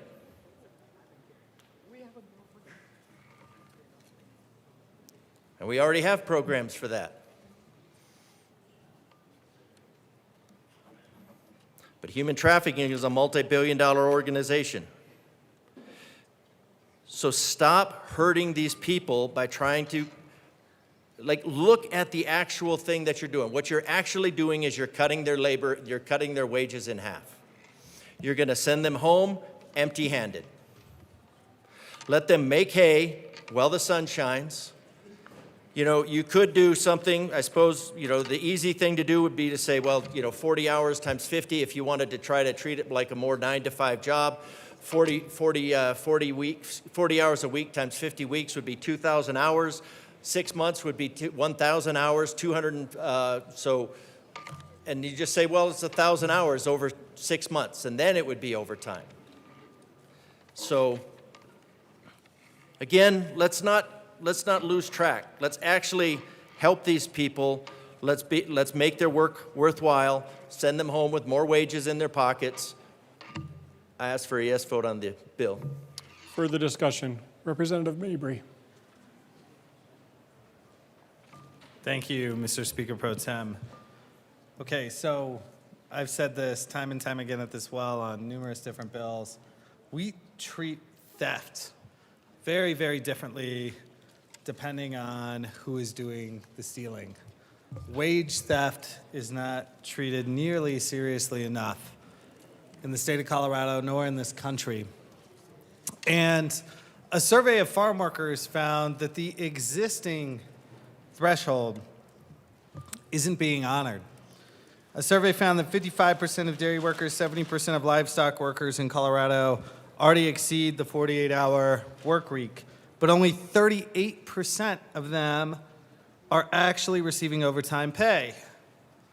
That means there's wage theft happening at a massive level in this industry. And I do appreciate the bill sponsors bringing an amendment to strengthen wage theft protections, but those protections do not go far enough. The current law is not being fully complied with, and our response should not be to cut pay. But within this structure, we can at least strengthen our wage theft law. And with that, I move L65 and ask that it be properly displayed. That's a proper motion. 1 second.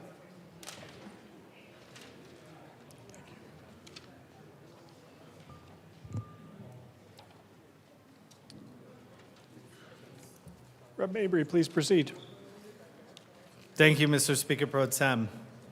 So this is actually about putting teeth behind our wage theft protections in this space. There has to be a real enforcement mechanism and an incentive for employers to comply with our overtime pay laws and with our wage theft laws.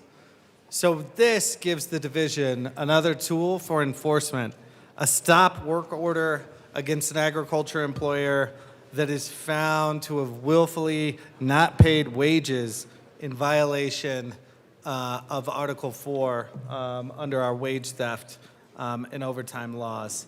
That is so critical because wage theft has a devastating impact on working people. If you work all week, all month, and then you do not get paid, your landlord doesn't care. I see that. Your car payment isn't going to get paid, you are going to face financial ruin if your employer is stealing your wages. And I talked about this earlier because, there was some discussion about some of us not having experience in this space. Well, I will tell you, I've worked very closely with attorneys and organizers who are very embedded in this space, who work with the farm workers, who try to bring these wage theft claims. I told the story earlier of a friend of mine who had a client whose employer said, if you complain about your missed paycheck again, you'll get a bullet in the head or a call to ICE. Employers are that flagrant because they do not fear enforcement. They do not think there's enough teeth behind our wage theft laws. So let's strengthen those. I ask for a yes vote. Rep. Martinez. Thank you, Mr. Chair. Thank you to my good colleague from Denver. In regards to this amendment, I would have loved to receive this prior to this, and we could have added that into our amendment and been able to work on what we currently have. But this is continuing to enhance this, the amendment that we had brought in that had been worked out, been reviewed, and been able to actually worked on to make sure that to prove its effectiveness. Because we don't have this, again, I am 100% committed to working on this and improving how we look at wage theft, how it's investigated, when they come back up, and how we look at this. I am more than happy to look into that, and I'm happy to work with any of the bill sponsors to my left on that next year. But this is not going to be able to be fixed with this in this moment. So because of that, I request a no vote on Amendment L65. Further discussion on L65. Representative Bottoms.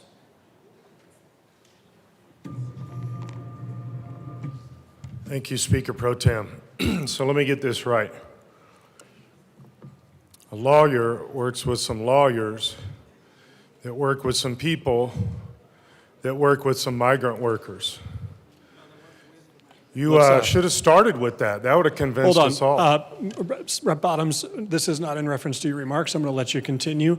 I'm just simply ask that we refrain from conversation across the well and limit your remarks to when you are at the well and recognized by the speaker. Representative Bottoms. Thank you, Speaker Pro Tem. That was very kind. I've been accused of worse. Any further discussion on L65? Seeing none, the question before us is the adoption of Amendment L65 to House Senate Bill 121. All those in favor say aye. Aye. All those opposed, no? No. The amendment is lost. We are back to the bill. Representative Garcia-Sander.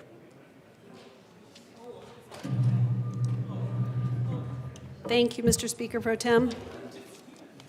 So I have spent my entire life in agricultural communities. I grew up in LaSalle and now live in Eaton and grew up just in the ag environment. And I grew up with a lot of migrant workers, kids of migrant workers. And it wasn't until I was probably in second or third grade putting things together that I realized that in the fall, when Tacho was there, he was there as part of a migrant family, and then he would disappear. And then in the springtime, Tacho's back! And we were all so excited to see Tacho again because his family was migrant, and they would come in the spring to plant, and they would come in the fall to harvest, but then they would travel elsewhere. Also, growing up in migrant camp, in towns with migrant camps nearby, we used to have a garage sale every summer, and my mom would put out all the clothes that we'd outgrown and household things, and a lot of times migrant families would come and go through our garage sale and buy things, but at the end of the day, my mom would always load everything up and take them out to the migrant camps. And I remember going to visit the migrant camps. They were, the ones that we visited were these kind of big dorm-looking buildings. You know, in my elementary eyes, they were big apartment-like buildings. And I remember my mom pointing out how fortunate we are and how it was so important to make sure that we helped those who help us with growing food. And we would go out and we would, you know, take all of our things that we didn't sell at the garage sale and donate them to the people at the migrant camps. And then we would also always buy empanadas and tamales, because these ladies always expected us to come back in the spring and the fall, and we would always, you know, kind of barter what we had. And so growing up in agriculture has really meant a lot to me in my life. Something that really strikes me, though, is that it's important for everybody to realize that farm work is not like our regular everyday jobs. It's kind of like teaching. We say teaching isn't an everyday 40-hour-a-week job, because you work your regular 8 hours or 7 hours, whatever your school day is, but then you also have papers to grade and, you know, reports to file and parent-teacher conferences to have, and you're doing a lot of paperwork that the legislature has told you need to do. And so, thank you. Farm jobs are not office jobs, 40-hour-a-week jobs. And I will also talk about, you know, many of you have heard me talk about our orchard. We have almost 200 apple trees. We've got a plum tree and an apricot tree that, barring any late freeze, hard freeze this weekend, hopefully we'll have apricots. And just put it out there, if anybody wants to come and help pick, you are welcome to. We start in late July and go through September or October if you want to help pick apples at the Sander Orchard, because we pick our own fruit. And I have to say that the harvest is not typical, ever, any year. In fact, this year I wasn't sure that we would have any. I was talking with the good representative from the Four Corners area about how, with our weird winter, I wasn't sure if we were going to have enough blossoms. I wasn't sure if we had enough chill hours. It looks like we have. We've got apple blossoms on the trees. So when we pick, we don't know how many apples we're going to actually get set, because I haven't picked up our bees this weekend. I'll get bees and we'll pollinate, and we'll see how many apples we actually have. But the thing is that we'll start picking one variety of apples at the end of July, and then we'll start picking another variety of apples in August, and we'll start picking another variety of apples in late August. And we have a harvest season from end of July all the way through September or October. And September and October are interesting in Colorado because sometimes we actually will have those hard freezes early. And so sometimes we'll have, you know, oh, it's going to be pretty nice weather, or it's going to be super hot weather. We'll go out and we'll pick for a few hours in the morning, and then we'll take a break and do some other things that are other tasks, and then go back and pick in the later afternoon. Sometimes when we know there's going to be a frost or freeze, it's all hands on deck, and we're trying to find people to help us pick those apples. And it might be 16-hour days. And then the next day, if we get a frost or a freeze, or it's 20 degrees or 30 degrees, we know we're not going to have help. It might be 0 days of 0 hours of picking. And so, you know, with just our agricultural crops, the picking and harvesting and planting and all of that can be very, very, very weather dependent. And so it's not an 8-hour workday. It can be a 0-hour workday, especially if we have a rainy season. Hopefully this year we'll have some rain. And it can be a 16-hour day, and it can be the next day, 4. When we think about calving operations, we might have farm workers who are here specifically for helping assist with calving. And depending on when that AI happens, we might have calves in the middle of January and February. It might go through the spring and summer. But calving also is not an 8-hour workday.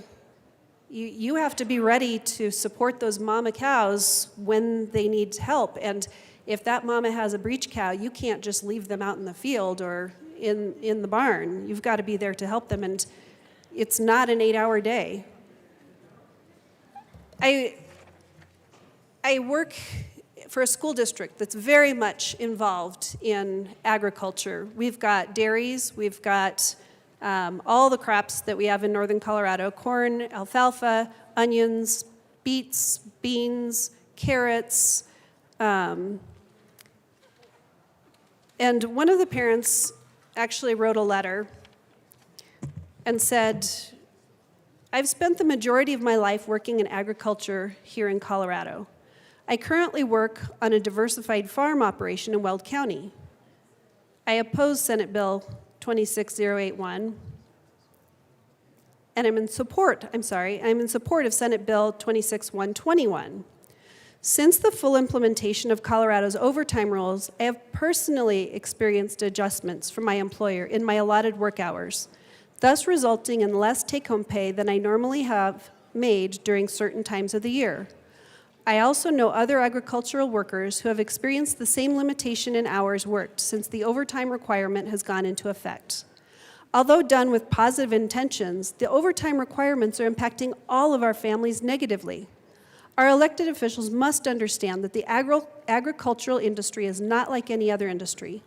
Those of us who have worked and continue to work in the industry do it because we love the work we do and the overall gratification that we get from producing food and fiber that benefits our communities. Of the personal impacts my own family and community has experienced, the loss of take-home pay has forced many of us to turn to working 2 or even 3 jobs to make a living and support our families." So this is a parent of one of my students whose life and livelihood is dependent on agriculture.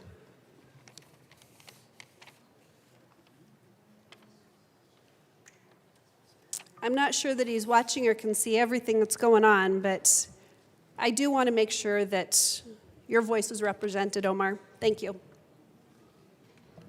Further discussion, Representative Mabry.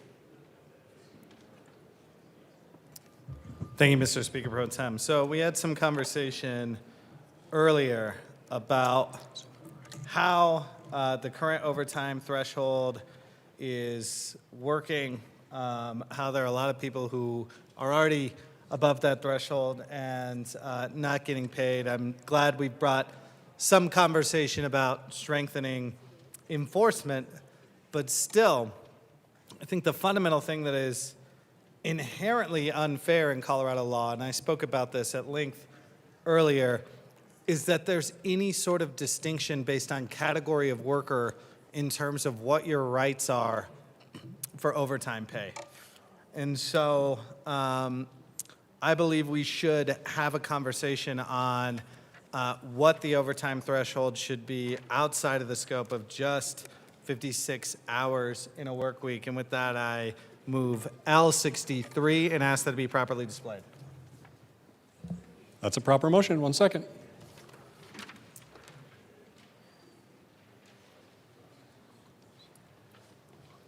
Rep. Mabry, tell us about L63. Thank you, Mr. Speaker Pro Tem. So this strikes 56 hours in a work week from the title of the bill so that we can have a conversation about bringing justice to this workspace and recognizing that everybody deserves the same overtime rules. I ask for a yes vote.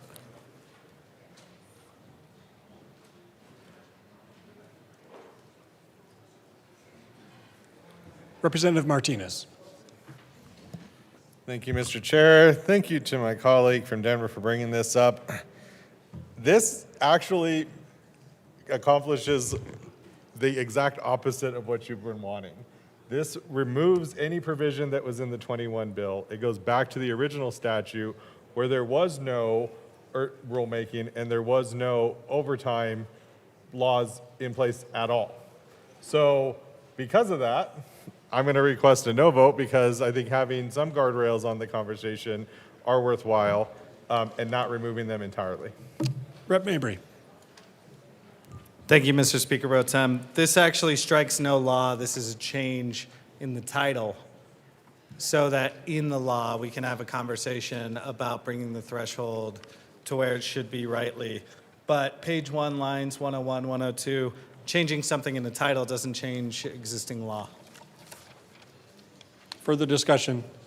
Seeing none, the question before us is the adoption of Amendment L63 to Senate Bill 121. All those in favor say aye. Aye. All those opposed, no. No. The amendment is lost. We are back to the bill. Rep. Garcia. Thank you. Thank you, Mr. Chair. I think keeping in line with the sponsor's desire for guardrails in the conversation that we're having, I move L66 and ask that it be displayed. That's a proper motion. One moment. Oh.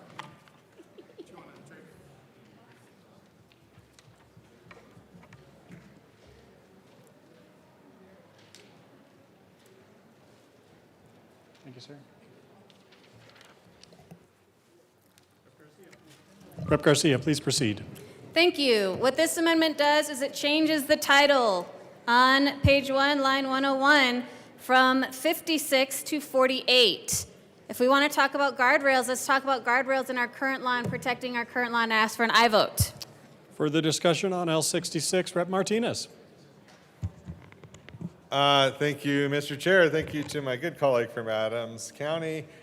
This also changes the title of the bill, which we think is very upfront and being transparent with our population, so we request a no vote. Further discussion. Seeing none, the question before us, Representative Story. Thank you, Mr. Chair. Members, I rise today in strong opposition to this bill. And Rep. Story, we're on L66. Oh, I'm so sorry. But we'll get you up here next. Great. Further discussion on L66. Seeing none, the question before us is the adoption of Amendment L66 to Senate Bill 121. All those in favor say aye. Aye. All those opposed, no. No. The noes have it. The amendment is lost. We are back to the bill. Rep. Story. I was just like 30 seconds early. It was a nice preview. Members, I rise today in strong opposition to this bill. We've heard a great deal of commentary and testimony in committee regarding flexibility and industry pressure, but we need to be clear about the historical weight of this discussion. I want to reiterate what one of my colleagues mentioned earlier. When Congress enacted the Fair Labor Standards Act of 1938, the exclusion of agricultural and domestic workers was not an accidental oversight. Southern Democrats instituted this exemption to gain their support for the legislation because they refused to provide protections for the black and brown workers who overwhelmingly made up those workforces. For nearly 90 years, these workers have remained excluded. And I have Amendment 62. I move Amendment 62 to Senate Bill 121 and ask that it be properly displayed. That's a proper motion. One moment.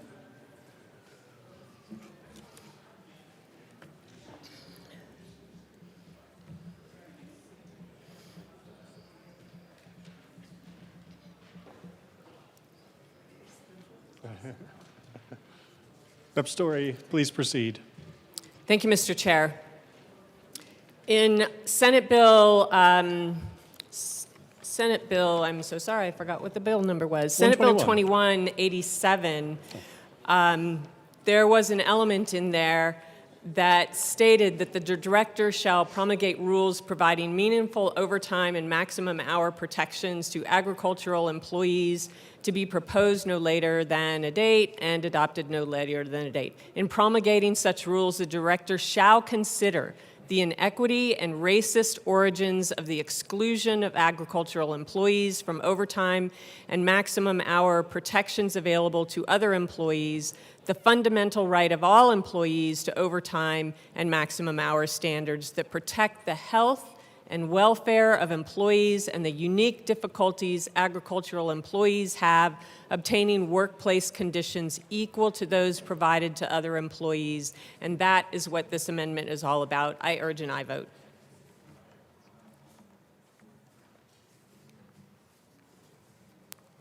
Further discussion, Rep. Martinez. Thank you, Mr. Chair. Thank you to my colleague from Jefferson County. This amendment is simply not needed because we are moving the the overtime rules from rulemaking, where it currently is, into statute, so we don't need the director to make the call and make the distinction on this, because we are putting it in statute and we are making that rule. So I request a no vote. Further discussion. Further discussion on L62. Seeing none, the question before us is the adoption of Amendment L62 to Senate Bill 121. All those in favor say aye. Aye. All those opposed, no. No. L62 is lost. We are back to Senate Bill 121. Representative Story. Thank you, Mr. Chair.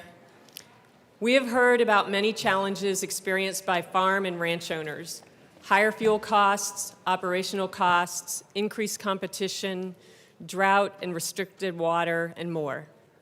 I'm sympathetic to those challenges as a threat to how the agricultural industry has operated over time. At the same time, the bill sponsors acknowledge that this trend of challenges is not likely to improve anytime soon because there is no indication of a changing tide. Labor is not the primary cost pressure facing Colorado farms. Hired labor expenses represented 8.3% of the total operating costs for Colorado farms with employees in 2022. This figure ranks well behind other major expenditures, such as feed at 27.3% and livestock or poultry purchases at 24.6%. When each expense category is measured by its overall financial weight and how many farms actually report it, feed emerges as roughly 10 times more significant than hired labor. Furthermore, costs for fuel and gas are paid by 91.3% of farms, which means they also outrank labor as a widespread pressure. This legislation targets a cost that is neither the largest nor the most common financial burden in the industry. What actual assistance will this provide? And which specific operations stand to benefit? This was further substantiated in committee by the Honorable John Salazar, who commented that the loss of farms and resultant loss of agriculture acreage is not caused by farm workers. It is wrong to level actions against farm and agriculture workers. The actions of this bill against the workers will not turn the tide of economic, weather, and climate challenges experienced today and in the future. Reducing costs and increasing affordability, or raising Colorado's minimum wage, would do much more to raise wages among farm workers than moving our overtime threshold from 48 to 56 hours. So let's talk about the facts. In the 2022 census of agriculture, 81% of Colorado farm operations reported no hired labor expenses. 81%. These operations rely on operator and family labor, both of which are exempt from overtime regardless of hours worked. Among the 19% of farms that do employ workers, the impact is concentrated within a tiny fraction of the industry. Operations within $1 million in farm-related revenue account for 1,047 operations. That's just 2.9% of all farms in 2022. Yet they employed 15,104 workers, 46.4% of all hired agricultural workers, and pay $463.7 million in labor costs, which is 68.7% of the total sector hired labor. The operations that the proponents typically invoke, smaller individually owned farms struggling to get by, are the operations least likely to have significant hired labor at all. This clearly shows that the businesses set to gain the most significant financial relief from this bill are the very large operations best equipped to handle existing labor costs. What's more, the proposed legislation fails to provide meaningful relief to small family farms, the very group it claims to prioritize. Because highly seasonal operations, which rely on intense labor during harvest cycles, can already utilize a 56-hour threshold for up to 22 weeks annually. Establishing the same limit as a permanent, year-round fixture offers no additional benefit during their busiest periods. Instead, the true winners of a universal 56-hour standard are year-round industrial operations such as large-scale dairies and cattle feedlots, which typically possess higher revenues and larger workforces than the small farms the bill is intended to protect.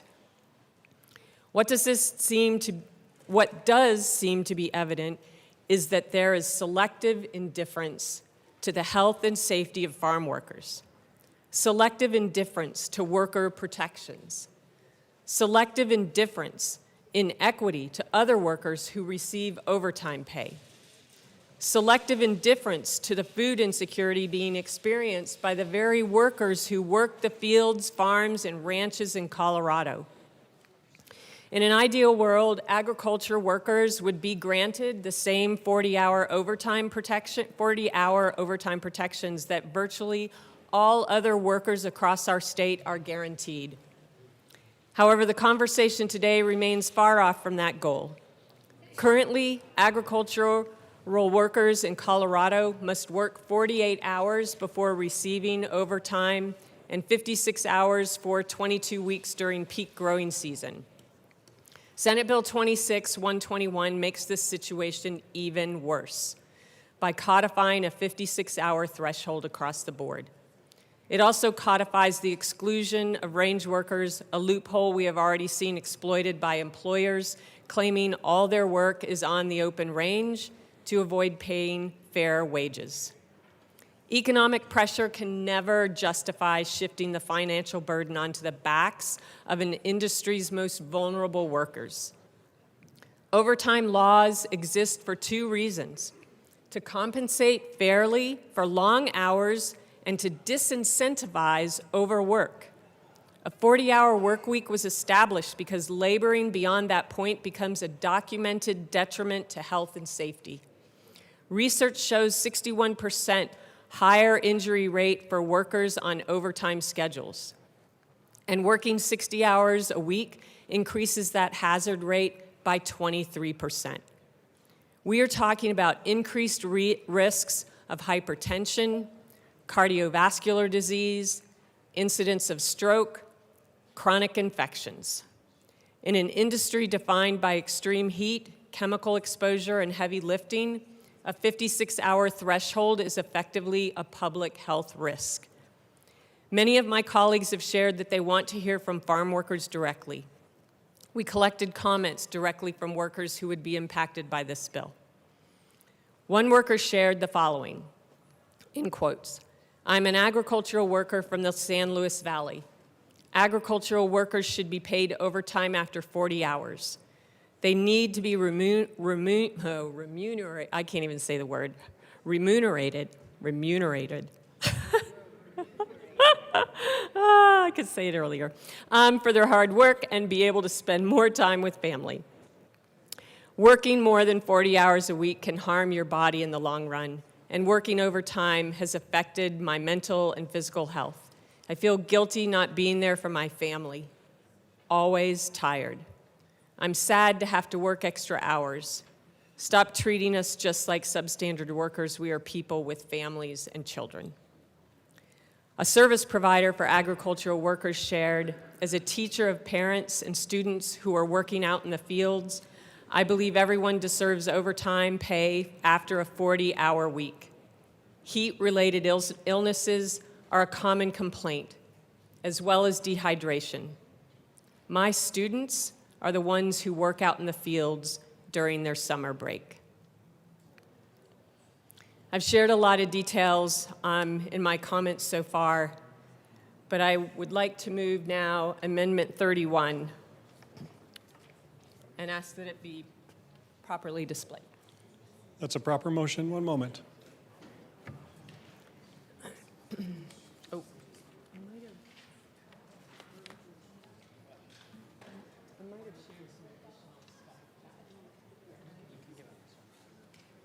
And it was previously distributed. No, I think I had something. Members, Amendment L31 is a multi-page amendment. It was previously distributed upon your desks, and so you should have a copy of that in yellow. Representative Story, please proceed. Thank you, Mr. Chair. I'm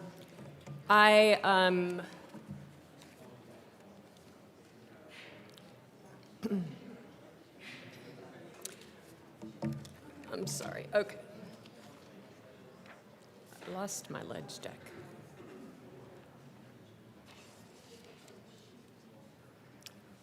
I'm sorry. Can I just grab it for 1 second? Of course.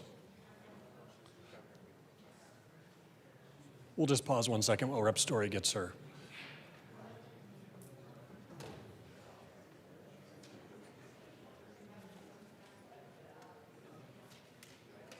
Rep. Story. Thank you, Mr. Chair. It's really important that we include a number of the elements that I've shared that would go into the ledge deck in order to share the facts, the true facts of what's going on and what's happening. And it's important to address those issues which are drafted in this ledge deck. And I urge an aye vote on this amendment. Discussion on L31. Representative Martinez. Thank you, Mr. Chair. Thank you to my colleague from Jefferson County. We've seen this amendment, and I think that we can look at what occurred almost 100 years ago, and it was right. There wasn't a lot in that time that was good that happened for people of color across this nation. I think that's pretty well acknowledged. What I want to talk about today, though, because we keep missing this point as we're having this debate, and I want to make sure that we are reiterating this. In the 2021 bill that we had that established protections for agriculture workers, these, what I'm about to list off, are everything that we have that we are doing right, showing that we do value our workers, that we do care about what they are working through in this state. And nobody in this building is debating removing those protections. Minimum wage requirements that has forced the agriculture community to be more competitive as a first-time employer. Starting at $15, $16 an hour in 2026, most of the farmers in my neck of the woods are paying between $20 and $22 an hour starting pay. Rest breaks for every 4 hours. Meal breaks within work days with at least 5 hours. Additional break periods during long work weeks. Worksite access to key service providers that we had to modify last year. Health and safety protections. We have, and again, I think that we continue discussing to improving heat protections, but we already have those on the books as well too. We also are making sure that they are prohibited from using short-handled hose, which aren't allowed for other weeding or thinning. Employers must provide gloves and knee pads for any hand weeding, thinning, or hot capping, and stooped, kneeling, and squatting work is strongly disfavored unless there is no other suitable method. Public health emergencies. Employers must provide public health-related safety materials and training, and employer housing must meet minimal square footage requirements and comply with CDPHE standards. Notice of rights, retaliation, complaints, and questions. Employers cannot or must notify employees of their all rights, including with worksite postings and trainings, and cannot retaliate against anyone for trying to defend those rights or protections. And also the right to unionize. Workers can file complaints and violations, wage breaks, retaliation against heat, housing, services, etc. Employees can ask questions in compliance at the Division of Contract Information without retaliation. Why did I state all those things? We are doing good things in Colorado already. Yes, there are things that are happening across the nation, but we can affect what we can affect here in Colorado. And are these perfect? No. Can we make improvements on these? Absolutely. But the 2021 bill established these protections in what we are doing. And again, we're not suggesting rolling these back. These are good things. These are showing that we value our agriculture employees here in this state. So because of this, and because this legislative declaration doesn't paint the full picture, we asked for a no vote. Further discussion? Representative Barone. Thank you, Mr. Speaker Pro Tem. Members, I come up here because I'm concerned. It's always about bringing up race. Like my colleague from El Paso, he's not brown, he's not a minority, but he worked the farms. I believe him because we talk about it. He knows exactly what was going on because I helped work a farm at the age of 10 with my grandparents. 1938, that's a long time ago. Long time ago. You don't think things have changed since then? I mean, come on, really. There's plenty of minorities in this room. Do you think there was minorities in rooms like these in 1938? Immigrants, sons of immigrants, people married to immigrants. In my district, there's a farm owned by Petroco, Hispanic man. Hires many people, not just minorities. The Soreto family in Fort Lupton hire many farm workers, not just minorities. They're out there with them. I don't understand why we have to bring this into it.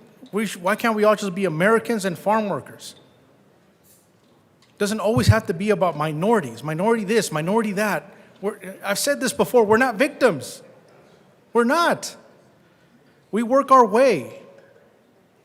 My parents worked their way up from the farms. Like I said, they came over here with the work visa, working in farms and tree farms, and became legal. Brought me over, made me legal.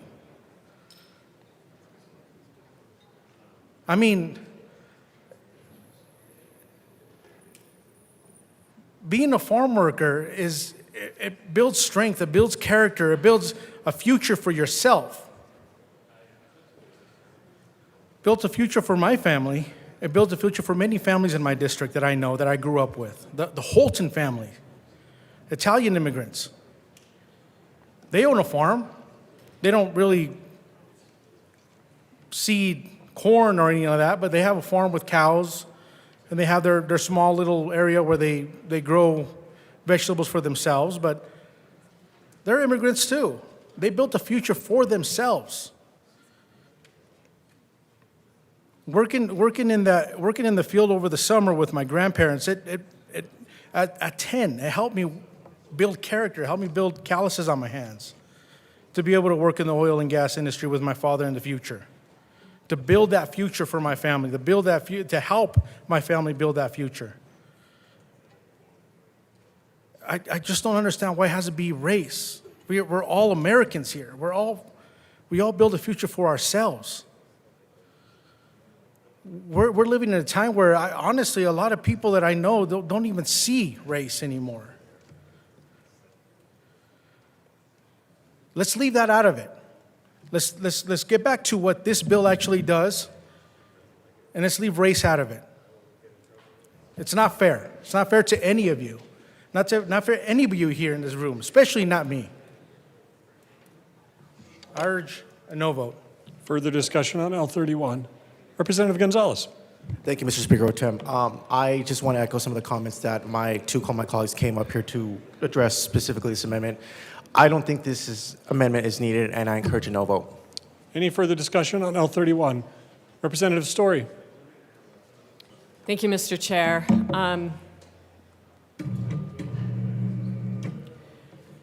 I appreciate the comments, and yes, wouldn't it be nice if race wasn't a part of this? But it appears that it really is, and it is why agricultural workers are being so penalized in their work. And these are immigrants and people that are undocumented in many cases, and they're underpaid and overworked, and we are working really hard to ensure that that does not continue.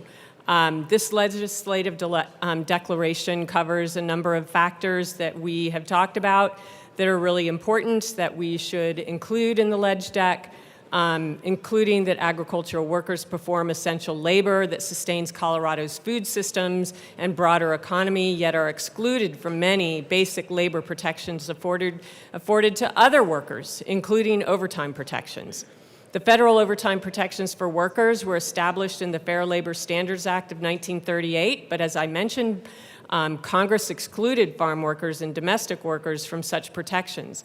Colorado, along with several other states, imported the federal act's exclusion into its state law, and that legacy continues to impact Colorado agricultural workers. Additionally, most workers in Colorado earn overtime compensation after 40 hours in a work week or 12 hours in a workday. This reflects the state's longstanding policy that extended work hours should be compensated at a premium rate.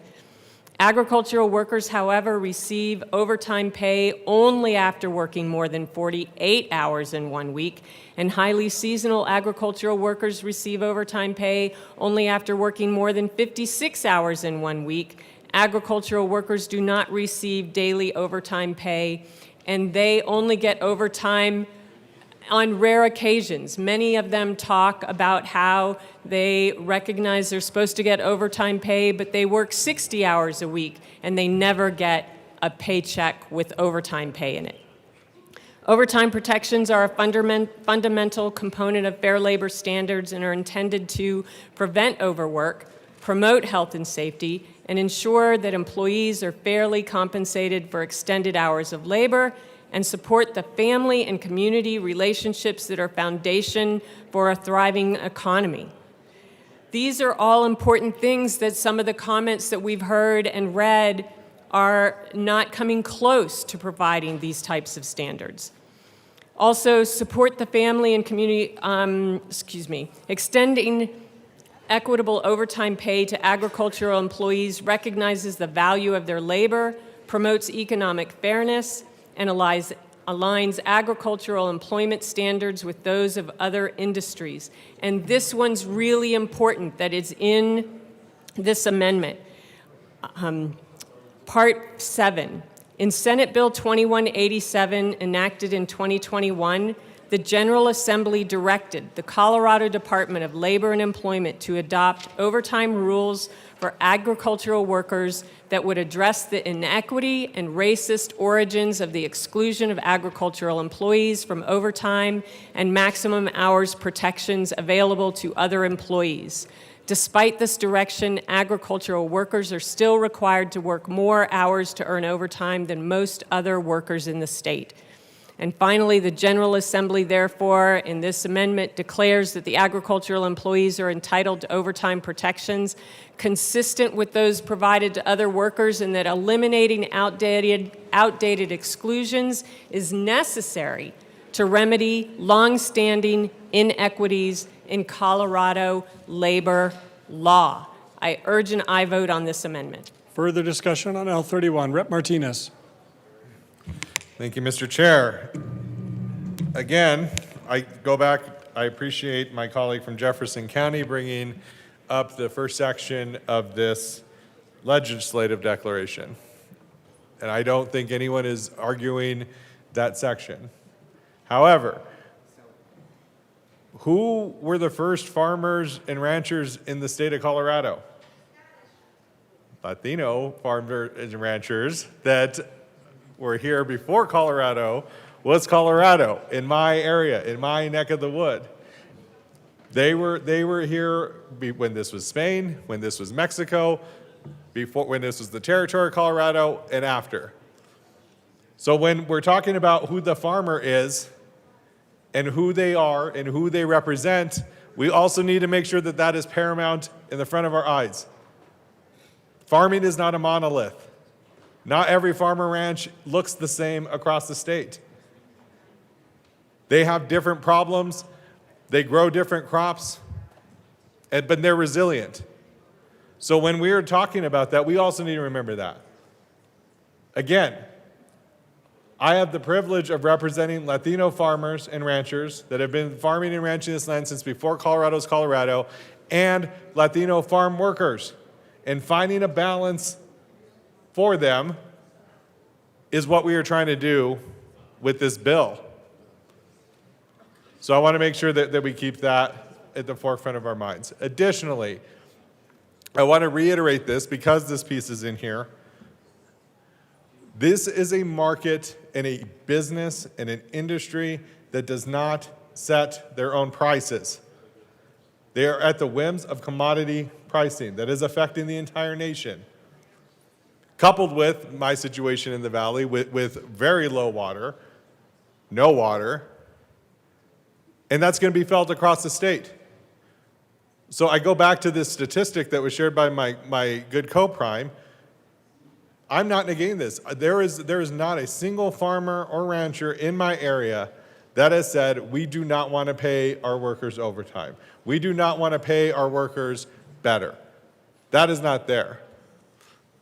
But when they're either losing money or not making money in the last 2 years and taking loans out just to stay afloat, or when they are making money, when they're making $50,000 in revenue. $50,000 in revenue. That is not a choice. That is a fact of what has happened. And that is in the U.S. Department of Agriculture's data. You can look it up and see there. So because of that and all that I've said, I request a no vote on this. For the discussion on the amendment, Representative Bottoms. Thank you, Mr. Speaker Pro Tem. As my colleague, I believe from Weld County, talked about that, let's try to leave ethnicity out of this. There's something that I'm hearing that seems to be ingrained with this. Let me give you the next piece of my story after I left the Arkansas River Valley. I moved up east into District 56 in Strasburg and pastored a church there. And I pastored from there. I mean, we had people coming from Lyman to come to our church. I spent a lot of time then also going down to ICE and trying to help people get naturalized, try to help them get worker permits, try to help them become citizens. And I spent a lot of time with migrant workers out on the Eastern Plains. But interestingly, that demographic were predominantly South African Danes. They were very white-skinned. But they're still migrant workers, still some of them here illegally, still hard workers, still work. But if you saw them in the grocery store, you would, according to the way we've been verbalizing this right here, well, they're not a migrant worker. I think we do have to take skin color off of this. I don't understand such an incessant desire to make everything about the color of somebody's skin. The migrant workers down south may be from Latin countries. The migrant workers up east of Denver are from South Africa. We've got other groups around the state also. This is not about an ethnicity. This is about people wanting to work, people wanting to get the job done and do the work. And by the way, the people that are also working on these farms are not all migrant workers. There's a lot that are not. I was one, but I wasn't getting paid. But they're not migrant workers. So I think we're just using terms and throwing people into categories and doing all kinds of things that are unhealthy to the conversation, but they seem to be the go-to rhetoric in this room. And to me, we've got to move past that so we can actually get some legislation passed. Further discussion on L31. Seeing none, the question before us is the adoption of Amendment L31 to Senate Bill 121. All those in favor say aye. Aye. All those opposed, no. No. The amendment is lost. Representative Hamrick. Representative Story. Thank you, Mr. Chair. It's incredibly disappointing that we can't include a ledge deck that covers the facts and the historical context of the situation that we're talking about today relative to farm workers and the immense risks that they take while being underpaid and overworked. I would like to share a little bit of additional context. At the end of March, Cesar Chavez Day was renamed Farm Workers Day. In this resolution, House Resolution 26-1004, the House recognized farm workers as the backbone of American agriculture and the core of the Colorado economy. In this House, under the dome, there was a unanimous vote to support and pass Farm Workers Day. Unanimous vote. Everyone in this chamber that day, except for 3 people that were excused, voted yes on the resolution. It stated we cannot call farm workers our backbone of American culture, agriculture, and the core, in quotes, of the Colorado economy. We can't call farm workers one day that and then vote to exploit them 19 days later. This is blatant hypocrisy. A 56-hour threshold sends the message that farm workers can be worked longer and harder than everyone else before they earn the same protections as any other worker. That is selective inequality, plain and simple. Even the Colorado Democratic Party platform, codified just 19 days ago, speaks out against this injustice. It says, and I quote, Colorado Democrats call for correcting the racist Fair Labor Standards Act of 1938 that excluded our neighbors working in agriculture from basic protections due to age, race, and gender. We must treat all workers equitably and fairly by demanding a 40-hour overtime threshold and standardized wage rates, end quote. We just codified this platform. We just codified this platform that says we must treat all workers equitably and fairly by demanding a 40-hour overtime threshold and standardized wage rates. And now a colleague is running legislation that moves in the exact opposite direction. The choice today for me is simple. Either we stand with farm workers or we stand against them. And I know where I stand. I am a strong no on this bill. Further discussion. AML winner. Assistant Minority Leader winner. Thank you, Mr. Speaker Pro Tem. And as we talk about farm workers, what farm workers are we talking about? Because I got a handful of letters from farm workers who support this bill. My colleagues before they've talked about this, we're trying to have a reasonable debate, and we're trying to hang monikers around people's necks for political gain and trying to get our points for, I don't know if it's for campaign ads or what it is, but we're trying to have a serious debate on a dying way of life. This affects families. Not only does it affect the farm worker families, it affects the ranching and farming families as well. This isn't about politics, and this isn't about winning outside the building. This is about doing what's right for the people of Colorado in more ways than one. I will not have my character impugned or allow my co-prime to have his character impugned. The amount of work that he has done and the amount of work that we've put into this to make this a race issue, it's disgusting. I will not take it. We are trying to make legislation to try to help everybody here.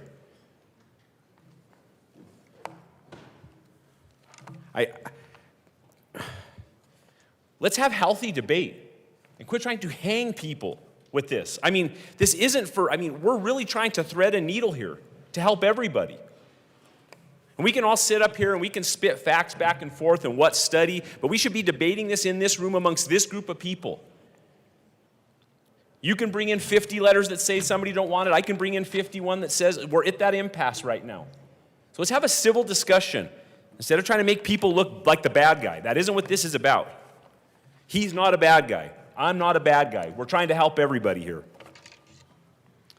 Representative Hamrick, we are to the bill. Thank you, President Pro Tem. A 40-hour threshold reflects a standard overtime rule that applies to most workers. Farm workers should not be singled out for weaker protection simply because their labor has historically been undervalued. A 40-hour work week was established to signal to employers that working any more that comes out as a detriment to the worker's health and safety, and if a worker is to work over 40 hours a week, then they must be compensated fairly for the risks associated with that. Furthermore, there are over 2 million farm workers in the United States, the backbone of our $200 billion agricultural industry, yet there are some of the poorest workers in the United States. It is a great paradox of our country's food system that the very people who work to feed the U.S. struggle to feed their own families. With that, I move Amendment L41 to Senate Bill 26-121 and ask that it be properly displayed. That's a proper motion. 1 second.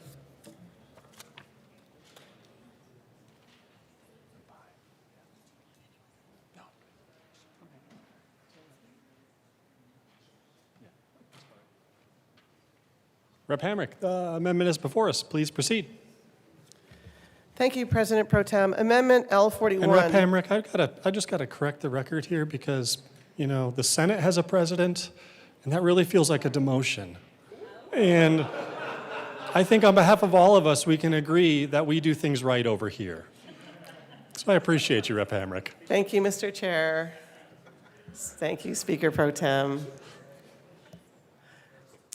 So what Amendment 41 does, it includes in the ledge deck a requirement that the Agricultural Workers Advisory Committee review the potential impacts of the bill and provide an opinion to the General Assembly.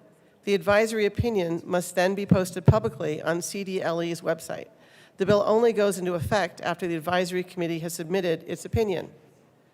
In Senate Bill 2187, which was the Agricultural Workers' Rights Bill, it created many standard labor protections for farm workers, including minimum wage, overtime pay, rest breaks, and heat standards. Additionally, the bill created the Agricultural Workers Advisory Committee and tasked them with analyzing data regarding wages and working conditions of agricultural workers and reporting its findings and legislative recommendations to the General Assembly. This bill does not come out of the Agricultural Workers Advisory Committee. This amendment is in line with the heart of Senate Bill 2187 and maintains its intent, which was to create a process for policymaking impacting the agricultural industry, and I ask for an aye vote on Amendment L41. Further discussion on 41. Representative Martinez. Thank you, Mr. Chair, Mr. Speaker Pro Tem. I appreciate this amendment, though in a $1.5 billion shortfall with this working group, we have to make sure that we are being fiscally responsible with this. And because of that, and with this working group, that would cost money that the state, quite frankly, doesn't have right now. So with that, we request a no vote. Further discussion on 41. Representative Gonzalez. Thank you, Mr. Speaker Pro Tem. Again, get the fiscal responsibility aspect too. I also encourage a no vote on this amendment. Any further discussion on L41? Seeing none, the question before us is the adoption of Amendment L41 to Senate Bill 121. All those in favor say aye. Aye. All those opposed, no. No! With that, the amendment is lost. We are back to the bill. Representative Wilford. Hello, Mr. Speaker Pro Tem. Good afternoon. Good afternoon indeed. Mr. Speaker Pro Tem, I rise today in opposition to Senate Bill 121. My daughter turns 5 in about a month and 4 days, and right now at our house, the question that she asks more than anything else is why? And then she asks, where does this come from? So yesterday at dinner, she asked where food comes from, and I said the kitchen. And she looked at me like I hadn't answered because I really hadn't. So I told her the truth, that the food on our table was grown on a farm, planted, and harvested by workers who wake before the sun, who labor in heat and that don't let up, and whose bodies absorb the cost of feeding the rest of us. And then she remembered going to Kentucky last year after session to see my grandfather's farm, the same farm I grew up on. And I know what that land asks of you. I know the mornings that start in the dark and end in the dark. I know the exhaustion that doesn't stay in your muscles because it's actually in your bones. I know what it means to push past your limit because animals don't wait, the crops don't wait, and the weather doesn't wait. We heard that farmers want to build a future for their families. And I would argue back, farm workers are asking for the same opportunity. Farm workers on average earn $30,000 a year or less, often without benefits, without job security, without the basic protections that every other worker in this building takes for granted. The bill tells farm workers, work longer, push harder, wait longer to be fairly compensated. We wouldn't say this to construction workers. We wouldn't say this to warehouse workers, but we are being asked to say it to the people who literally feed us. The CDC will tell you farm workers face elevated rates of heat illness, pesticide exposure, musculoskeletal injuries that don't disappear when the season ends. They carry the season home in their bodies. We've heard directly from the people that this bill affects. One worker said that during peak seasons, 60-hour weeks are simply the reality, and they deserve the same overtime pay as any other worker hustling at peak season. A worker in the San Luis Valley told us that overtime pay would mean going out with his kids. It would mean feeling valued. It would mean more time for his family. And a farm owner, a farmer, a land steward, and an employer said this: 40 hours is dignified and a solid week's worth of work. People who are not underpaid and overexhausted perform better. It's not science, he said, it's humanity. And he worries that we're attempting to preserve a structure that was created in a time that no longer exists. And members, we shouldn't seek to fix the structure on the backs of farm workers. Colorado has been on a deliberate path, intentional and years in the making, to bring agricultural workers into the same basic standards as every other worker in this state. We're not talking about special treatment. We're talking about basic dignity that is long overdue. This bill stops progress and says not yet, not for them, not the same. Overtime isn't an abstraction, it's rent. It's the wire transfer home. It's the difference between a body that can rest and recover and one that accumulates damage until it can't work at all. If the work is hard enough to break your body, it should be hard enough to deserve fair compensation. Mr. Speaker Pro Tem, I'll remind you that my daughter asked me where food comes from, and I told her the truth, that it comes from people. Real people with children of their own who ask the same questions she does, who wants more time with their families, who want to feel valued and dignified, who want to know that the state they feed sees them and hears them. You don't have to have lived on a farm like I did or stepped foot on a farm to know that cutting access to overtime pay is wrong.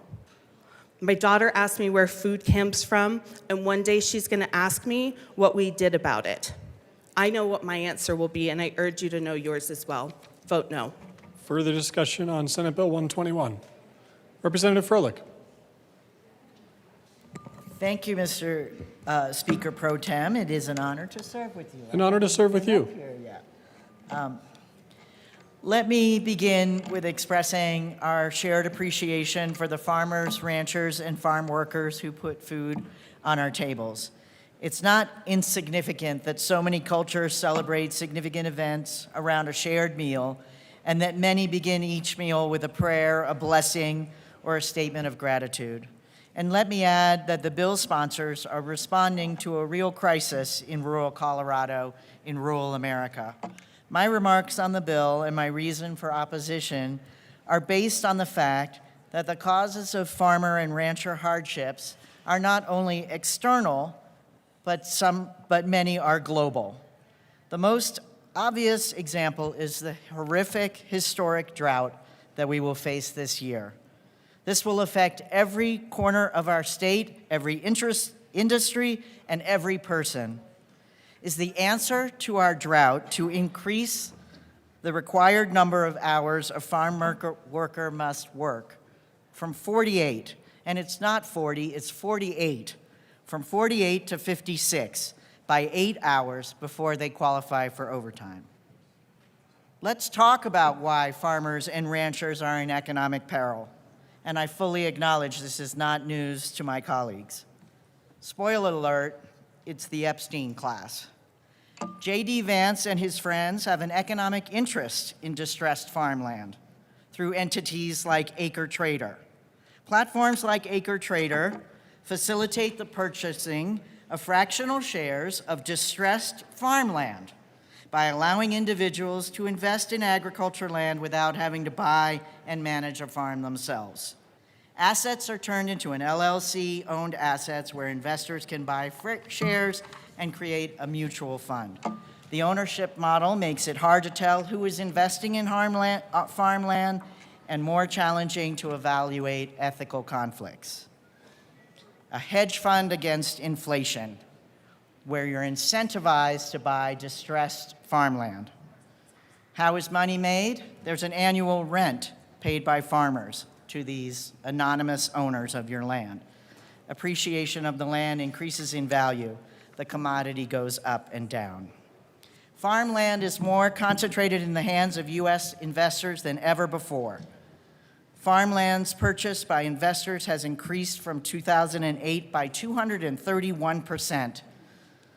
Mother Jones reported between 1940 and 2015, the average price of the U.S. farmland increased sixfold, and the trend is expected to continue. Over the last decade, farmland has taken off an asset class, which is finance speak for Wall Street investment. Demand for land-intensive foods like meat rise with global population, and report shows that the Gates farms produce, population reports. Bill Gates is now one of the largest private owners of farms. They own 2,750 acres of, according to Yahoo Finance report, with 2,480 acres active farmland worth about $5 billion. When Gates was asked why he was purchasing farmlands and how much he disproportionately acquired, he answered he owns 1 acre out of every 4,000 acres of farmland, and claimed that investments were made to make the farmlands more productive and create more jobs. Will your answer to the greedy Epstein class purchases of distressed farmlands be to require farm workers to work longer hours in order to receive overtime? Let's talk about petroleum products, critical to agriculture, also not new. The war, not war, of choice in the Middle East has caused oil prices to spike. This has severely impacted Colorado farmers by driving up input costs, with fertilizer prices nearly doubling due to supply chain disruptions in the Strait of Hormuz. As of April 26, shortages of key nitrogen-based products have forced farmers to seek alternatives or reduce application, risking lower crop yields while navigating higher fuel and operational costs.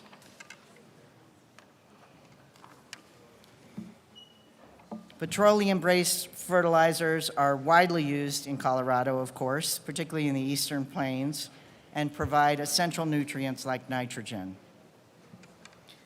Joe Kelligan, an agricultural producer based in Loma, explained that the timing of these price hikes is particularly difficult as farmers enter one of the most fuel-intensive periods of the year. Will our answer to the wars of choice be to require farm workers to work longer hours in order to receive overtime?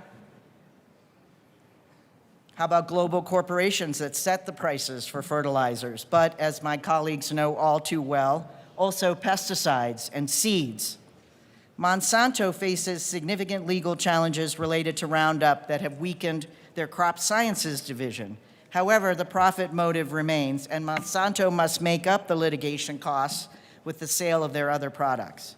In addition, Monsanto has pursued over 145 lawsuits against U.S. farmers for breach of contract or patent infringement, which is saving seeds. They have won $23 million from these cases. Farmers are required to sign, as you guys know, as you folks know, licensing agreements that prohibit saving seeds forcing them to buy new seeds, often more expensive, genetically engineered seeds every year. Believe it or not, farmers in the United States did not always need to purchase their seeds. A core function of the U.S. Department of Agriculture when it was founded in the middle of the Civil War was the public distribution of seeds. The federal government mailed millions of seed packages to farmers across the country. These practices sustained innovation and bolstered profits for farmers at a time when agriculture was the country's #1 economic engine. Free distribution of public domain seeds to farmers across the country is no longer the case. Today, seed is treated as a privatized agricultural input. BASF, the parent company of Monsanto, are responsible for 65% of market concentration in agrochemicals industry, which includes herbicides and pesticides.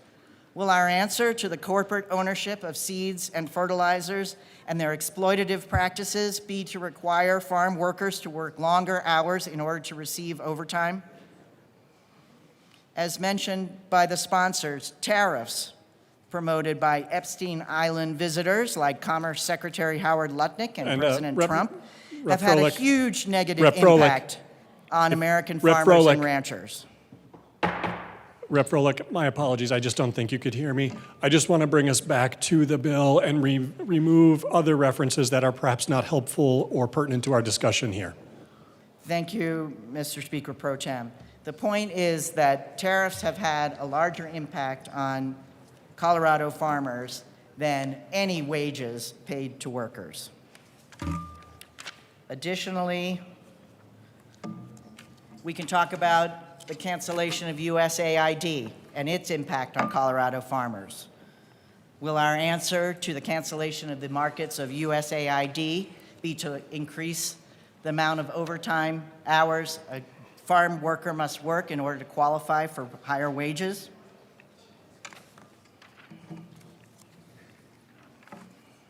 How about the cancellation of water and infrastructure projects?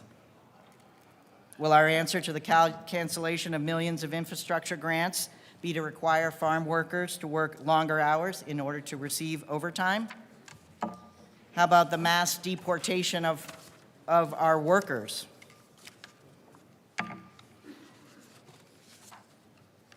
I find one of the more cynical aspects of this is the demand that farm workers express themselves in favor of working longer hours. This in an atmosphere where our workers fear speaking out and also at the same time fear deportation and detention.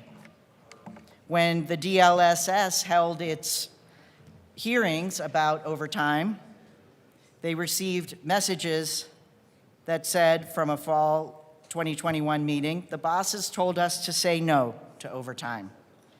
Los patrones nos dicen los digamos que digamos que no el overtime. That's codified in those meetings. Folks, there is no doubt that rural America, our farmers in Colorado, are under stress. Are they under stress because farm workers are working 56 hours and then qualify for overtime in order to 48 hours and not 56 hours before they qualify for overtime? Let's stand with workers. As was mentioned, 19 days ago, we said farm workers were the backbone of Colorado. Let's stick with that. I urge a no vote. I've got Representative Martinez, and then we'll go to Representative Sukla. Thank you, Mr. Chair. Thank you to my good colleague from Arapahoe County. I want to talk a little bit about the struggles, because we haven't really hit on that, and where we're at, and what the repercussions of those have been. In my area, we live on a very fragile aquifer system. In that system that is regulated by the state, and it is only replenished by snowpack that comes in the mountain range. And as you have seen this year, since it's been 80 degrees most of this session, there's not been a lot of snowpack. And there hasn't been a lot of snowpack for quite some time. Why do I bring that up? I bring that up because we have been facing problems in the agriculture space for 25 years. When the state came in and said, you are pumping at an unsustainable rate, and we're going to shut off your wells. When we made that decision to try to fix this on our own, in our own way, meeting state standard to do so, we were able to get it done. That being said, it has gotten drier, it has gotten warmer, and we have had problems. In my area, we have invested $100 million of our own money to trying to figure out better water sustainability. We've switched our crops, we've changed how we irrigate, we've changed what kind of soil we use in here. We have done all of these things and more to make sure that agriculture is sustainable in the San Luis Valley. And last year, we had our second worst water year on record, and it would have been the worst if it wouldn't have been for the floods in October. So this is 25 years of a problem. And why am I bringing up all this? We talk about corporations buying up farmland and agriculture land. Since the 1980s, there have been water developers, in some way, shape, or form, that are waiting for this exact moment. They want to come in. They're praying right now on these farmlands. They hope that this bill doesn't pass. They want this bill to die because then they're going to say, when this farmer ranch goes out of business, we're going to come in and take your water. We're going to take your land. We're going to offer that farm owner, that water right owner, 3 or 4 times what it's worth. And you know where they're going to pump that water to? Because it's already been here. The metro area, the Front Range. This isn't scare tactics. This isn't fear. This has been something that my area has dealt with since the 1980s. And it is only getting worse because farmers aren't growing, workers are not working on that property, and those water developers are finding more and more money to being able to buy out these poor people. In my area, we have what's called land rich and cash poor. You go out there, I beg any of my colleagues to come out into my neck of the woods and find a farmer ranch that they say, man, they're really making it out there based off of what they're doing. Why? Because corporations do not own farms and ranches. They're individual owned. 80% of our farms and ranches are individual or family owned farms. But if we do nothing and we do not move the needle on some of this policy that we can, you will get corporations that were going to come up and buy this land and the water. And then you're going to have real problems because they're not going to care about how their workers are treated. They're not going to care about the plants that they grow or the pesticides that they put on their crops. We care now because it's individual owned and individual based. And I made an oath when I ran for office, this office specifically, that I would defend the valley's water come hell or high water. And that's why I'm here. This is also part of the conversation with here. 30 years. 30 years of water developers that are saying that we are too stupid to know what we're doing with our water, and we know better because it's going to fund population growth up here in Denver, in Douglas County. We know what we're doing with our water. We've been trying our best. Again, we have made massive improvements. We are doing farming and agriculture the best that we can with respect to the land and the farm worker. So when I'm sitting up here and I'm saying that this is my district, these are my people, this is why I'm down here, this is why I'm running the bill, and these are the real world consequences if we don't do anything. I urge you and I vote. Representative Sukla.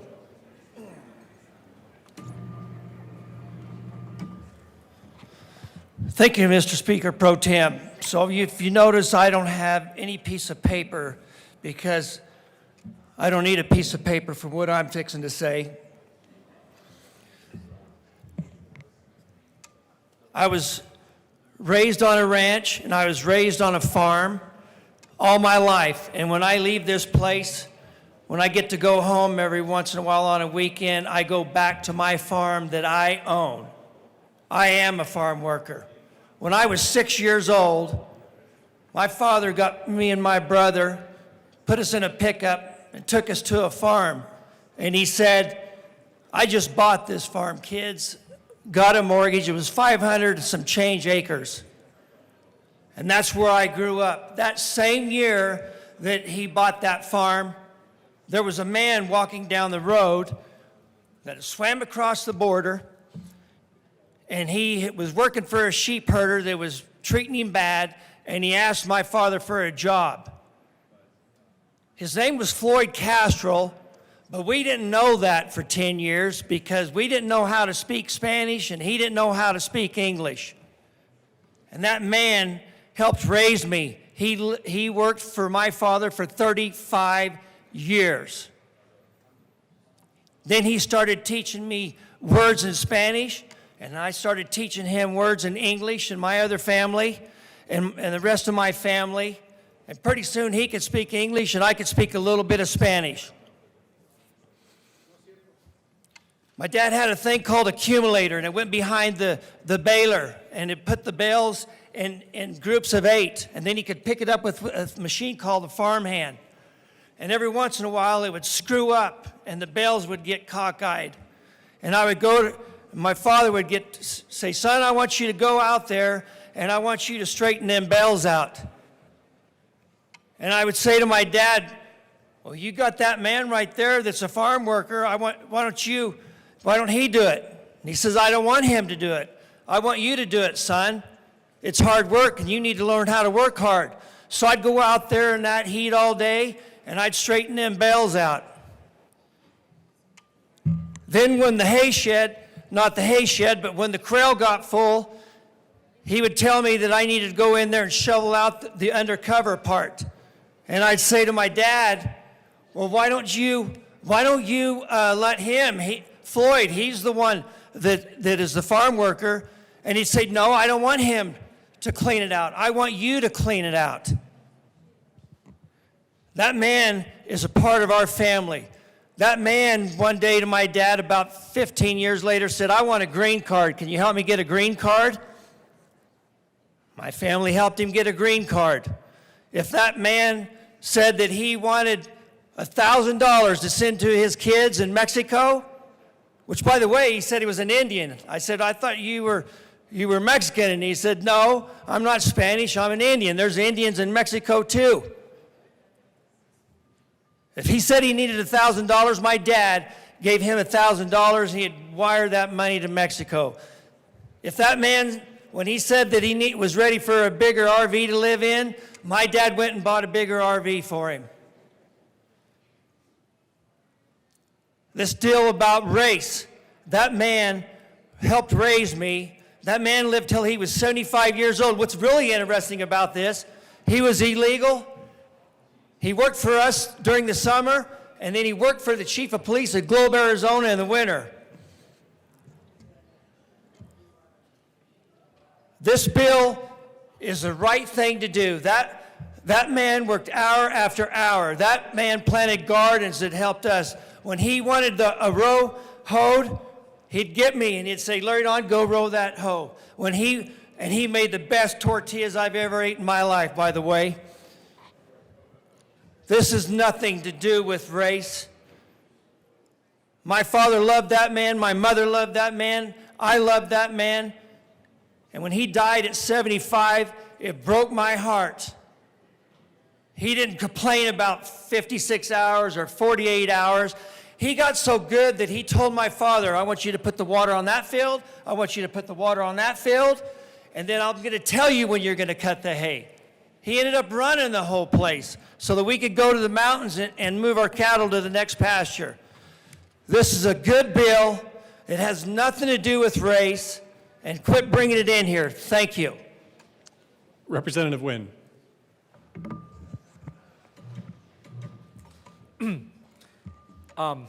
Speaker Pro Tem, it is a deep, profound honor to serve with you.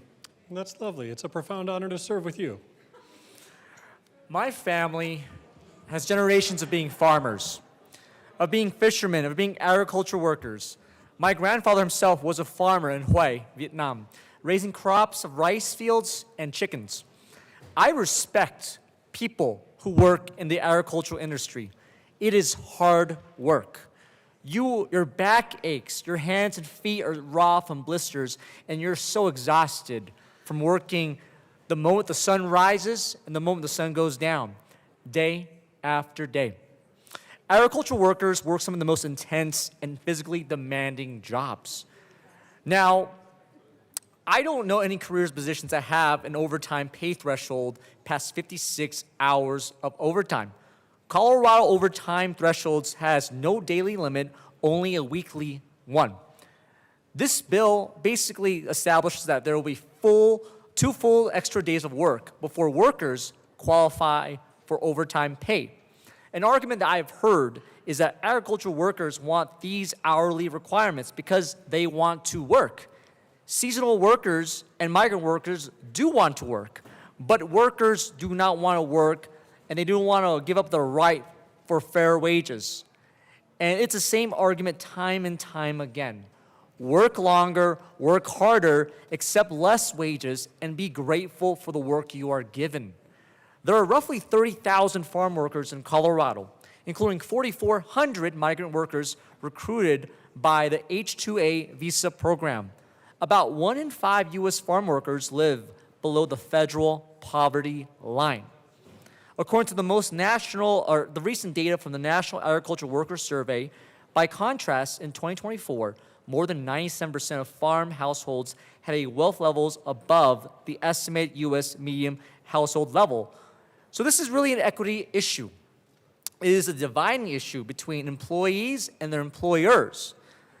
And so farm workers are some of the most lowest paid employees in the entire U.S. labor market, which means that the USAID found that about 40% of U.S. households had a higher wealth income bracket, but lower annual income than the median U.S. household.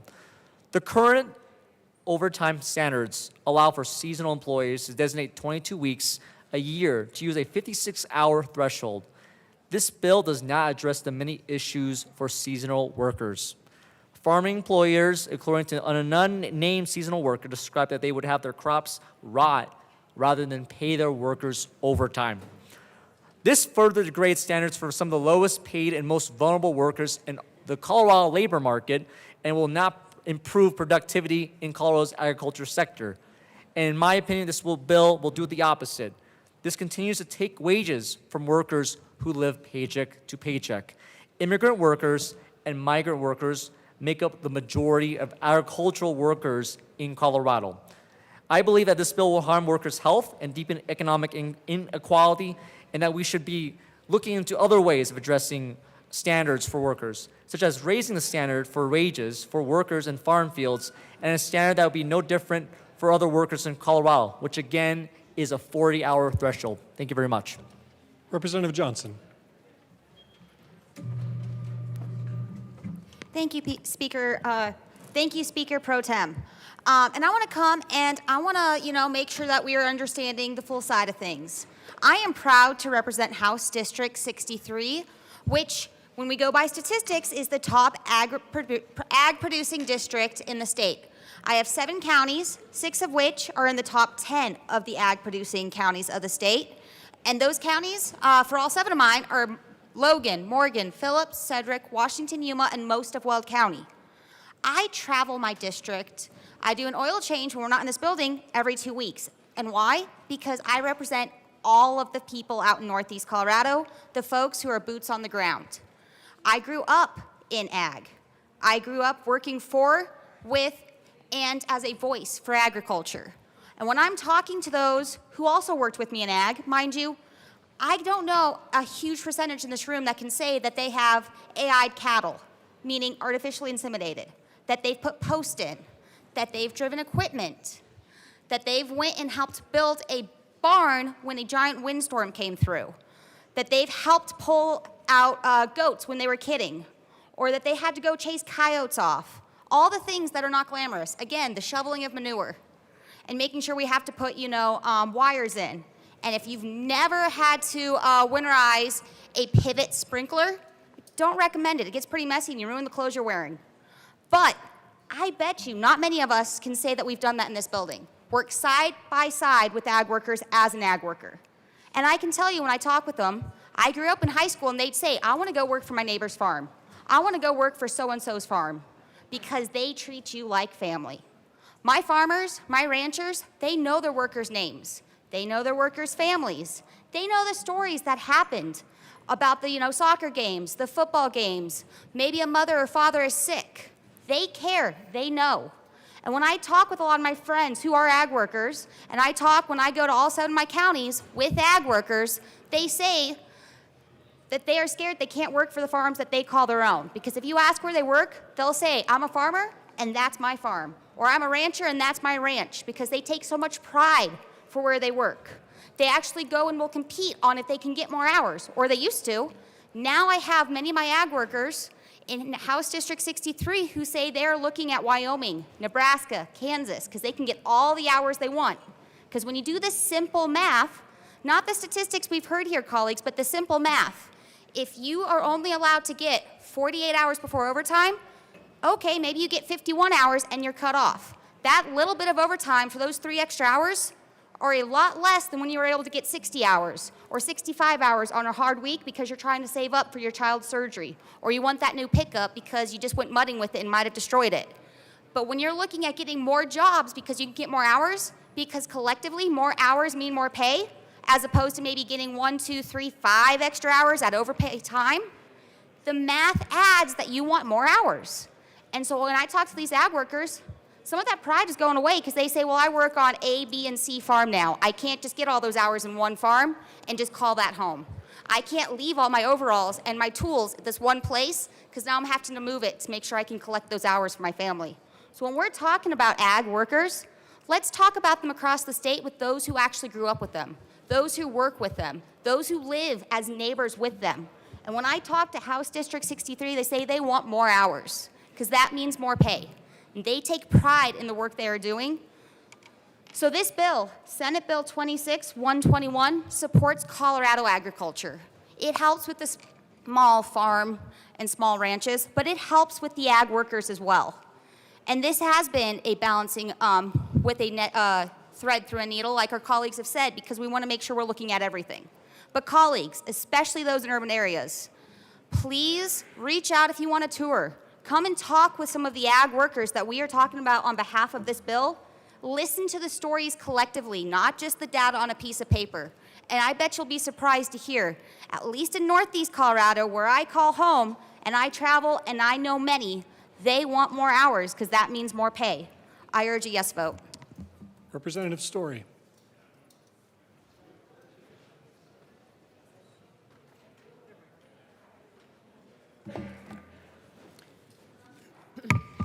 Thank you, Mr. Chair. I move L045 to Senate Bill 121 and ask that it be properly displayed. That's a proper motion. 1 second.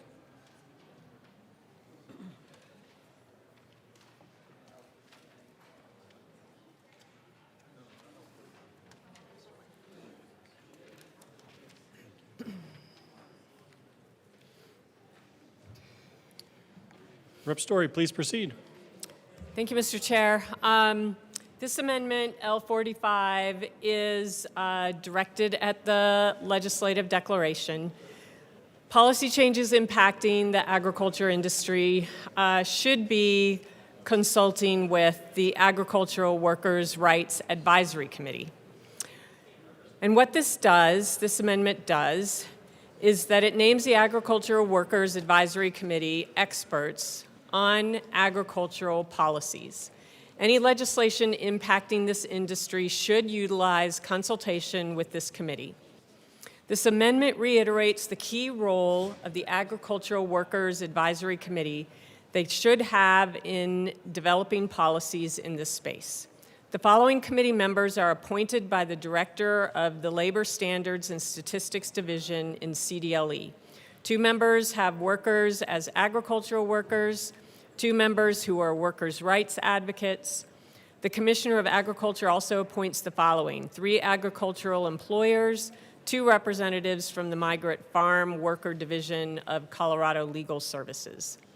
This committee was designed to have balanced perspectives working on issues related to agricultural workers. The bill undermines the purpose and the role of the committee. From the report, they have asked time and time again to have their expertise included. Based on its 2025 findings, the committee makes the following legislative recommendations. Consult the Agricultural Work Advisory Committee on relevant legislation. Members of the General Assembly should consult with the committee when introducing legislation that specifically impacts agricultural workers. In their access and safety finding from the 2025 report, they state that they were not consulted in the creation of Senate Bill 25-128, access and safety findings. Agriculture is currently excluded from the OSHA confined space standard, an exemption that poses growing safety risks. Recent deaths of dairy workers in Colorado underscore the urgent need for review, particularly as the industry becomes increasingly mechanized and workers are more frequently required to enter confined spaces. Senate Bill 25-128, an act concerning agricultural worker service providers access private property, was passed without involvement or consultation of the committee. Legislative recommendations are that the General Assembly should explore ways to strengthen protections and increase safety for agricultural workers who may face these hazards. Members of the General Assembly should consult with the committee when introducing legislation that specifically impacts agricultural workers. It's incredibly important that when there is legislation coming forward that has to do with agricultural industry, that there should be consultation with the Agricultural Workers Advisory Committee experts, and that is what this amendment does. I urge an aye vote. Further discussion on L45. Rep. Martinez. Thank you, Mr. Chair. Thank you to my good colleague. This amendment is already in statute. Our bill does not change the committee, does not change the committee makeup. It does not disempower the committee. So because we already have that, we request a no vote. Further discussion on L45. Seeing none, the question before us is the adoption of Amendment L45 to Senate Bill 121. All those in favor say aye. Aye. All those opposed, no. No. The amendment is lost. We are back to Rep. Garcia. Thank you, Mr. Chair. Members, one of the concerning arguments that I've been hearing, whether it's at the well or offline, is the idea that this bill will actually give workers more hours. They'll make more money. And I guess I just, I'm frustrated with that argument because that argument is reliant on the idea of we will pay them more as long as we can pay them less for longer hours. So I'm hoping that we can come to some sort of an agreement of if that's really a motivation and an intention for this, then let's actually make it a reality here. And so I move L37 and ask that it be displayed. That's a proper motion. 1 second, we'll get it displayed.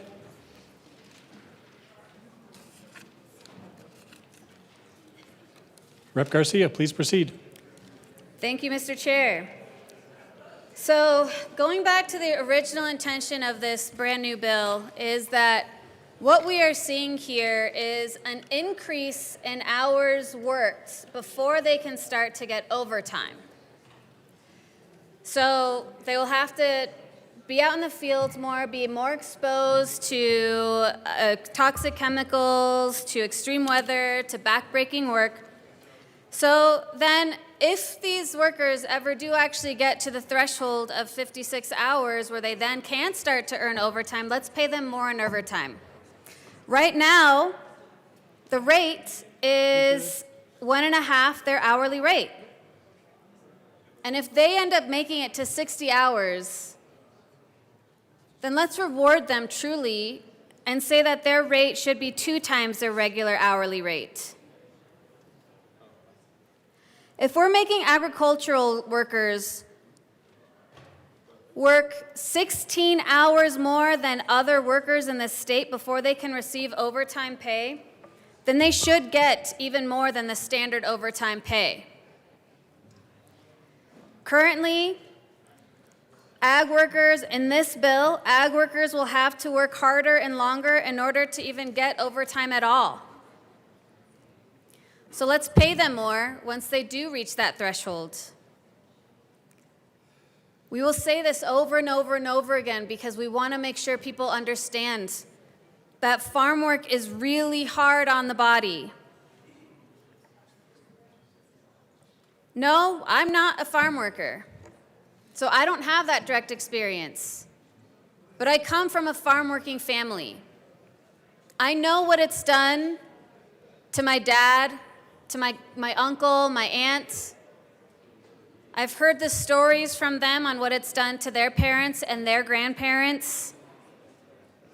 If we're not going to lower the threshold to give these workers the same standard 40-hour or maintain the 48-hour work week like everyone else in the state has, then if we are really about compensating fairly, let's compensate them fairly and pass this amendment so when they do finally reach the 56-hour overtime threshold, that they make 2 times their base pay.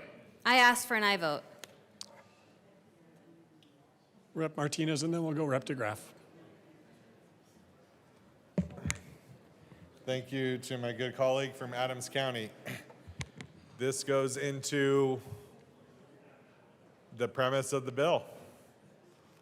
So I would ask my colleague from Adams County, or anybody on this side, going back to the math that we have said, straight from census data, if you're going back, I guess, 23,000, a little over 23,000 farms are operating at a loss in the last couple of years. And a little over 12,000 farms are making any sort of profit. And out of those 12,000, their average revenue is $50,000. So I ask, where would this money come from, knowing that those ag producers cannot increase their prices? So I'd ask my colleague of that. Further discussion. Rep. Garcia? Members, one of the things that this bill is doing, it is ultimately an effort to increase the bottom line, to increase the profitability by paying workers less. Because that means that you pay workers less for longer. This isn't asking for twice as much. This is asking for only a 50% increase. It's not asking for a 100% increase. So they would still be making more profit if this is adopted than if this isn't adopted and we kill the bill. Do the math.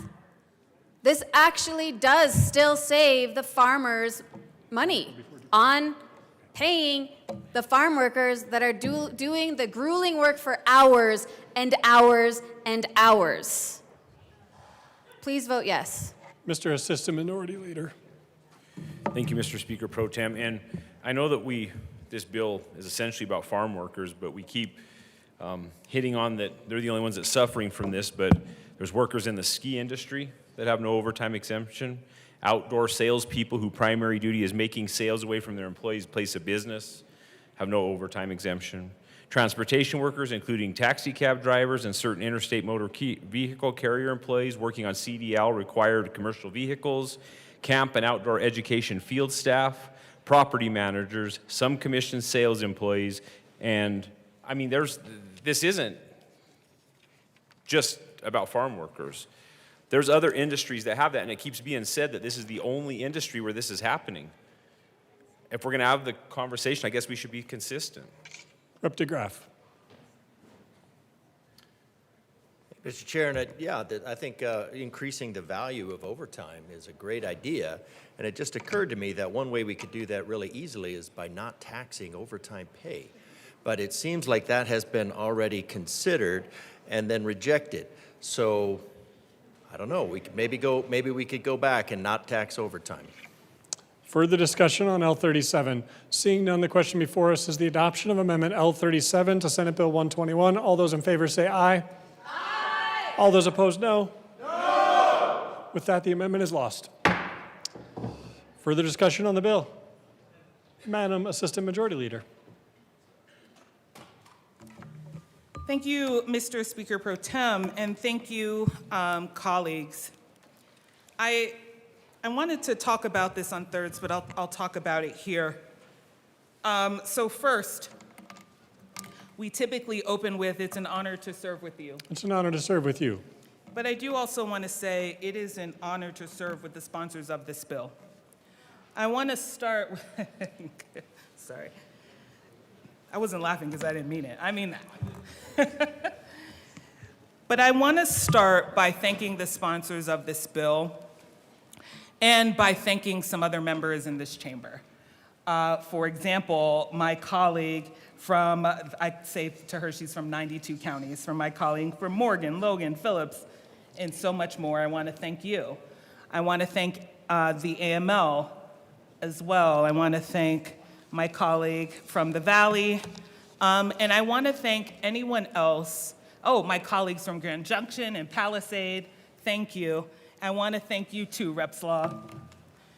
And what I want to thank you about is, thank you for having me in your communities. You all have extended a kindness to share your communities with me. I have now learned the terms of, there's a difference between, we like to just say farmers, but we have ranchers and growers.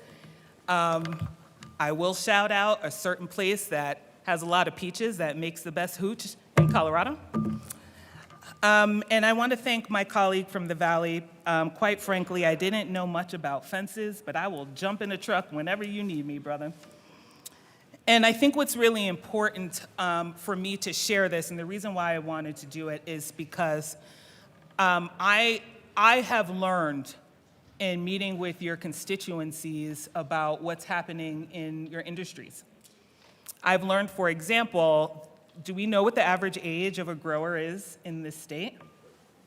It's over 60, right? I also know of some of the concerns in regards to staying or maintaining your own properties and staying on generational land. And so I do want to say, I have struggled with this bill, and I want to share why, and I opened with that. Because one of the biggest talking points for me, and my colleague from my side of the aisle, I did also talk to the Senate sponsor about this extensively over the summer. I want to recognize that we do have an urgent issue when it comes to our farms in this state. I believe that. I believe that we need to talk about, I would even call it things like estate taxes. I do think we need to figure out how to keep young people in this profession. More importantly, I am personally interested in that we keep this land in the hands of Coloradoans and not maybe the Chinese or the Russians, because that is also true in regards to who the landowners are in this state. And so for me, I think the thing that I was always curious about this topic that I don't think is quite there for me personally is, I believe that this could have been an incredible opportunity for all of us in this chamber, across the aisle, to make a commitment and to support our farms and to figure out how we can do that, but particularly in a way where the end result isn't necessarily just focusing on labor. And while I do believe that it is very difficult, the costs, I believe you. And I know and I'm not saying I believe you as if, and I said this earlier, it's not because you were lying about it, but I have come to understand it. And while you talk about the costs, the problem is everybody's feeling the burden of cost, even those who get up and go to work every day. And what my questions were for this bill or for this topic were the following. If this is in response to the conditions in the markets, can we then change these terms when the market changes? How long would we offer this? What is the difference between seasonal work? I know you mentioned ski industry. There is a difference between seasonal work, right? And year-long work. Cows need to be milked every day, not just Monday through Friday. I get it. And so I was wondering then if we were going to talk about labor, which is always the biggest expense line, always, in all of business. That is just a fact. That's okay. How do we recognize that the amount of time people working and the money they also need, not just to match also the cost in the grocery store, but also all those other things like healthcare that if they can't pay for, the state pays for? Why are we not talking about conditions here? I also made a commitment. I'd be the first one to work with you on the interim to talk about estate taxes. I'm the first one who will talk to you about how do we keep people in this industry and how do we keep this land in the hands of Coloradoans. But why does it have to be this way? And that's always been my question. Those have always been my questions. And so the concern that I have about the labor piece also comes because I was here when we voted for the ag worker bill. Some of us, there's only 4 of us left who were in my class. And the notion to see this 3 years later, when I remember that fight, and part of that fight was to talk about the difference of this type of work as compared to elsewhere, and why heat matters differently. Why, what the picking is, it depends on what you're picking, whether you're bent over or you're picking from a tree, and what the costs are of healthcare for that. And I meant what I said. If they can't get it through the businesses, the state pays for it. And so we have to think about the cost benefit to keep this industry alive. Everyone needs to eat, and I know we hate big, bad, liberal Denver, but we also need to spend our money. We have a symbiotic relationship here. And so for us to have fought for the underlying philosophical principles that we are having by way of an argument here, it is about how do we value labor, and what does that mean in the whole equation or context of industry? And rather than pit each other, people against each other, how do we get to the external factors to change that world so we don't have to do that? And I didn't see those proposals. And so my concern is, after being here for that whole fight, the fight for the ag worker bill was like this. I don't know if you all remember, it was a whole day. And so to be here 3 years later, when we are creating a permanent fix to overtime, not a conditional one, makes me feel like we have missed that mark. And more importantly, we've missed an opportunity for this entire chamber, because I do believe people on my side of the aisle could have said, we missed the opportunity for this entire chamber to make a statement on what we believe the value is of not only farms, but farm workers. And we have fallen back into these ideological differences. And so what overtime means in these hours, the principle behind labor is units of time, the 8-hour unit, and what the impact is to being able to live, as well as impact to body, which includes being able to live. And so on the one hand, thank you that it is not 40 hours. Because this is not the same type of work. For what it's worth, for truck drivers, we are worried about overtime, because when they don't sleep, they hit people. Okay, because we also had that conversation in here, right? And so I think that has always been my question here. Maybe it's not too late. I wanted to put it out. I know we are second chamber. But a permanent fix, given what we have declared to be true, and yes, I do know Colorado does things differently. I do think there is a world where it's like, would you rather have this job or no job? Okay? And that, to me, is a false question and has the potential to be exploitative. It is very real, because people want to work. People don't want to necessarily go to a surrounding state. But if we can change the landscape so they don't have to make that decision, because I think an appropriate question is, when you work, do you want dignity in your work? When you work, do you want to be a part of a community and support that farming community? We can ask those questions. And as much as we talked about, even last week, people coming here for IDD, yes, we want people to come here because this is a great place to work. And part of that is recognizing how your bodies are on the line when you contribute to community. So why is that not a question or something that we are trying to pitch for Colorado? We have great produce. We have great beef. On behalf of the bacon lobby, and bacon's bacon, okay? But I would like to say that if you come and work, your bodies will be respected. You will also be able to make the money to match these costs, but these farms will also be sustained that they can provide that. And so my question is, what can we do to maybe change the landscape rather than put the burden of meeting these concerns in all of these negative impacts, and I'm gonna say it here, from the tariffs to the cost of beef to commodity markets. Why does it have to live in one space to ease the burden for another space of the people that are impacted in this world? So again, I'm gonna end with what I said. I know we've had conversations about bias and racism. I am proud, I think one of my colleagues, I'm proud to stand here in this room. I know that is not what moves your heart.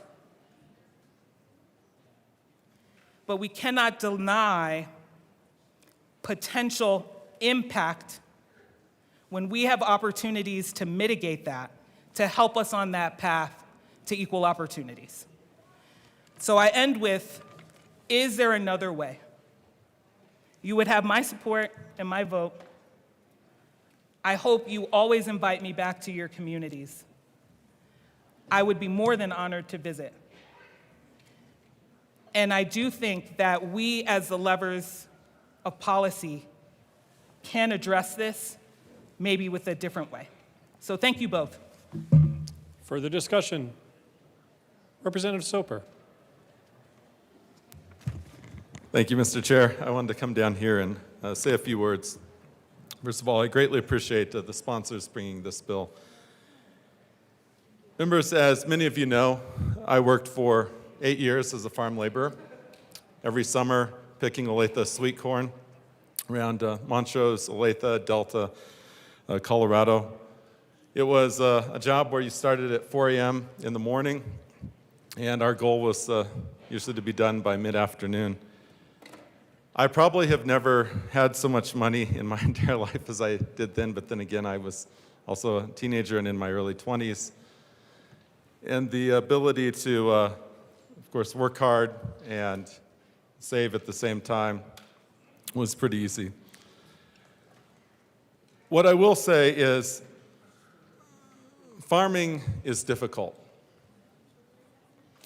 And Colorado has many different types of farms and ranches. Now, whether it's the Sandless Valley of potatoes, around the state growing onions and beans and corn, Pueblo chilies, but then you get into the orchards, and I represent the majority of Colorado's orchards and vineyards. Obviously very labor intensive. All of it is very labor intensive.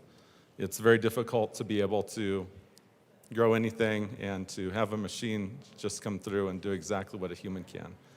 But every single day, there are people who are working very hard to innovate and to come up with a machine process to try to eliminate the need for so much farm labor. That's good and bad. If you're a farm laborer and that's your job, that's really bad. But it's only pushed there because of the rising cost of paying. And it's very difficult in this. Farming, unlike other industries, if it was manufacturing, and let's say you're making a widget, for the case of the debate, you can always just charge more and your customers buy it and pay for it. In agriculture, that's not the case. You're stuck with whatever the grocery stores will tell you they're paying for it, period, end of story. Grocery stores are tied into what the consumers are paying. And by the way, grocery stores most of the time use fresh produce as a loss leader. So they're even discounting it below what it actually costs to be able to produce it, just to be able to get folks through the front door to be able to buy whether it's the fresh corn or fresh peaches. It's not being sold to you at what it actually costs to grow, harvest, and take to the store. Colorado farming, unlike some of the points that were made earlier, is on eggshells. It's really fragile, As a matter of fact, our own Department of Agriculture reported that over the last 5 years, Colorado has lost 1.6 million acres of farmland. Agriculture may be our largest industry, but it won't be for long with the path that we're on.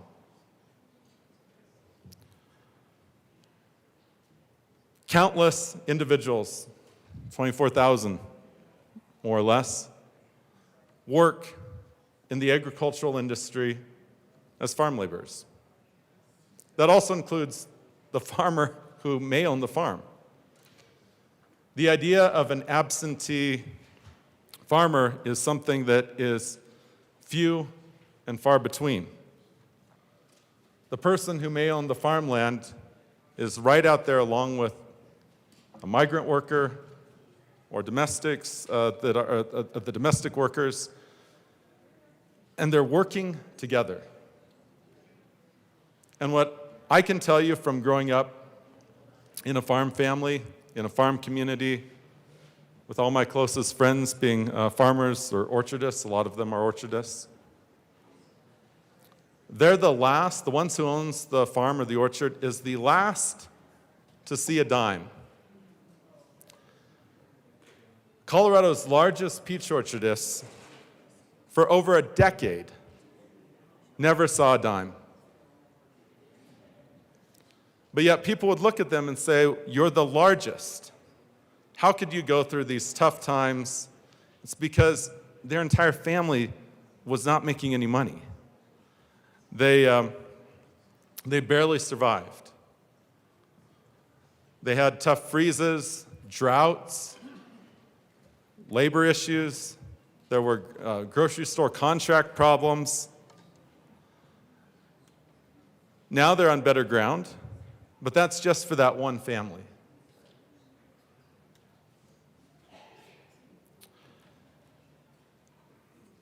Farming is such that to be able to make ends meet, very few Colorado farms can do it alone with what they actually grow. If it wasn't for secondary sources of income, such as through maybe having solar panels or oil and gas wells on their property, or selling some of their mineral rights to develop for gravel, which is quite profitable, but it takes away the field out of production, or at least one of their fields. Farmers don't do this because they want to. They do this because they have to in order to survive. The precarious nature of where our farming community is right now couldn't be more evident than the fact that one of the larger groups that is committing suicide in our state are our farmers. As many of you know, last year my cousin committed suicide. He's one that, it's hard on a small family farm. We always ask why. We may never know exactly why. But we can venture to say that the challenges of not knowing if he can keep the farm together for his two sons had to have been a driving force. And we have to remember the fact that we're not talking about always large-scale farms, this idea of this like corporate farm where they have this New York bank account. We're talking about individuals in Colorado who wake up every day wondering, how can I actually get through when they take out a loan on their entire farm for their seed bill, their fertilizer bill, their fuel bill, and if they have a poor year, how can they actually get through to the next year? And thank you, members. I would say, know that we have many in this space, and that not all farmers are the same. And just think of our farmers. Thank you. Representative Zokai.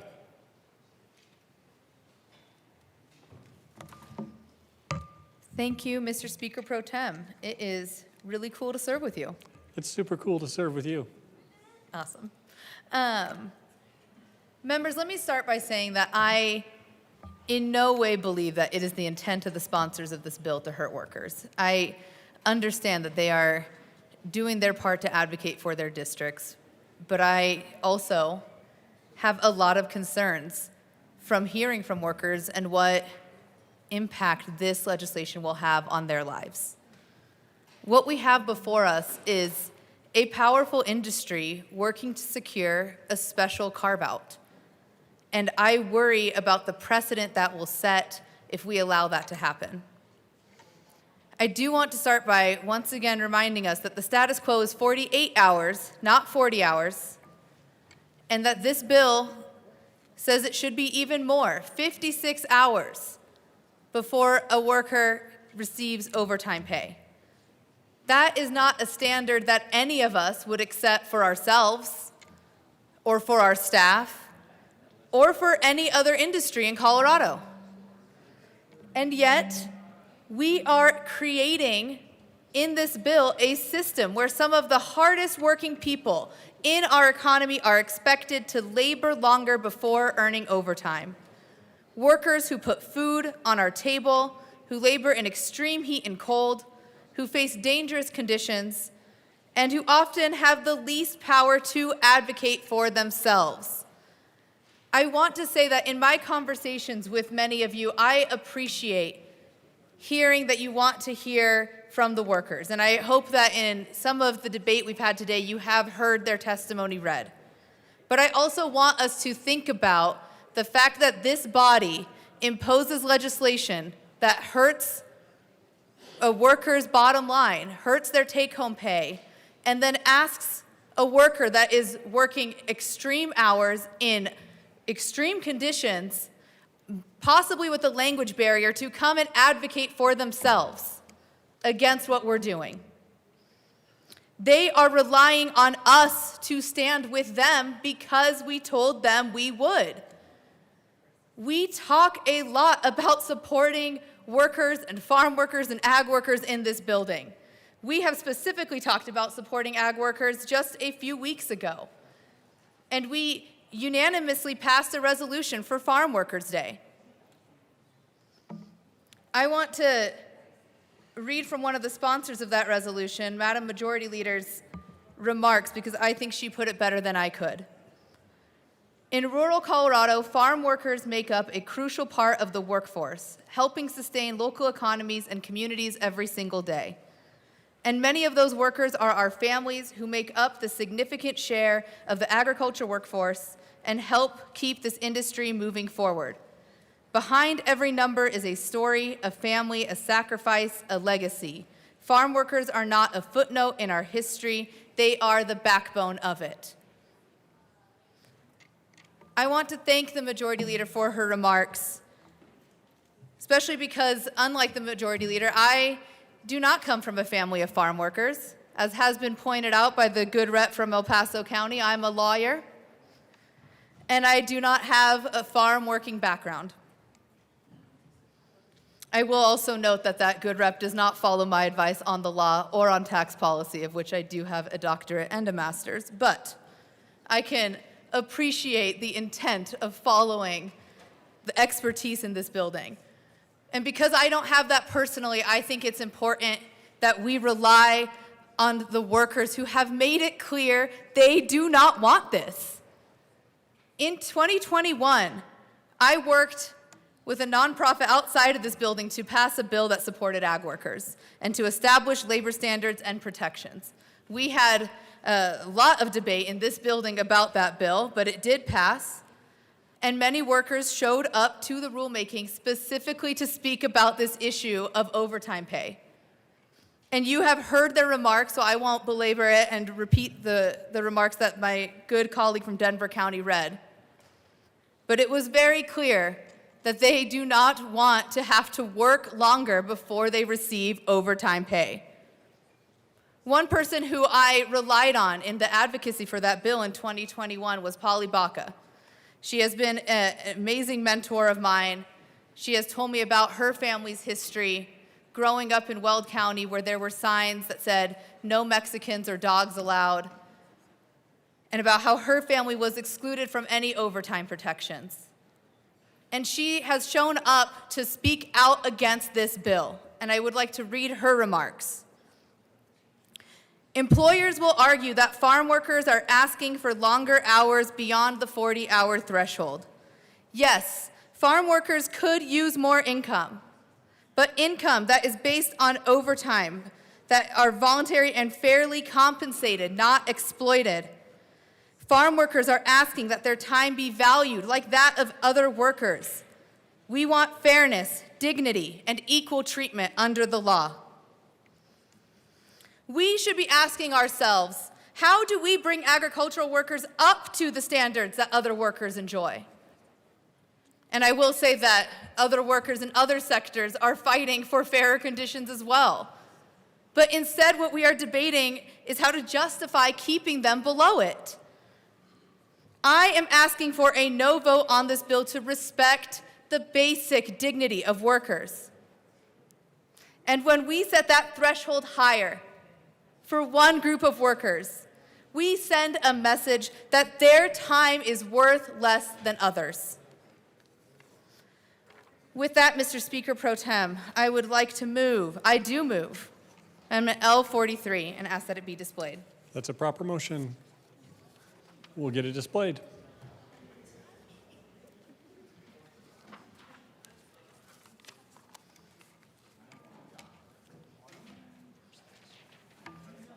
Representative Okai, please tell us about your amendment.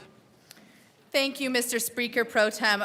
In this amendment, I am pointing out something that I view as a significant issue in this bill, and that is the definition of decision-making managers. They are excluded from overtime completely in this bill. But it is defined so broadly that employers can essentially deny overtime to employees who spend the majority of their time performing non-managerial tasks. As written, the exemption from overtime for decision-making managers provides a significant loophole that essentially renders the provision of overtime to farm workers meaningless. It applies generic, often misleading managerial titles to salaried positions, allowing employers to essentially deny overtime to employees who spend the majority of their time doing agricultural work. And I ask for and I vote on this amendment to strike that definition. Further discussion on Amendment 43. Representative Barone. Thank you, Mr. Speaker Pro Tem. I come up here because I was talking to sponsors, and then when this amendment came up, I'm like, you know what? I believe the sponsors already have addressed this issue, and nobody. This is to the amendment. And I urge a no vote. Further discussion on L43. Seeing none, the question before us is the adoption of Amendment L43 to Senate Bill 121. All those in favor say aye. All those opposed, no. No. The amendment is lost. We are back to the bill. Rep. Taggart. And then Rep. Sokai, we can come back to you. Thank you, Mr. Speaker Pro Tem. It's still an honor to serve with you, even though this is going a You know long what? time. I don't put a time limit on that honor, Rep. I'm going to have a beard when it's over. Well, that's good. That'll be nice. I look forward to seeing it. Thank you. I want to clarify a couple of things. First off, when it's said we're influenced by a powerful industry, I will say that's not the case. We're influenced by family farmers and ranchers, of which my family was one of them. Not an industry, but rather a family farm, or a family orchard, or a family rancher. I don't know of a family business that is more influenced by things outside of their control than ranchers and farmers. Think about that for a second. We have a mercantile in Chicago that in many cases ends up setting the price on grains, on corn, and feed that we need on our farms and ranches. Also, they control the price per pound of the end product. And I remember when I got old enough to talk with my grandfather about the price that was paid to us by milk. That was decided by the pasteurizer. It really didn't make a difference how much my grandfather paid for his grain and for his feed, nor did it make a difference how much the cost of the animals were. It was what the pasteurizing plant was willing to pay.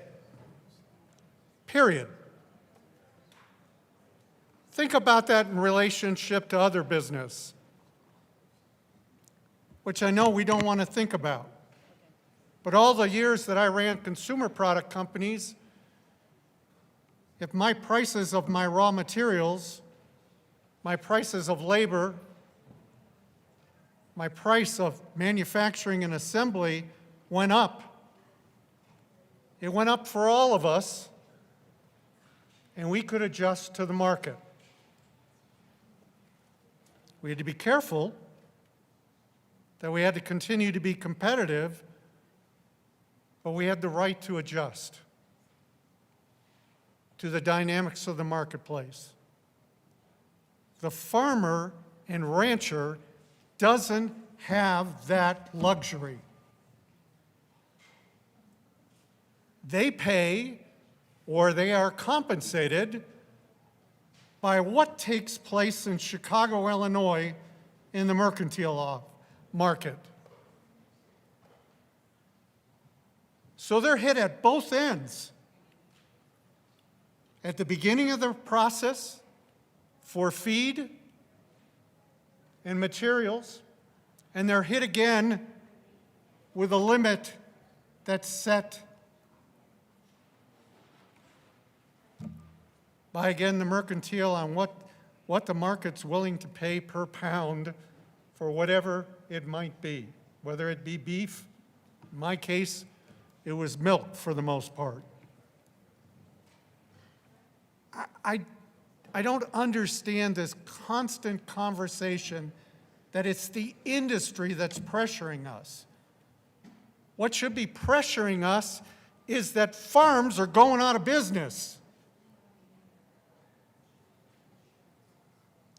because they don't have control of their costs, because it's manipulated someplace else. So when Madam Assistant Majority Leader raised a question, how can he help? I don't know that we can help, because we're not going to change the dynamics of what takes place in Chicago, Illinois. Yet no other industry that I know are there controls at the beginning of it and severe controls at the end of it, and we as farmers, and I'm going to continue to put me as we because that's where I grew up, don't have control of that. I don't know of another industry. So please, at least respect the fact that there are dynamics associated with being a farmer and being a rancher that is totally outside of their control. So all we're trying to do in this bill is help our family farms and our family ranchers at least be fair to them. Rep. Sokai, and then we'll come to you, Rep. Clifford. Oh, Rep. Clifford. Thank you, Mr. Chair. It is an honor to serve with you. It's an honor to serve with you. Mr. Speaker Pro Tem, I stand corrected. As long as it's not Mr. President or some other derogatory term that the Senate uses. My father milked cows every day of his life growing up. He reminded me all the time. Today, if my mother looks out the door of her house, as she looks across the street, she's looking in chicken houses. As she looks to the left or right, there are cows all around her. I'm no stranger to a dairy. I'm no stranger to a farm. I certainly know how to bale hay. I also don't control what happens in Chicago. I don't control the price of feed, neither do we. But I do fundamentally have an issue that where we go to solve this problem as the cost-saving measure is on the worker.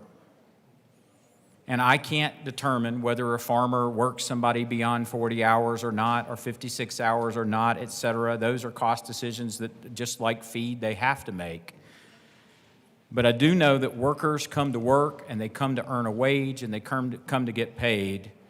And it's just like if I were to tell you, well, you know, we have not been able to hire a number of new state troopers this year. And as a result of that, there's going to be significantly more overtime than normal. So what we should do is not pay them overtime until we get to 56 hours. And I would lay down in the middle of I-25 and protest before I engaged in that conversation. It would just not be okay with me that we would start to move pricing structures around based on the cost of labor. I watched during Hurricane Katrina, right after that, fast food restaurants had to start paying, back then, a fast food restaurant was paying $8 or $9 an hour, and those were good fast food wages in 2005 in New Orleans, Louisiana. And I came back shortly after, you know, beginning of January of 2006, you could earn $20 an hour in the line at McDonald's. The cost of labor went up. I don't know that the cost of hamburgers went up all that much.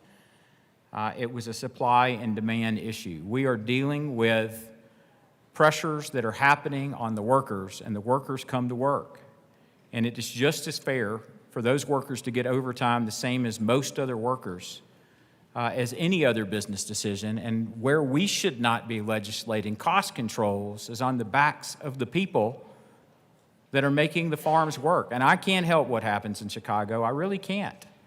Maybe some farmers need to call them up and say, we've got to go up. You're going to have to pay us more. And it's not on the workers to save a person's business. And I know that sounds horrible when you're talking about a business going out of business.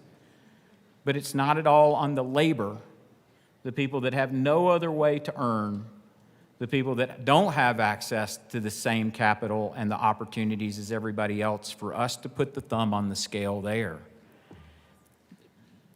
This is a really unique conversation, I think, in the General Assembly for us to be having, and I appreciate that what we're trying to do is help. But we're not helping. This doesn't help. It doesn't change the price of grain. It doesn't fix the price of anything. It just diminishes the pay of the people that come and make this all work for us. And it's not that hard to figure out. We can talk about it until the cows come home, literally, but somebody's still got to milk the cows.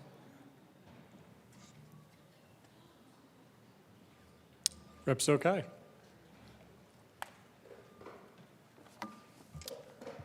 Thank you, Mr. Speaker Pro Tem. I move L44 and ask that it be displayed. That's a proper motion. One moment.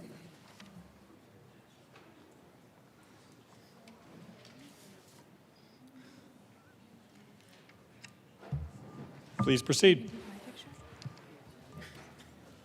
Thank you, Mr. Speaker Pro Tem. This eliminates the exclusion of decision makers from the overtime exemption. We have talked a lot about honoring the expertise, and I will say in my job as a tax attorney, I know how misclassification is used in order to avoid paying a fair share. And we see that happen in this industry as well. Wage theft studies have found that misclassification of workers by falsely classifying them as managers is a prevalent tactic used to avoid paying overtime to employees who perform standard hourly duties. The misclassification of dairy workers as decision-making managers has been discovered at Colorado dairies in recent years as attempts to avoid paying overtime. And I think that this amendment will strike this loophole from the bill and make it more fair. I ask for a yes vote. Further discussion? Mr. Assistant Minority Leader. Thank you, Madam Speaker. And I mentioned this earlier, overtime rules and thresholds, that it's not unheard of to have separate thresholds that recognize unique aspects of a particular industry. We brought up the ski industry, transportation, camp and outdoor education, property manage. There's many other industries that have separate thresholds, and they recognize that all industries are different and each industry has its unique aspects. So this is something that that we're trying to tighten up, and it's done in lots of other industries than agriculture. Further discussion on L44? Seeing none, the question before us is the adoption of Amendment L44 to Senate Bill 121. All those in favor say aye. Aye.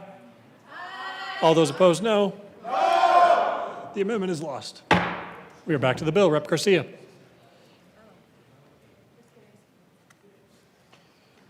Oh, Rep. Sokai. A lot of people get that confused. I saw Rep. Garcia raise her hand for clarity. Thank you, Mr. Speaker Pro Tem. I move L42 and ask that it be displayed. That's a proper motion. 1 second.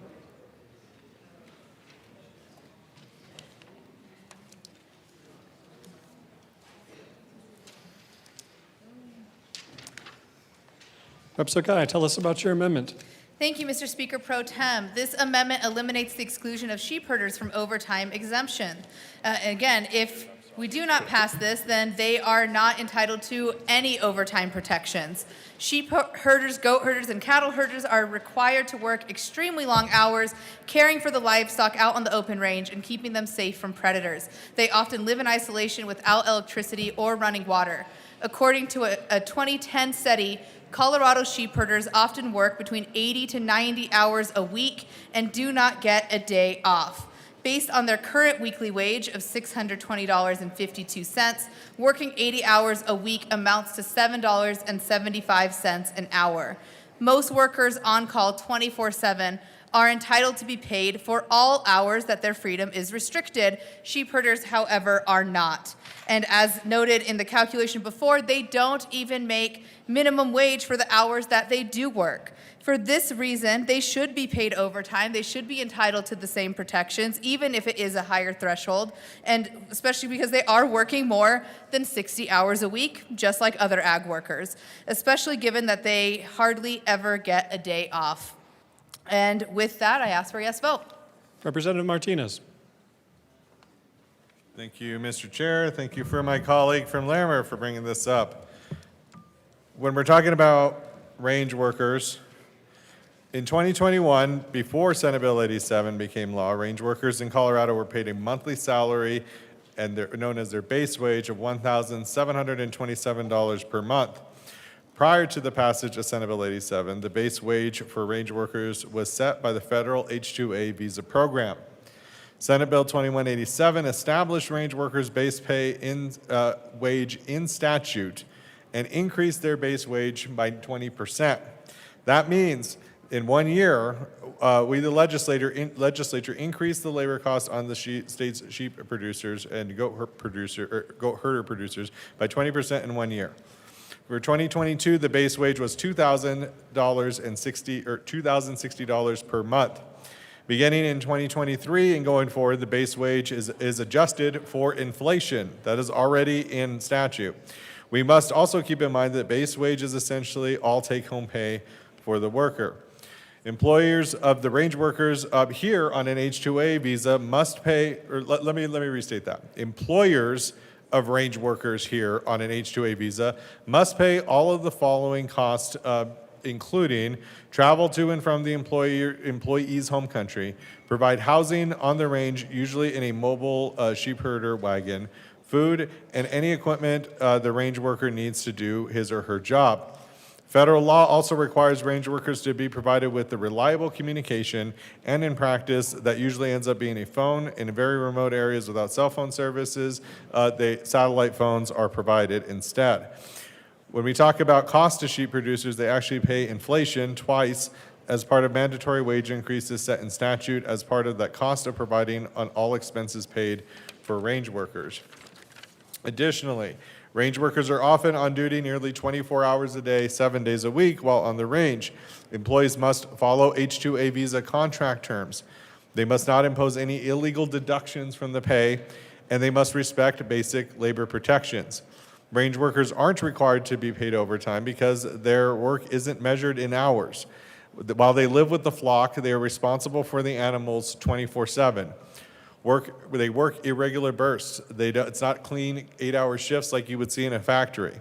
It's almost impossible to track every exact hour of work because the time includes active herding, waiting and monitoring, and sleeping nearby, but still maybe on call. So with that, we urge a no vote on this amendment. Further discussion on Amendment 42. Rep. Sokai. Thank you, Mr. Speaker Pro Tem, and I can appreciate the list of protections and other benefits that range workers receive, but I don't think that that justifies excluding them from overtime protections as well. And I do just want to note that given today's technology, saying that it is impossible or not reasonable for the ranching industry to track their hours is something that I just don't get behind. I think that it is incredibly reasonable given today's modern age to track those hours and to pay them fairly. Seeing no further discussion on Amendment L42, the question before us is the adoption of Amendment L42 to Senate Bill 121. All those in favor say aye. Aye. All those opposed, no. No. The amendment is lost. Back to the bill. Rep. Garcia. Thank you, Mr. Chair. It is, kind of aight to serve with you. You know what? It's even more all right to serve with you. Okay. All right, I'll take that one. I think one thing that I do want to make clear is that I do understand, I hear, I see, I think we all read, I think we all know that the ag industry is in trouble. I thank the representative from Arapahoe County for talking us through the many different reasons why the ag industry is in trouble. And the effort that the sponsors are bringing today in a way to address some of these challenges in the ag culture that in the ag community that exists is to address the overtime of the workers. This is right now what we can consider a moment in time. What is happening, we don't know if this is going to exist 2 years from now, 3 years from now. Maybe the tariff issue won't be a problem anymore. Maybe we will have addressed the supply chain issues. Maybe we will have done something we should do to help our weather be more predictable. And if that's the case, I think a way that we can address the issue with the overtime is to understand, sure, fine, if we insist, absolutely insist on this move right now, let's make it temporary and build it into a way that workers then can eventually get into a dignified 40-hour work week where then overtime can take effect. I move L35 and ask that it be displayed. That's a proper motion. One moment.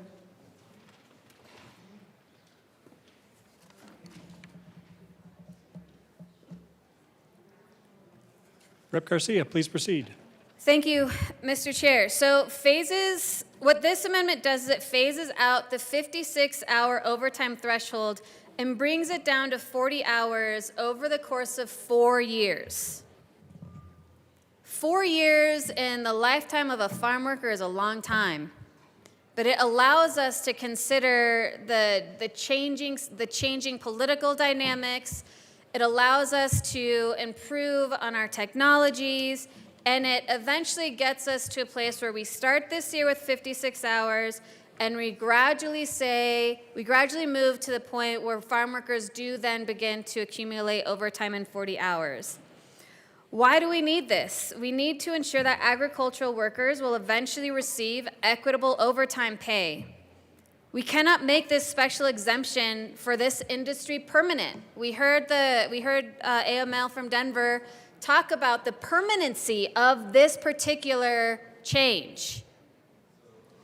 This will allow us to not make it permanent, but to address the circumstance and the situation that we're in right now.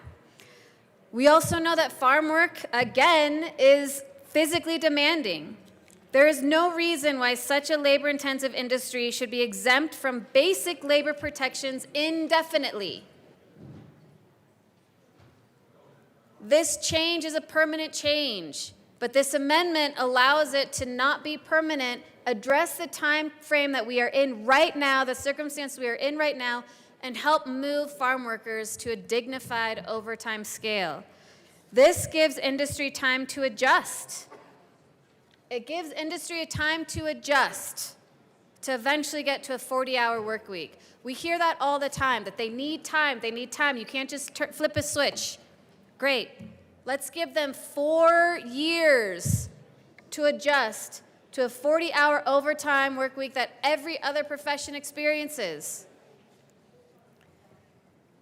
This amendment takes into consideration the situation and the circumstance that we are in right now, the challenges that the agriculture industry is experiencing right now, and it also recognizes and promotes that we do believe firmly that farm workers do deserve basic rights, and one of those is that they can eventually in 4 years have overtime pay at 40 hours like every other worker in the state.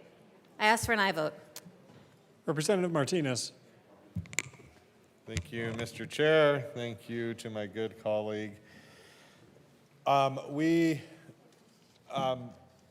going to ask for a no vote on this. When we implemented the initial bill, we went immediately into this threshold that we're in now, and we're seeing the ramifications of that and having to make adjustments. So with that, we request a no vote. Further discussion, Rep. Garcia.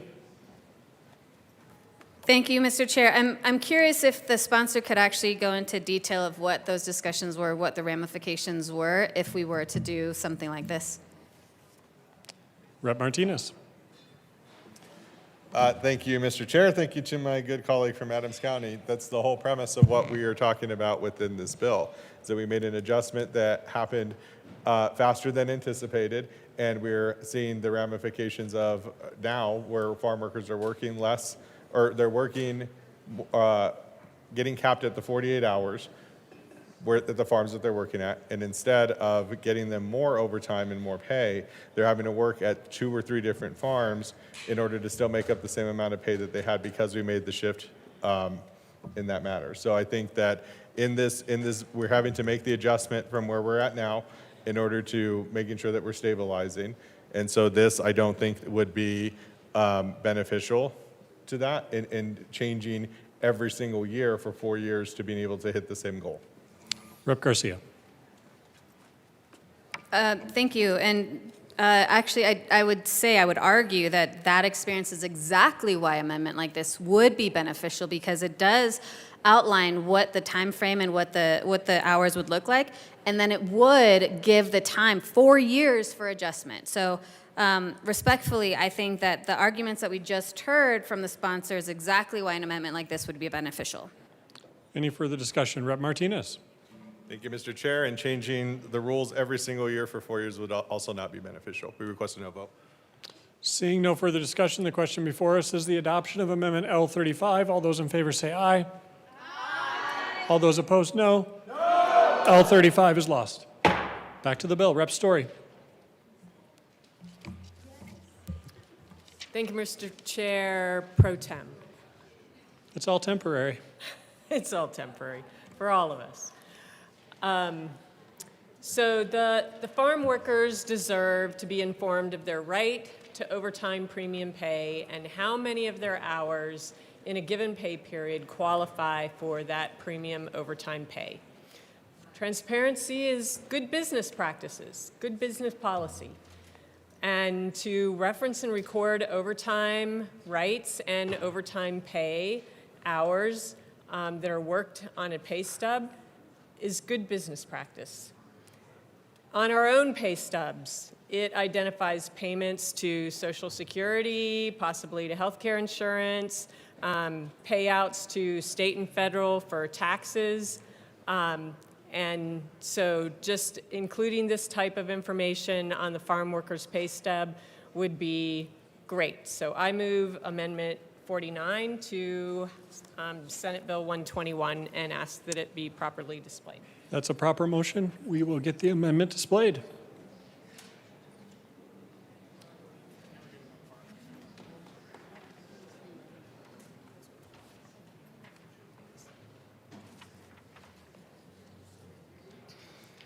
Thank you, sir. Rep. Story, please proceed. Thank you, Mr. Chair. So this amendment, L49, requires disclosure of the overtime rights and overtime hours worked on a worker's pay stub.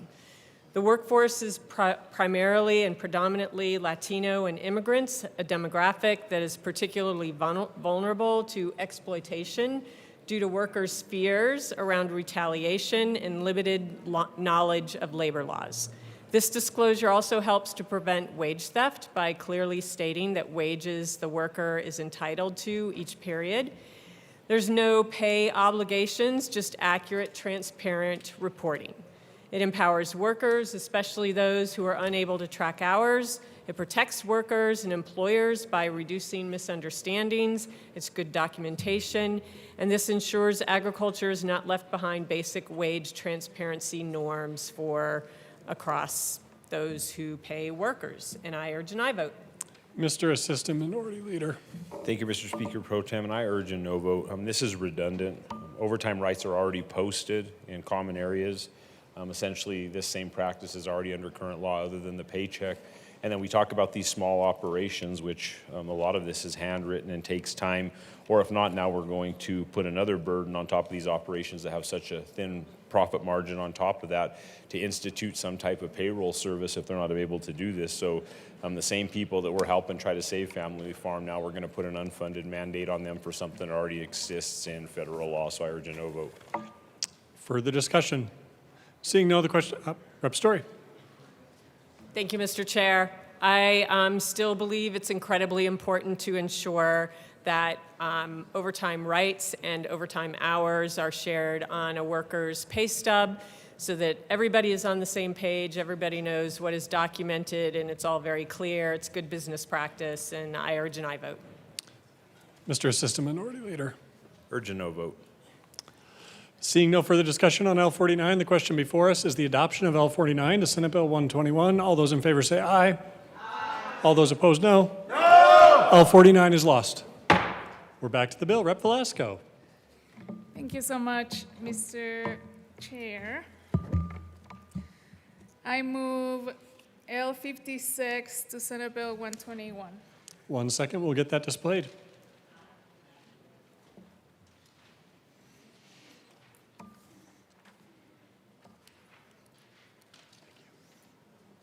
Rep. Velasco, tell us about L56. Thank you so much, Mr. Chair.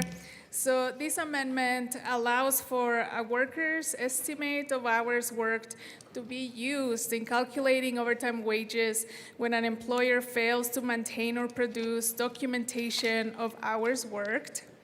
And employers already have the legal duty to maintain accurate time records. This amendment simply addresses what happens when they do not. Without this protection, an employer could avoid paying overtime by failing to keep records, which creates the wrong incentive.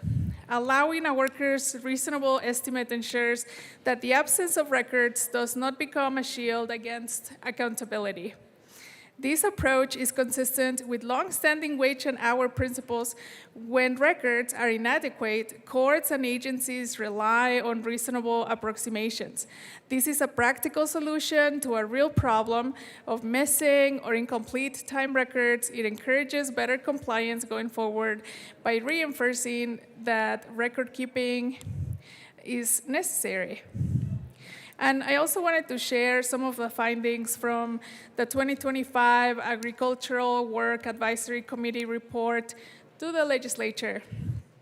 The Department of Labor, Division of Labor Standards and Statistics reported to the committee that in 2024, they visited 9 agricultural employment sites across the state, 1 dairy, 2 vegetable producers, and the remaining were fruit growers. Generally, they were looking for compliance with Senate Bill 2187 and other laws enforced by CDLE. They mainly checked for compliance with posting and training requirements, as well as heat protections for workers and payment of wages. In some instances, they followed up with employers to produce pay records as well as policies on heat protections as required under Senate Bill 2187 and other laws enforceable by CDLE. And those employers who did not have the required policies were required to create the policies and provide them to CDLE. One of the agricultural producers visited turned into a formal investigation. A monitoring plan was implemented.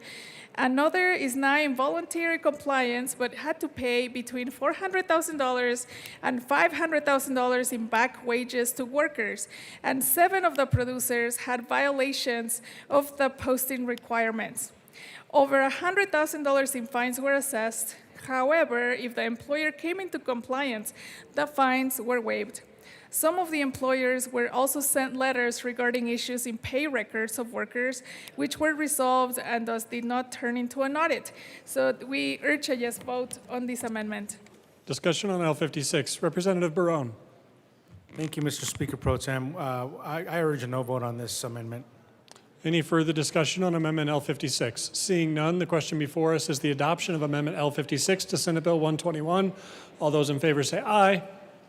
All those opposed, no. No! L56 is lost. Representative Velasco. Thank you so much, Mr. Chair. So I would like to move L29 to Senate Bill 121 and ask that it be properly displayed. 1 second.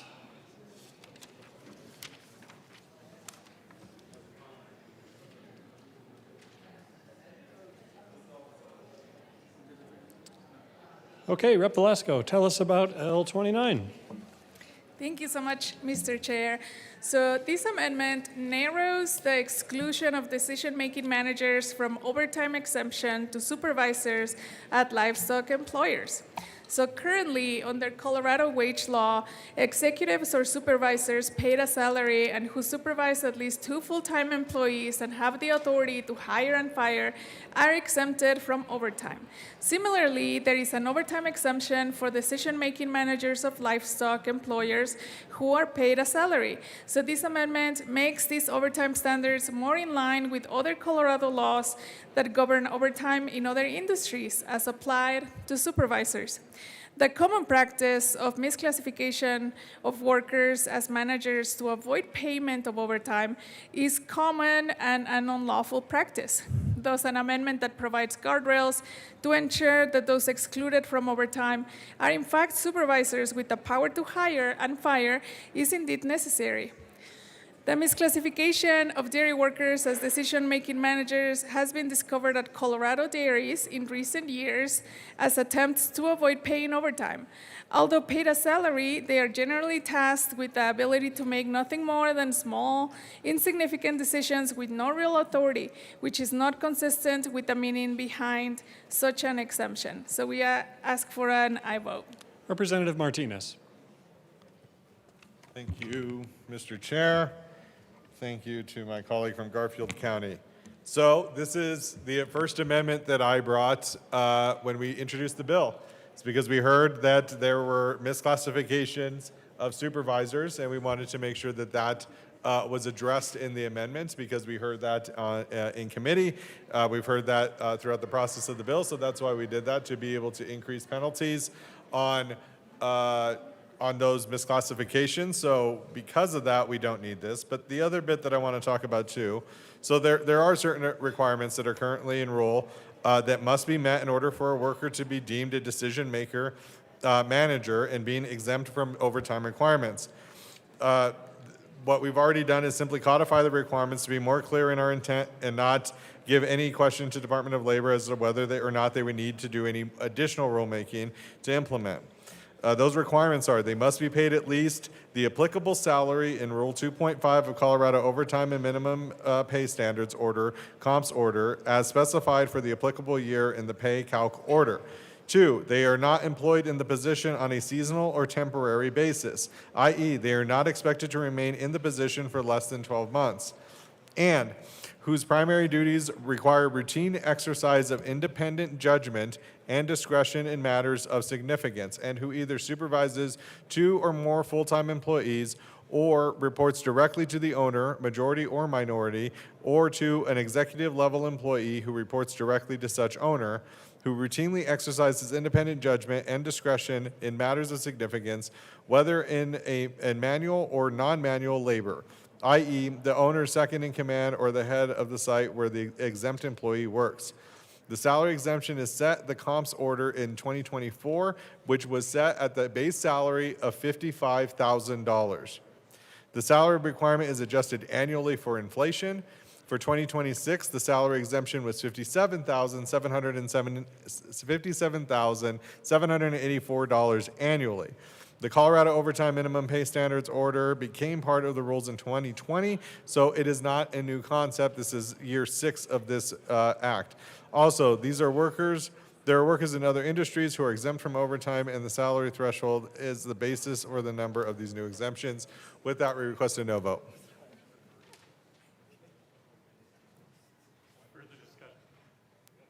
Further discussion on L29. Seeing none, the question before us is the adoption of L29 to Senate Bill 121.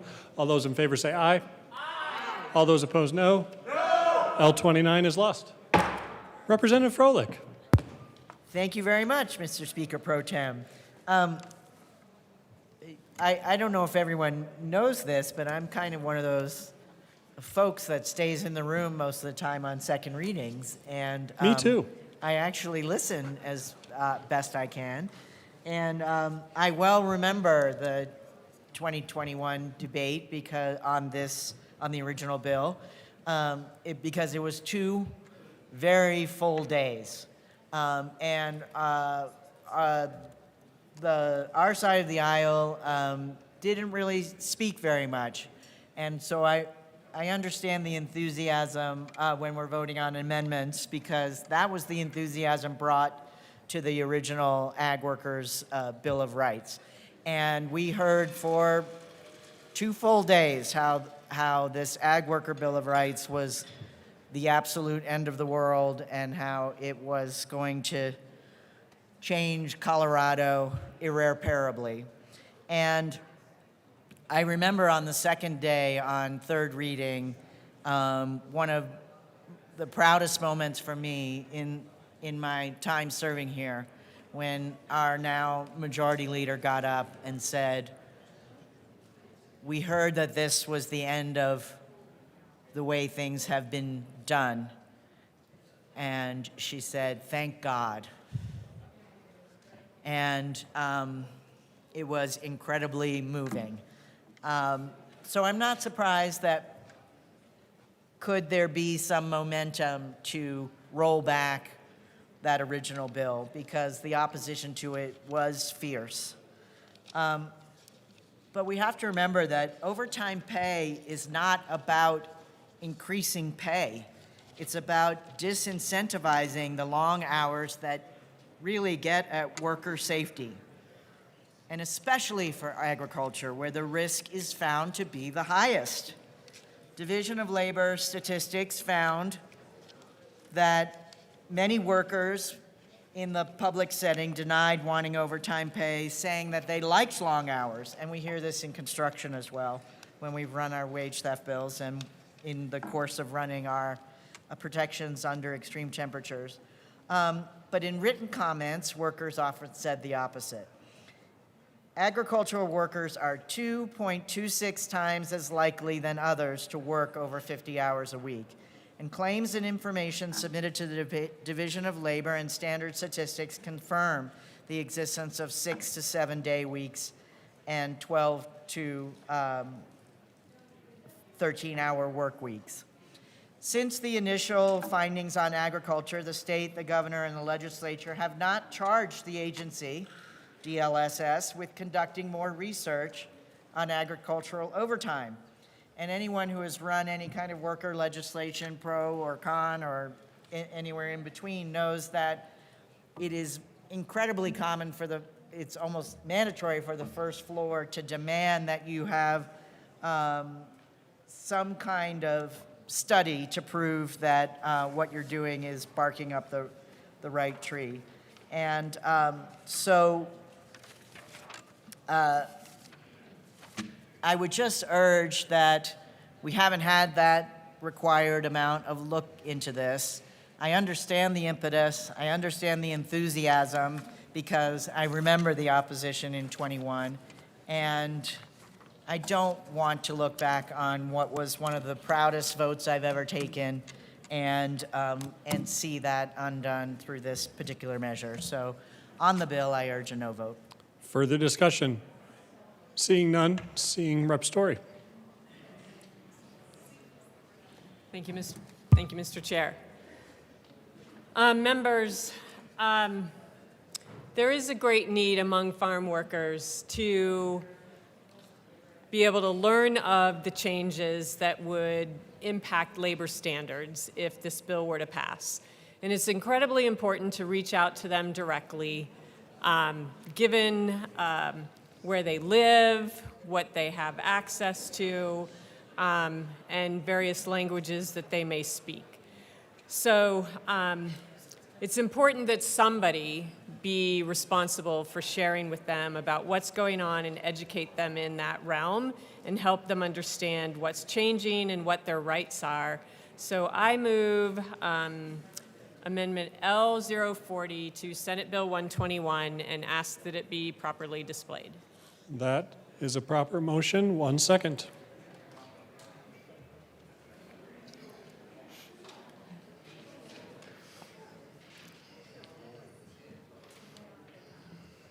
Rep. Story, tell us about L40. Thank you, Mr. Chair. So Amendment L40 indicates that what needs to happen is that CDLE, the Colorado Department of Labor and Employment, conducts a program to coordinate direct and in-person outreach to agricultural workers to provide education about the overtime rights of agricultural employees established in this bill. The outreach program would need to be conducted shortly after this bill might pass, and it includes visits to employer-provided housing sites and other residential facilities where agricultural employees reside at reasonably estimated times outside of working hours. It's conducted in English and Spanish at a minimum, and additional languages as is needed. Provides employees with clear information about the new overtime threshold and effective date, employees' right to overtime compensation, how to calculate overtime pay that's owed, and how to file a wage complaint with the department if overtime wages are not paid. And the Department of Labor and Employment will adopt rules as necessary to address this need. So, in short, CDLE would provide written notice to ag employees on the new overtime standard and work to visit with them where they live. Workers deserve to know about labor standards that impact them, especially when they're being rolled back, as this bill would do. Workers also need to know how to file labor violations, and information around that must be included in the notice.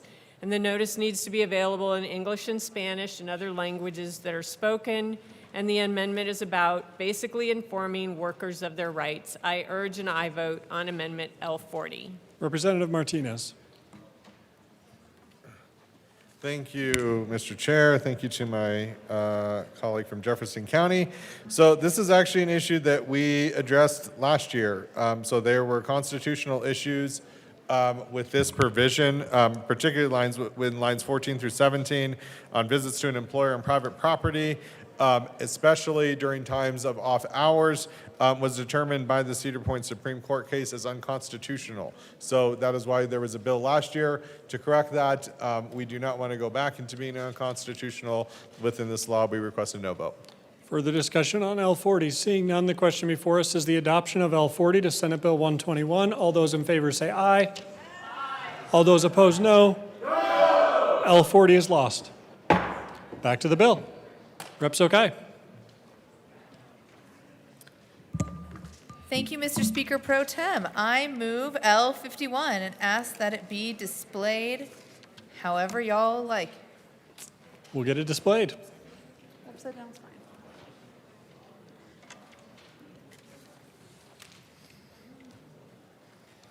Rep. Sokai, tell us about L51. Thank you, Mr. Speaker Pro Tem. L51 requires CDLE to conduct a mobile or field-based outreach program to ag employees and employers to educate them about the changes at the start of peak ag seasons. This is important because rights only matter if people know that they exist. An educational outreach program ensures that farm workers actually understand their wage, hour, and safety protections. And as we are making some pretty drastic changes in this bill, it is crucial that workers know what we are doing here today. Farm workers face unique barriers to information, including language barriers, geographic isolation, limited internet access, and fear of retaliation. And outreach is how the law can reach workers where they are. We can't assume that posting a notice or passing a law is enough. Without active education, many workers will never learn that they are entitled to overtime or other protections, or that the overtime thresholds have changed. And I will say one of the things we talk about a lot in this building is avoiding costly and time-consuming litigation, often on my bill. So I think you all will be happy to know that this will help ensure that issues are raised earlier and resolved before they can escalate into formal complaints or into litigation.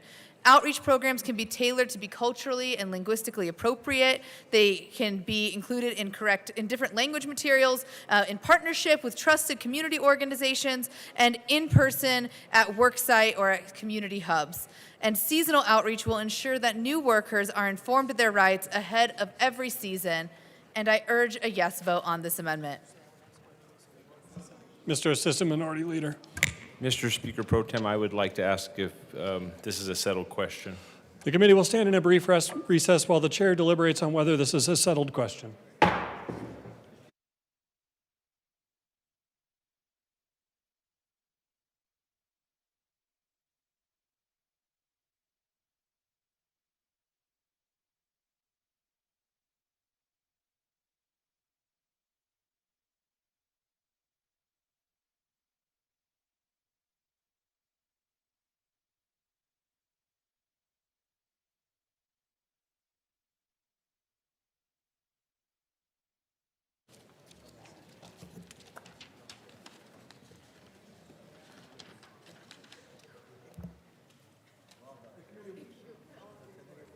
The committee will come back to order. The chair rules this is a settled question and the amendment is out of order. We are back to the bill. Rep. Woodrow. Thank you, Mr. Speaker Pro Tem. It's an honor to serve with you. An honor to serve with you. Colleagues, few things are more American than the belief in an honest day's pay for an honest day's work. This bill, SB 26-121, fundamentally undermines this basic principle, and therefore I rise in strong opposition. This bill is a rollback of hard-won overtime protections for Colorado's ag workers, and it should be rejected. The bill sets a uniform overtime threshold of 56 hours per work week for most agricultural employees to start January 1st, 2027. It repeals the Division of Labor Standards and Statistics Authority to adjust the rules by regulation. In practice, it raises the current threshold from 48 hours, that's the standard that took full effect in 2025 under SB 21087, to 56 hours during the majority of the year outside the 22 designated peak weeks. This means farm workers will have to put in approximately 8 additional hours, often the equivalent of an extra full day, before earning time and a half during non-peak periods. Yes, there are exceptions for open-range livestock workers, certain high-level managers, and family members of owners, but that does not change the impact on the vast majority of hired farm labor. Colorado's ag workers already are among the lowest paid in the state and the nation. As been said by others, they perform physically demanding, often hazardous work in extreme weather, around heavy machinery, often working with chemicals. The 2021 law that finally extended the minimum wage and overtime to them was a bipartisan compromise that recognized their essential role while phasing in protections gradually. SB 26-121 walks that compromise back just as it has taken full effect. It tells these workers that they are not entitled to the same basic labor standards as almost every other Coloradan whose overtime begins at 40 hours. It is bad policy for workers, it is bad for safety, and it is bad for the long-term health of Colorado's ag industry. Farm workers routinely work long weeks to make ends meet because their base wages are so low. Delaying overtime until 56 hours forces them to choose between family time, rest, and extra income. It is not more pay overall, it is more hours required before premium pay kicks in. Now, opponents of stronger protections claim that lower thresholds would hurt workers by forcing farmers to cut hours or shift to less labor-intensive crops. The data do not support that or bear it out. The current 4856 structure has been in place for over a year with no evidence of widespread farm closures or job losses. Instead, the bill simply shifts costs onto the backs of the lowest paid employees. There are health, safety, and food quality risks as well. Agriculture already has elevated injury rates. Fatigue from 12, 14-hour days increases the likelihood of accidents involving tractors, livestock, ladders, and sharp tools.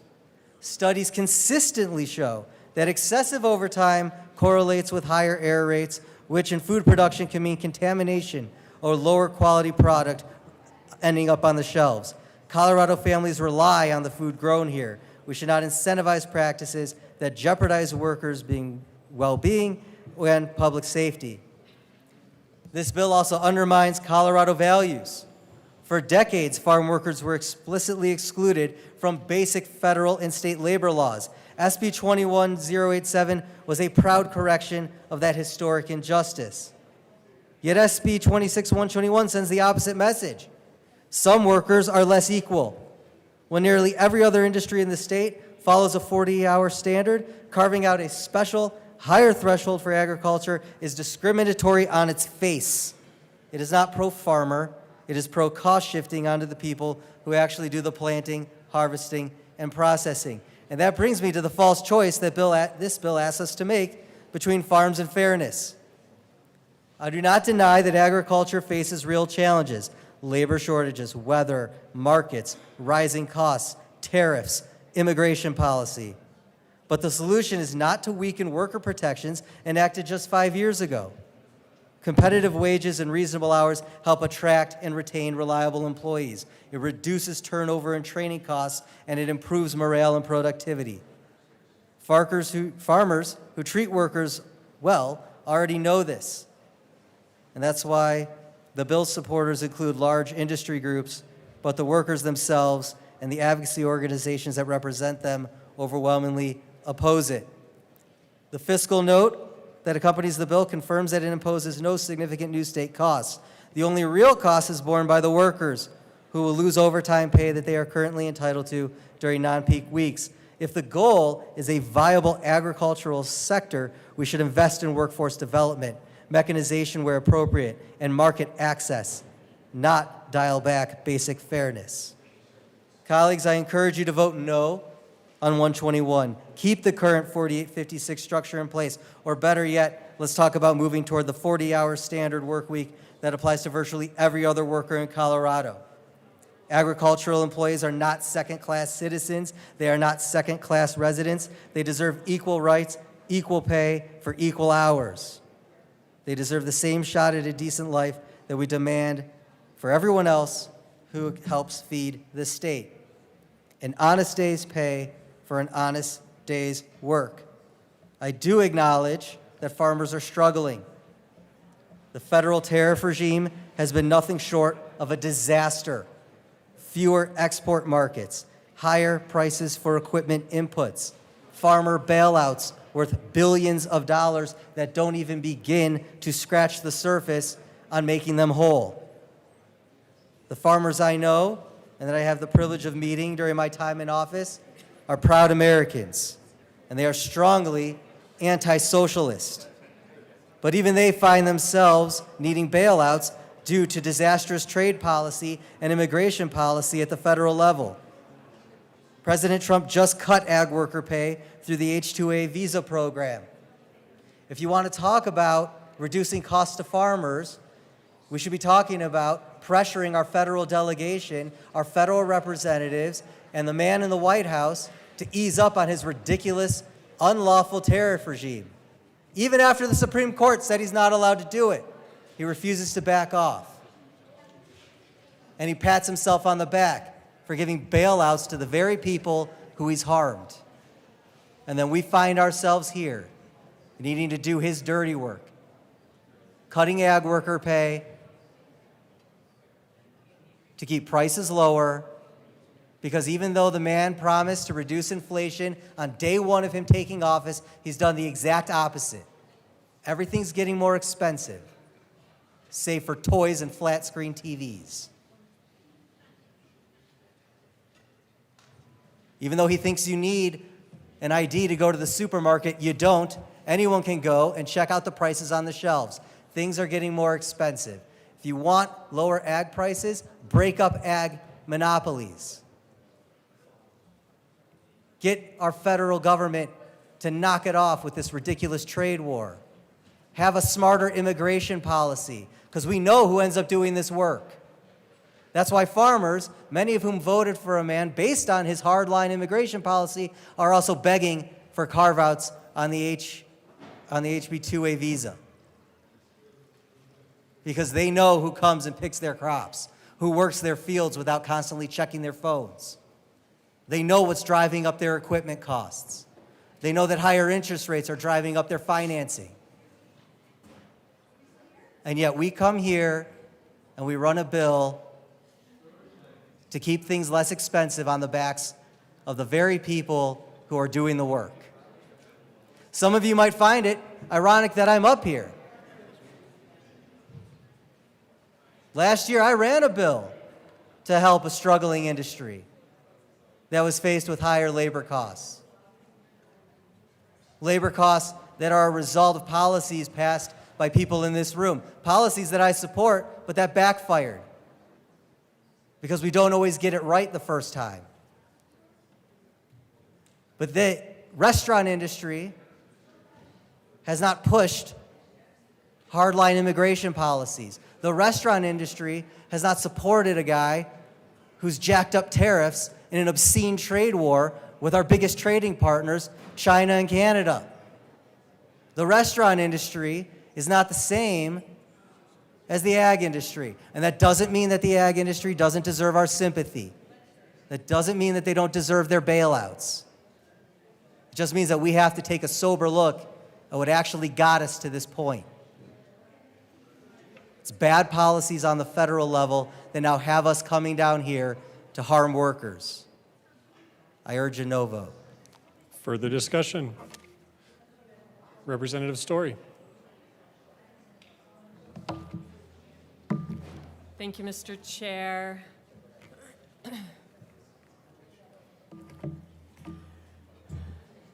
Again, we are concerned about outreach to ag employees and the need for education to address the changes and notice to workers.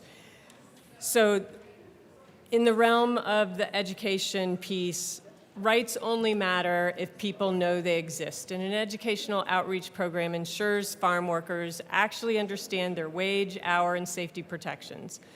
Farm workers face unique barriers to information, including language differences, geographic isolation, limited internet access, fear of retaliation. Outreach is how the law reaches workers where they are.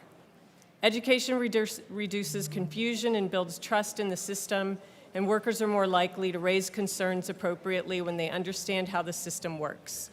This is a proactive solution. It prevents problems before they start rather than relying solely on enforcement after the harm has occurred.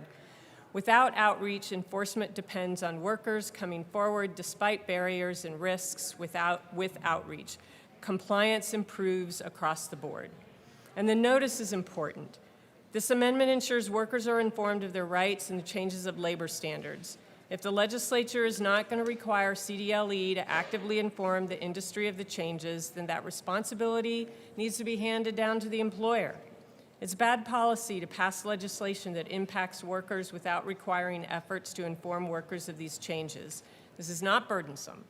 It helps alleviate language barriers, rural worksite isolation, limited access to legal information. We can reduce CDLE involvement because workers will know their rights before something goes wrong. And so I move Amendment 57 to Senate Bill 121. That's a proper and ask motion. that it be properly displayed. One moment, we will get it displayed.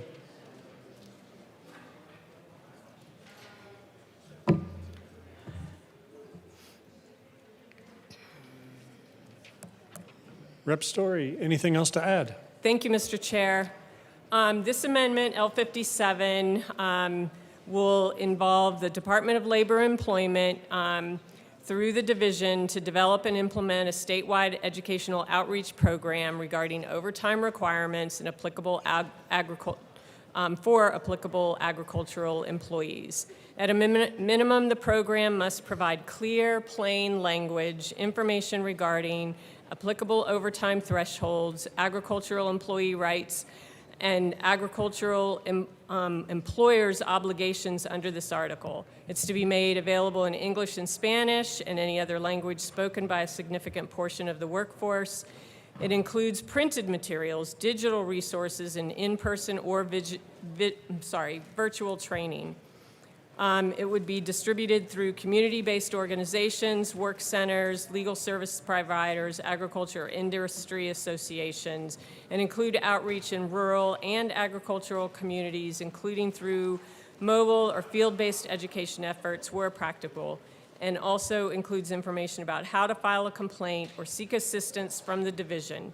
Each agricultural employee shall provide written notice in English and Spanish of the workers' rights under this article to each agricultural employee, and this is important so that the workers know what's being changed and impacting their lives. I urge an aye vote. AML winner. Thank you, Mr. Speaker Pro Tem. CDA already has educational programs for both employers and employees, so this is redundant and not needed and would drive a fiscal nose, so I urge a no vote.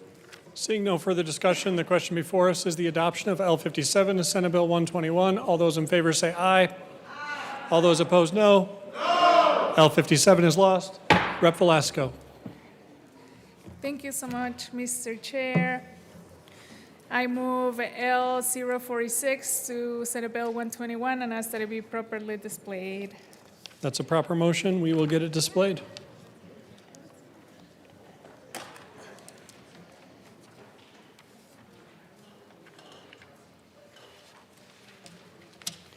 Rep. Velasco, please proceed. Thank you, Mr. Chair. So this amendment reinstates the CDLE rulemaking from the introduced version of the bill. CDLE needs the authority to be able to promulgate rules when a labor standard is changed. The language in the bill is currently too vague around what types of family members of farm employers are exempted from overtime. The language in the bill is also too vague around what it means to be a decision-making livestock manager, and CDLE needs to be able to define these folks. Yeah. Mr. Assistant Minority Leader. Mr. Speaker Pro Tem, I believe this is a settled question. The committee will stand in a brief recess while the chair deliberates on whether or not this is a settled question.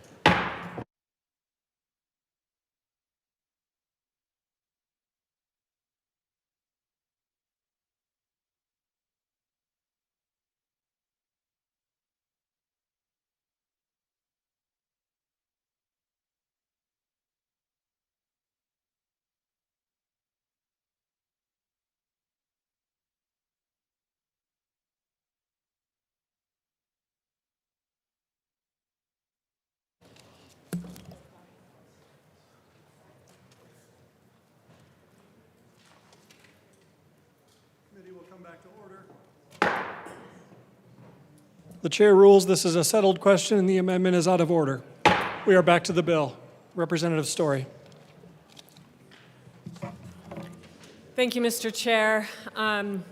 Thanks so much. Wanted to talk about the importance of education for the farm worker employees.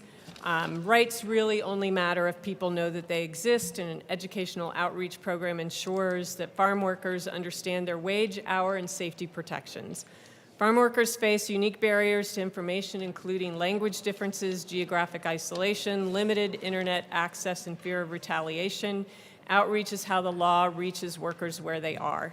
We cannot assume that posting a notice or passing a law is enough without active education. Many workers will never learn they are entitled to overtime or other protections. Outreach is one of the most effective and least adversarial ways to improve compliance. When workers understand their rights, issues are raised earlier and resolved before they escalate into formal complaints of litigation. Education reduces confusion and builds trust in systems. Workers are more likely to raise concerns appropriately when they understand how the system works. This is a proactive solution. It prevents problems before they start, rather than relying solely on enforcement after harm has occurred. Without outreach, enforcement depends on workers coming forward despite barriers and risks. With outreach, compliance improves across the board. I move Amendment L58 to Senate Bill 121 and ask that it be properly displayed. That's a proper motion. One moment.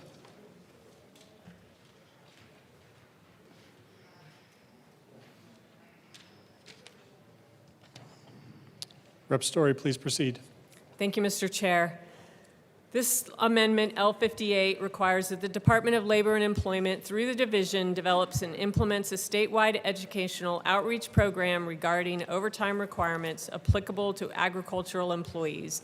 At a minimum, the program must provide clear, plain language information regarding applicable overtime thresholds, agricultural employees' rights, agricultural employers' obligations, be made available in English and Spanish and any other language spoken by a significant portion of the agricultural workforce, include printed materials, digital resources, and in-person or virtual training, and be distributed throughout the community-based organizations, work centers, legal service providers, and agricultural industry associations, and include outreach in rural and agricultural committees, including through mobile or field-based education efforts where practicable. I urge an aye vote on L58 in order to inform our education and educate our workforce in the ag industry.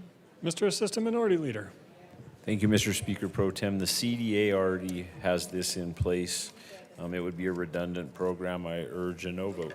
Further discussion on L58. Seeing none, the question before us is the adoption of L58 to Senate Bill 121. All those in favor say aye.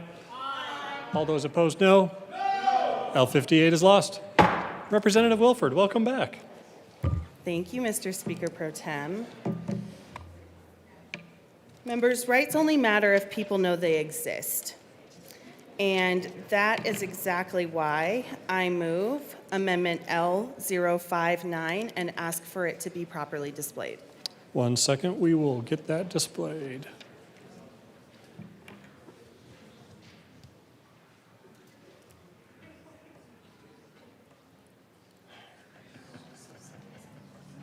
Rep. Wilford, please tell us about 59. Thank you very much, Mr. Speaker Pro Tem. Members, because I know that there are some very important conversations happening right now around this bill, I'm going to do something I don't think I've ever done in the well before. I'm not doing the thing that the Majority Leader thinks I'm going to do, but I am going to personally read this amendment. Delightful. Yeah, I thought so too. So this amendment will amend re-engrossed bill, page 2. It'll strike line 5 and substitute education outreach, agricultural employee overtime, gifts, grants, or donations definitions. On page 3, after line 13, insert 3A, the Department of Labor and Employment, through the division, shall develop and implement a statewide educational outreach program regarding overtime requirements applicable to agricultural employees. B, at a minimum, the program must 1, provide clear, plain language information regarding A, applicable overtime thresholds, B, agricultural employees' rights under this Article 6, and C, agricultural employers' obligations under this Article 6. 2, be made available in English and Spanish and in any other language spoken by a significant portion of the agricultural workforce as determined by the division. 3, include printed materials, digital resources, and in-person or virtual training. 4, be distributed through community-based organizations, worker centers, legal services providers, and agricultural industry associations. 5, include outreach in rural and agricultural communities, including through mobile or field-based education efforts where practicable. And 6, include information about how to file a complaint or seek assistance from the division. C, the department may seek, accept, and expend gifts, grants, or donations to support the educational outreach program. The General Assembly may appropriate money to the department for purposes of this section. So what this amendment does, now that you've all heard it, I see what's happening out here. It requires CDLE to conduct an outreach program to ag employees and employers to educate them on the changes and allows CDLE to accept gifts, grants, and donations to support the program. As you heard me say earlier, rights only matter if people know they exist, and an educational outreach program ensures that farm workers actually understand their wage, hour, and safety protections. Farm workers face unique barriers to information, including language differences, geographic isolation, limited internet access, and a fear of retaliation. Outreach is how the law reaches workers where they are.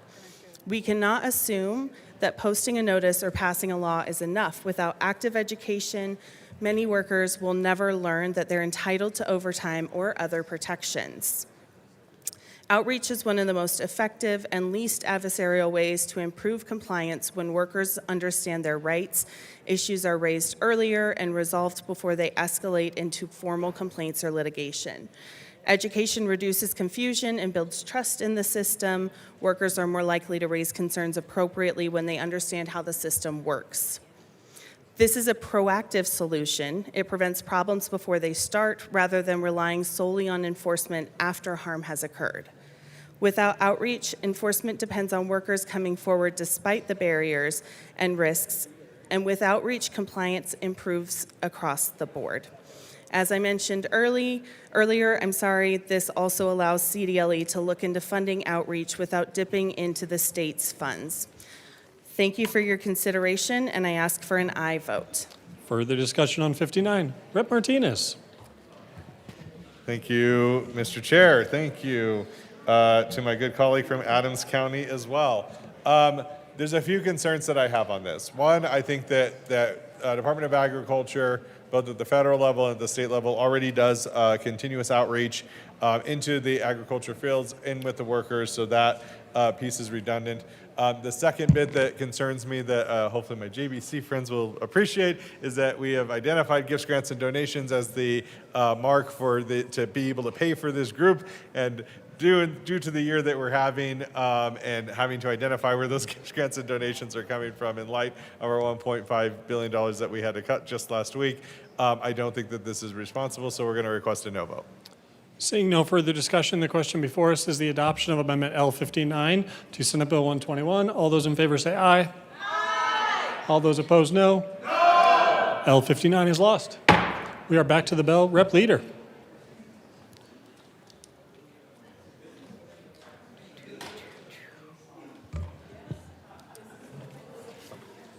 Well, at least I don't have to adjust the height.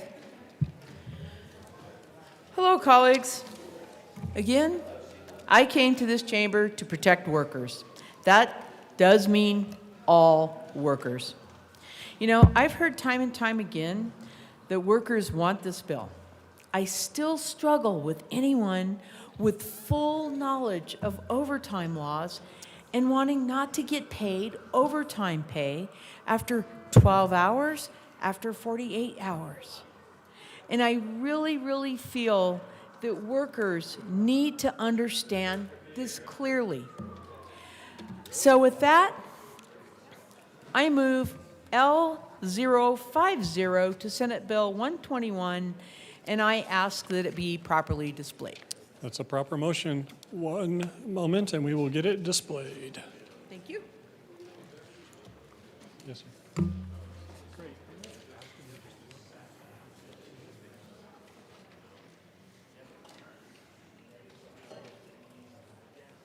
And Rep Leader, it's a little unorthodox, but I'm just going to say this. We have already amended page 3, line 14. And so if I was asked, I would say that it is a settled question. You can certainly proceed and someone can make that motion. However, this is the same section that keeps on coming back in this same motion, so I just wanted to flag that for you. Okay, thank you.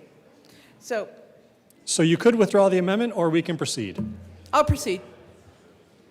So basically, Great, here's the chair why- will put us in a brief recess while we rule on whether or not it is a settled you. question. How is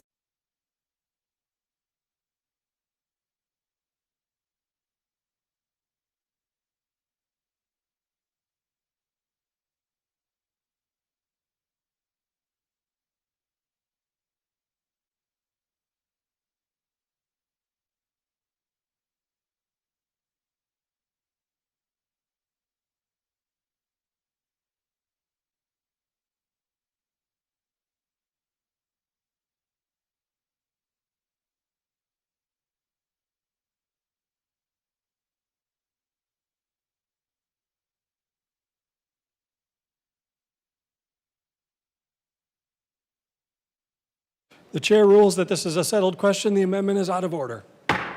We're back to the bill. See, Representative Velasco. Thank you, Mr. Chair. I would like to move L53 to Senate Bill 121. That is a proper motion. One moment.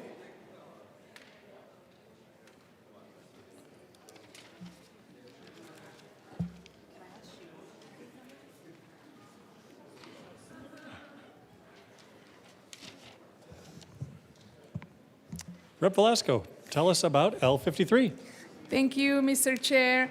So this amendment requires employers to post a notice informing workers of their rights and allows for public and private enforcement. The amendment also includes an anti-retaliation provision safeguarding workers who assert rights under the overtime law and for participating in any investigation. Also includes a presumption of retaliation where adverse action is taken, close in time to when a worker asserts their rights or participates in a CDLE investigation. And this amendment offers another way to ensure workers are informed of their rights by requiring employers to post a notice of those rights in areas where their workers are likely to see and access it. This is not burdensome, helps alleviate language barriers, rural worksite isolation, limited access to legal information, and can reduce CDLE involvement because workers will know their rights before something goes wrong. And rights only matter if people know they exist. An educational outreach program ensures farm workers actually understand their wage, hour, and safety protections. Farm workers face unique barriers to information, including language differences, geographic isolation, limited internet access, and fear of retaliation. Outreach is how the law reaches workers where they are. We cannot assume that posting a notice or passing a law is enough.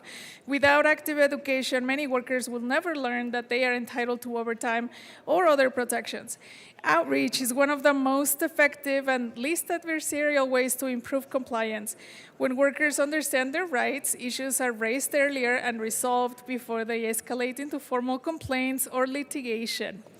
And on the enforcement piece, rights without enforcement are just promises. Public and private enforcement ensures the law has real consequences and real meaning. Government enforcement alone is not enough. Agencies have limited resources and violations often go unseen without workers being able to act on their own behalf. Private enforcement allows workers to vindicate their rights directly. Public enforcement sets baseline accountability, while private enforcement fills the gaps, and these two systems work best together. We urge a yes vote. Further discussion, A is the winner. Thank you, Mr. Speaker. Pro Tem, I request a title challenge. The committee will stand in a brief recess while we debate whether this fits under the title.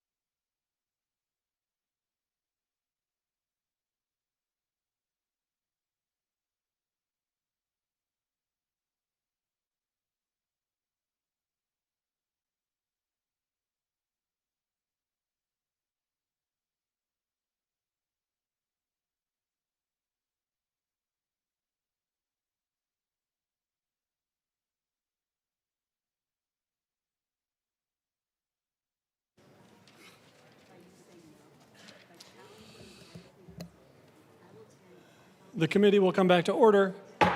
The chair rules that L53 does fit under the title. Further discussion on L53, seeing none, the question before us is the adoption of Amendment L53 to Senate Bill 121. All those in favor say aye. Aye. All those opposed, no. No. The amendment is lost. We are back to the bill. Rep. Velasco. Thank you, Mr. Chair. I move L48 to Senate Bill 121. That is a proper motion. One moment.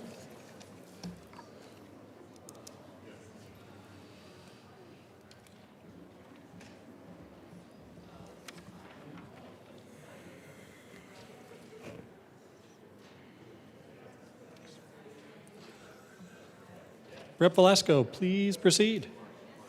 Thank you so much, Mr. Chair. So this is another effort to try to make sure that workers know their rights and that information is posted.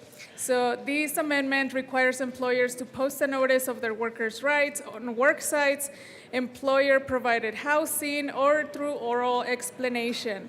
This amendment offers another way to ensure workers are informed of their rights by requiring employers to post a notice of those rights in areas where their workers are likely to see and access it, and helps alleviate language barriers, rural worksite isolation, limited access to legal information, and can reduce CDLE involvement because workers will know their rights before something goes wrong. And we urge a yes vote. Further discussion on L48. Seeing none, the question before us is the adoption of Amendment L48 to Senate Bill 121. All those in favor say aye. Aye. All those opposed, no. No. L48 is lost. We are back to the bill. Rep. Leader. Well, let's try this one. Thank you, Speaker Pro Tem. So, again, I came here to fight for the workers. And I really, truly believe they need to be able to understand what the rules and laws are. This is correct. So, with that, I move L038 to Senate Bill 121 and ask that it be properly displayed. That's a proper motion. 1 second, we will get it displayed.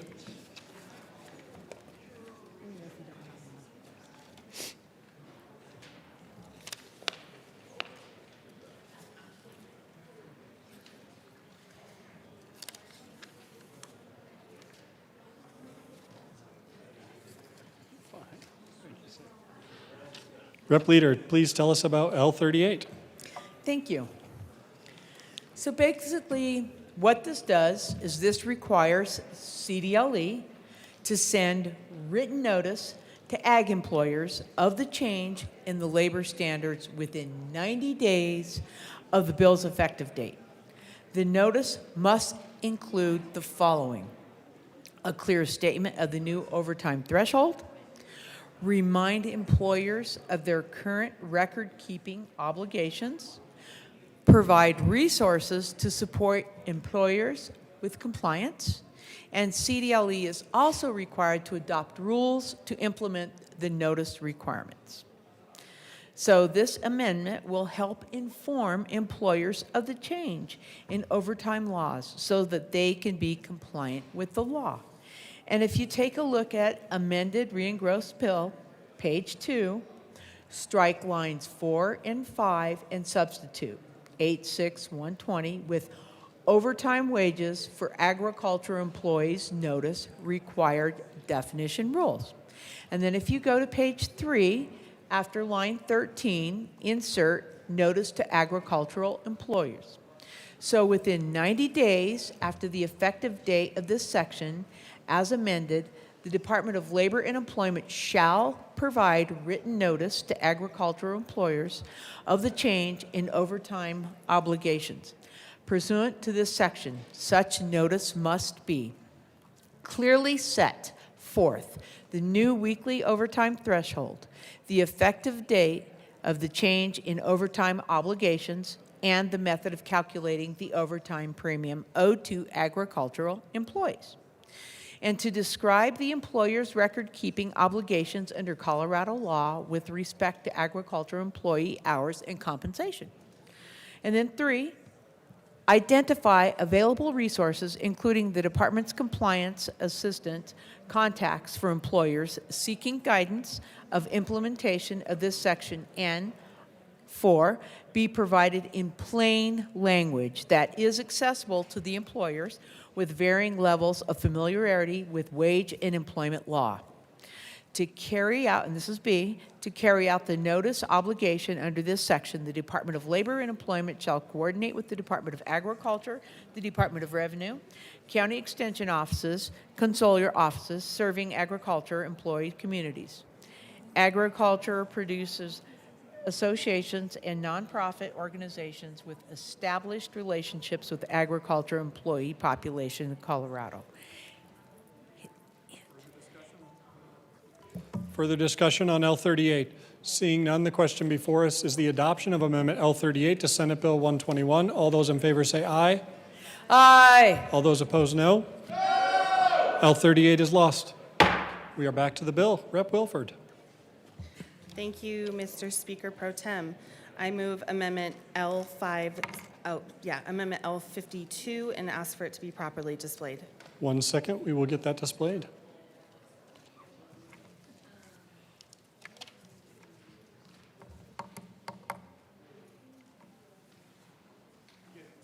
Thank you. Rep. Wilford, tell us about L52.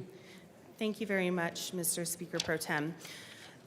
This amendment requires employers to post a notice informing workers of their rights and allows for public and private enforcement. The amendment also includes an anti-retaliation provision safeguarding workers who assert rights under the overtime laws and for participating in any investigation. This amendment offers another way to ensure that workers are informed of their rights by requiring employers to post a notice of those rights in areas where their workers are likely to see it and access it.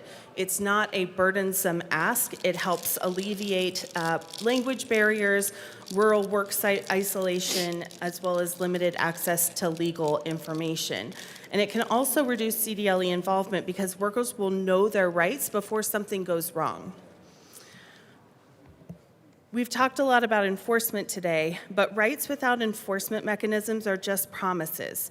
Public and private enforcement ensures that the law has real consequences and real meaning for these workers. Government enforcement, however, alone is not enough. Agencies have limited resources, and violations often go unseen without workers being able to act on their own behalf. Private enforcement allows workers to vindicate their rights directly. Public enforcement also sets baseline accountability, where private enforcement helps to fill the gaps, and the two systems work best together, not as substitutes. In terms of anti-retaliation, when workers know they're protected from retaliation, they're more likely to raise concerns internally first. giving employers an opportunity to fix problems. An anti-retaliation provision is essential because rights cannot be exercised if workers fear losing their jobs for simply speaking up.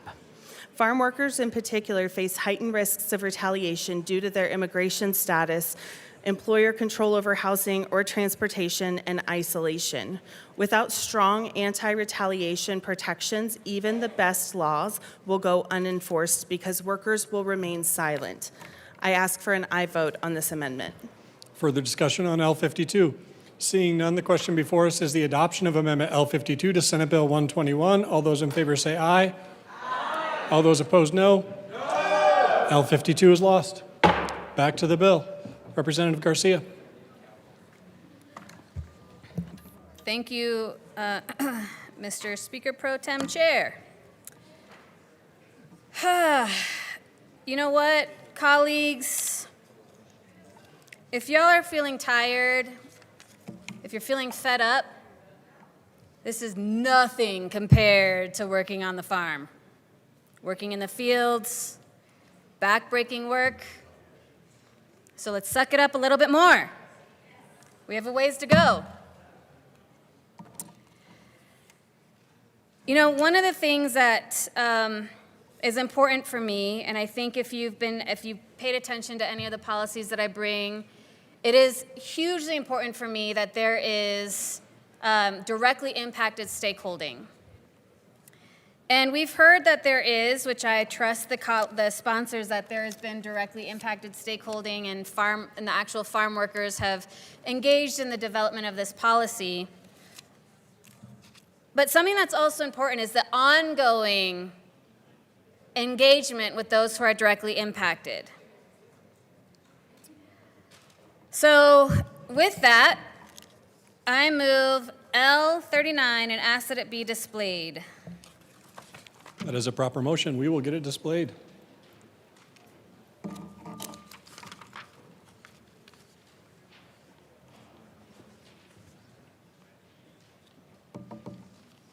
Rep. Garcia, please proceed. Thank you, Mr. Chair. Members, you might know that in 2019 and in 2021, the state actually did a statewide intensive study on farm worker overtime. From that came rules that put the 48-hour limit and also created a right to breaks. What Amendment L39 does is it requires CDLE to conduct another study of ag worker overtime pay before this bill can be implemented. Since the rule was implemented, no additional study had been conducted that warrants or provides any sort of data to demonstrate that this policy is actually a solution that will lead to more prosperous ag. The study would include the number of workers who received overtime since it was instituted, how many of those who received overtime worked for seasonal employers, the number of seasonal employers versus year-round ag employers. The reason why the Agricultural Workers Advisory Committee has not come out with any policy recommendations in this space is because CDLE currently does not capture the necessary information about the agricultural industry. Like I said, we did a study, 2019, 2021, really comprehensive. Since then, nothing. The state has not commissioned or enacted or required an additional study. This bill is not a data-driven bill. This policy is not a solution rooted in data. CDLE needs to do a study so the advisory committee can do what it was set out to do and recommend data-backed policies.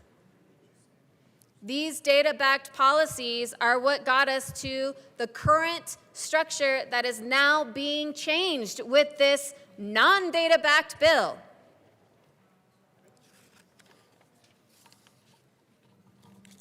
I've said it many times before, and I'll keep saying it, just to remind us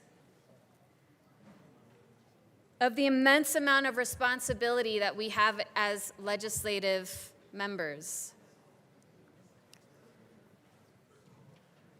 What we're voting on right now is not just words on a paper. What we're voting on is a commitment to ensuring that we have data-backed policies. We've heard time and time again criticism about emotionally driven policies and bills. Well, let's prove that this is necessary and that it's not just driven by emotion and fear, and actually put data behind it. Let's study this. I ask for an aye vote.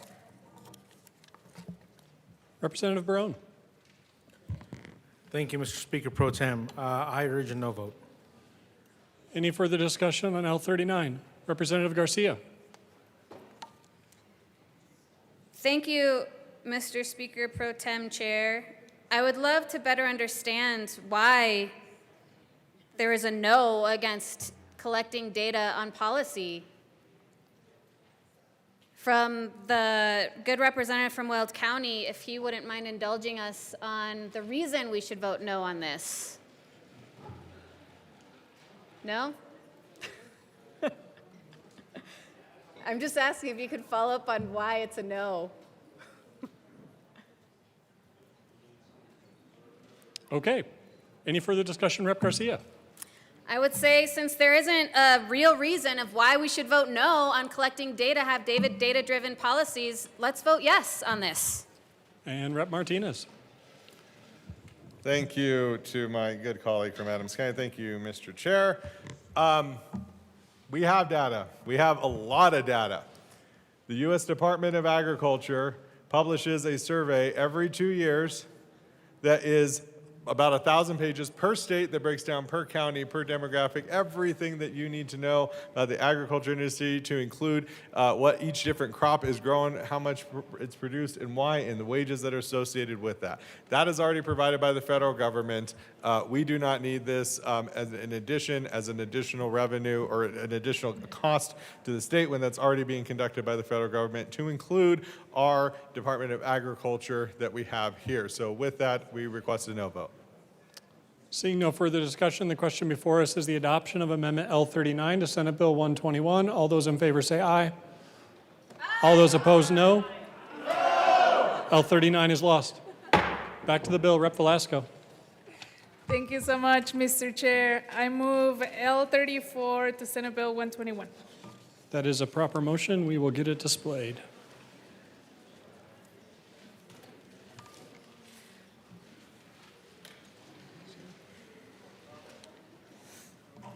Rep. Velasco, please proceed. Thank you so much, Mr. Chair.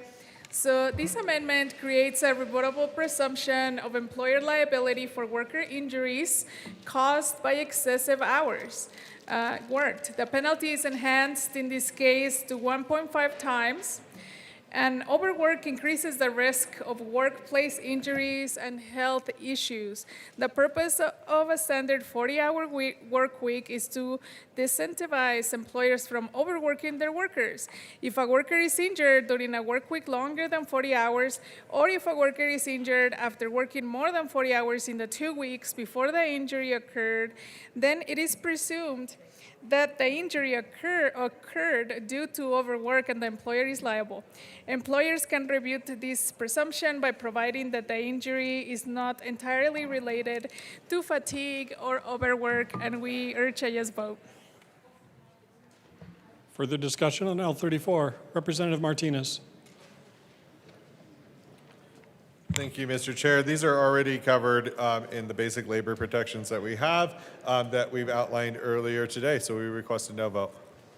Seeing no further discussion on L34, the question before us is the adoption of L34 to Senate Bill 121. All those in favor say aye. Aye. All those opposed, no. No. L34 is lost. We are back to the bill. Rep. Garcia.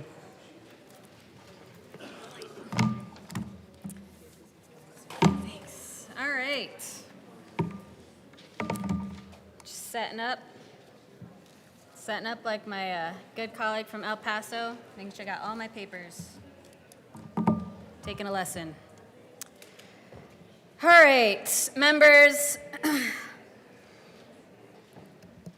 The amendment marathon might, maybe, possibly has come to an end. Maybe, we'll see. But until we actually know for sure, I'm going to take a minute to explain, outside of amendments, to try and make this bill less worse, why I rise in absolute opposition to this bill. I do want to start by reminding all of us that we unanimously just voted to enact Farm Workers' Day in Colorado.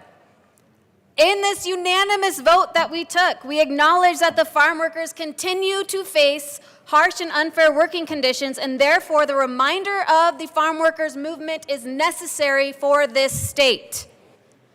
This bill is exactly why the farm workers movement must continue, because there continues to be attacks on the rights and dignities of farm workers. The harsh and unfair working conditions are low pay, intense physical labor, exposure to extreme temps and harsh pesticides, repetitive motions that lead to long-term injuries. And these harsh working conditions are only intensified because of the long hours that ag workers are faced with. In 2019 and in 2021, the Division of Labor Standards and Statistics conducted 2 studies specifically on farm worker overtime in Colorado. This was a study that was conducted in Colorado for Colorado. What did they find? They found data that led to 2 specific changes that were adopted into rule. In 2019, DLSS implemented and still enforces break rates. In 2019, our state adopted the right for farm workers to have breaks. Hear this. Sit with this. Barely in 2019, 7 years ago, did this state finally say, you know what, farm workers deserve breaks. And in 2022, forgive me, in 2021, the DLSS added overtime premium payment rights to those rules. That is when the 48-hour rule was enacted in 2021. Farm workers have only had the protection of overtime pay since 2021. Since these rules were implemented, the state has not conducted any further analysis on the farm worker overtime. We have heard arguments that employers cut off employees' hours once they reach the overtime threshold. Yes, and then they bring in new employees to continue. That is not, in fact, a cost savings when we say, but you know what, you can keep those certain farm workers longer. That does not lead to cost savings for a farmer.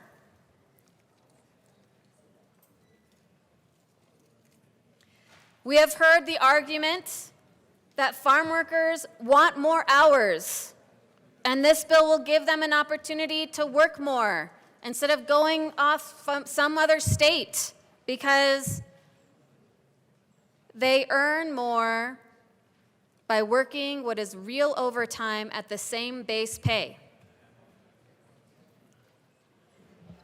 But I want to be real here and say that is not what keeps, and that is not the reason why we are facing a labor shortage.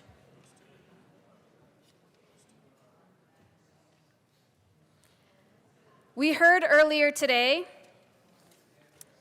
and I want to reiterate because I think it's important that we don't forget this part of our history. We heard earlier today the original purpose of our overtime law. The basic premise of the 1938 Fair Labor Standards Act was rooted in the desire to reduce workplace injury, reduce fatigue, increase productivity. And yet the group that was not included in this overtime protection from 1938 were farm workers and domestic workers. I know that my colleagues on the right cringe whenever we bring up race, but it is real. Why were they excluded from the Fair Labor Standards Act? It's because the dominant worker as a farm worker and as a domestic worker were black and brown immigrants.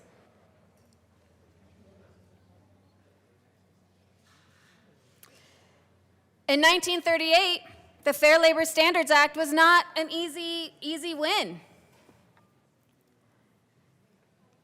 It was on rocky ground. And in order to get this bill passed, the Southern Democrats, they demanded that farm workers and domestic workers were excluded from this bill. They had to carve out ag workers, again, primarily black immigrants, to allow them to maintain the plantation-style agricultural system. This carve-out was rooted in racism and the desire to keep wages low and avoid the requirements to have fair and safe working conditions for this population. These industries, the ag and domestic worker industries, are literally what allow our societies to survive, to operate, and to thrive.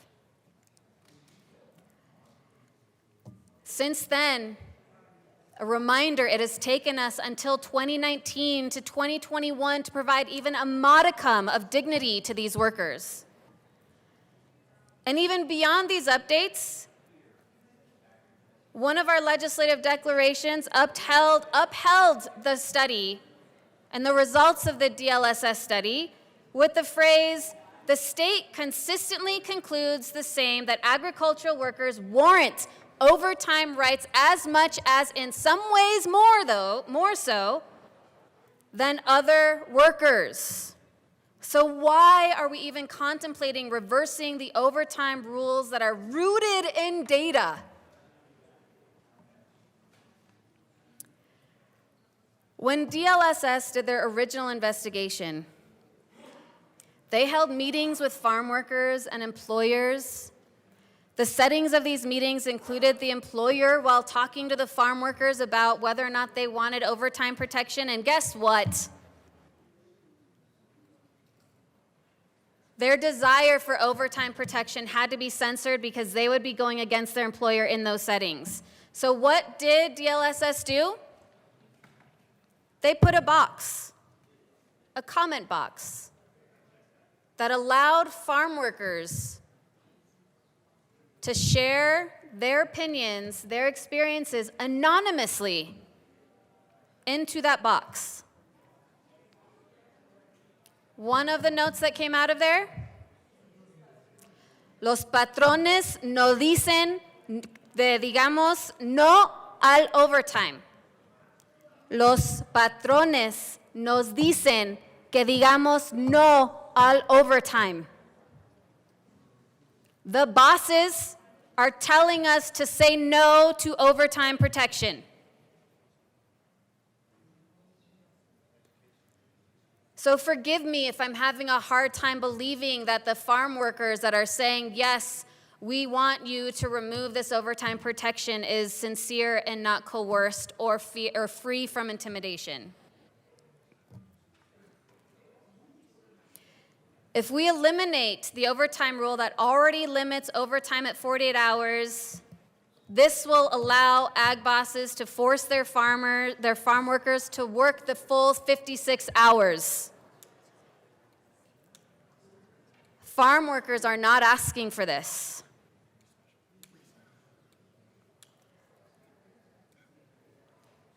When they do have to work more, they should get paid overtime. If we continue this, we are upholding the discriminatory and racist negotiations that prevented these farm workers from being included in the Fair Labor Standards Act in the first place. I am not accusing the sponsors of being racist, hear me. But upholding this practice upholds a practice that is rooted in racism. Overtime protections not only protect the worker, it also protects the employer from job-related injuries and increased workers' comp claims. However, again, we have a vulnerable population who work through injuries because of fear of reporting a job-related injury and facing retaliation. The amount of injuries compared to the amount of reported injuries on the job are inconsistent. They are disproportionate because of the fear of retaliation. I ask again, why are we even contemplating reducing protections for our most vulnerable workforce who sacrifice their health and safety for food? For our food. We all know the agriculture industry is struggling. We know that the cause for struggling industry is due to the many things that the rep from Arapahoe County already mentioned. It's due to rising production costs, including fertilizer, seed, and fuel, extreme weather disruptions, labor shortages due to the inhumane anti-immigrant agenda from the federal administration. It's due to high interest and debt rates, supply chain and trade issues, and it's also due to the monopolization of the industry through the concentration of materials and supplies needed by the ag industry. Supporting the viability and the profitability of the ag industry, especially of our small farmers, because I understand that is the motivation here and I believe it. That the motivation here is to help and support and protect our small farmers requires evaluating these factors. We should not be lifting up the burden of profitability by exploitation of the worker. Members, I offered the sponsors an alternative. I offered the creation of a small farmers hardship tax credit. This tax credit, while the immediate reaction was that's not enough, would open up a less restrictive tax credit to our small farms experiencing hardship of $8.5 million, of $13.4 million in the year after, and of $13.8 million in the year after, and who knows how much more it could go beyond that. If this is really about protecting the small farmers and making sure that they can continue, is a bill that saves them nothing because it only allows them to keep the same level of employee hours at no additional cost because they're not paying overtime, which they're not paying overtime now? Or would a solution be a credit that could put thousands of dollars in the hands of these small farmers?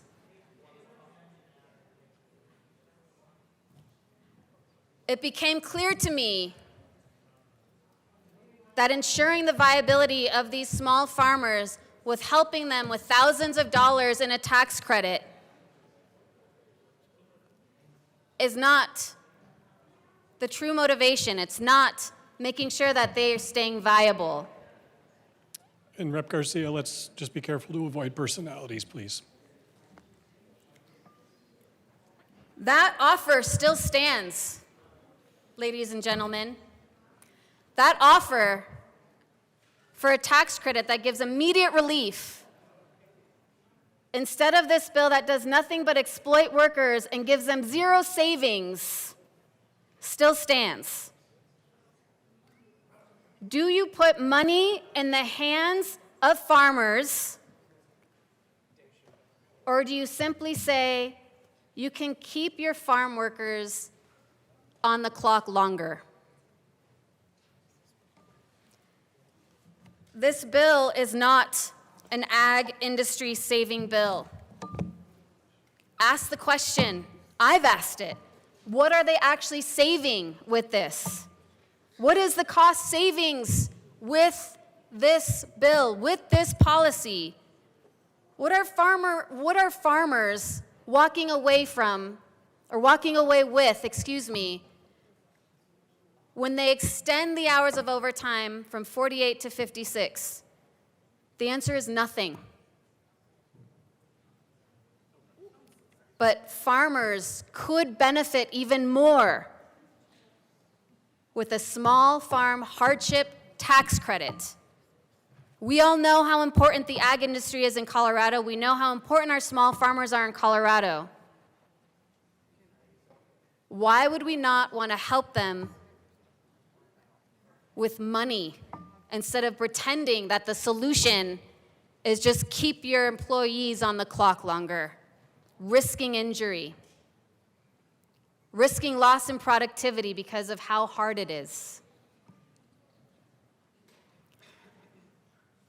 I hope that the sponsors, I hope that the lobby outside that's listening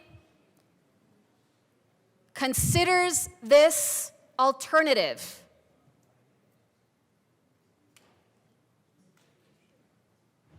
And adopts this alternative that will have real impact on our small farmers. And with that, I urge a no vote on this bill. Thank you. Further discussion on Senate Bill 121. Representative Velasco. Thank you so much, Mr. Chair. And I want to thank the Chamber for a very thoughtful conversation, and also disappointed that none of the amendments were adopted.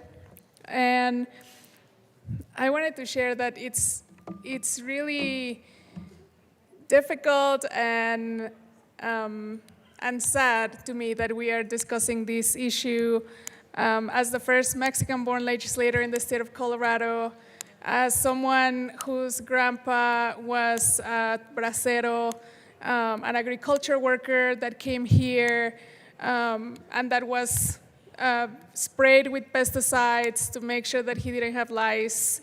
The people that built this country with sweat, tears, and blood. And I am a strong no on this bill. I invite all of you to join us. And I wanted to share again that we see the hardship that farmers and farming is experiencing, and these are the issues that many of us are experiencing. I believe that climate change is one of the most important issues of our generation, because people are dying on the job, dying in extreme weather, dying when there's an emergency, if there's a fire, a flood, when the energy goes out. Who are the people that are dying? And climate change and extreme weather and drought and water issues and losing 30 days of winter, issues with the Colorado River, with our water compacts, none of those issues are going to be solved with this bill. We are also seeing the infrastructures that we had relied on at the federal level be defunded, workers' protections be rolled back. And at that time is when we are trying to lower farm workers' wages. I believe that we continue to create these unfair conditions for workers. I heard that in committee, people were referring to overtime as a penalty. Overtime is not a penalty. Overtime is the work that people are doing at their job. And they need to be paid for that.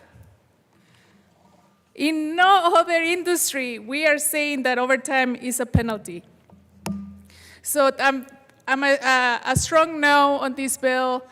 I hope that y'all can join us on voting no. And I thank the chamber for the thoughtful conversation. Representative Morrow. Thank you, Mr. Chair.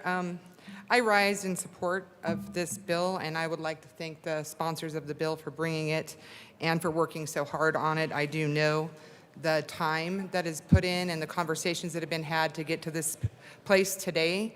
I'm someone who grew up on a farm. I raised my boys on a farm, and I still own a farm. And I come from the part of Colorado where I believe we have the best farmers in Colorado, obviously.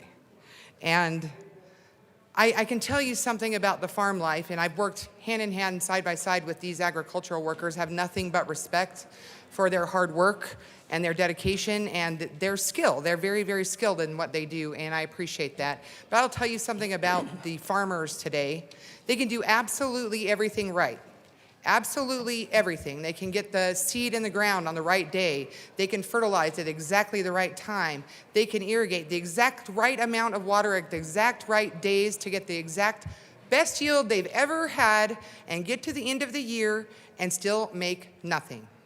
Absolutely nothing that year because everything else ate it up. So if you think you know farming, you don't.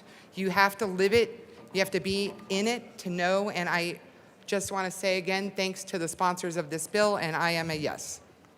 Further discussion, Representative Story. Thank you, Mr. Chair. What we've been doing here all day today, it's not about agricultural industry challenges. It's not that the challenges aren't real. They are. I'm sure it's frustrating, mortifying, heartbreaking, stressful. Generations of farming within your families on small farms. I hear you. I hear that. But this bill is not going to fix those challenges. The tariffs, the lack of water,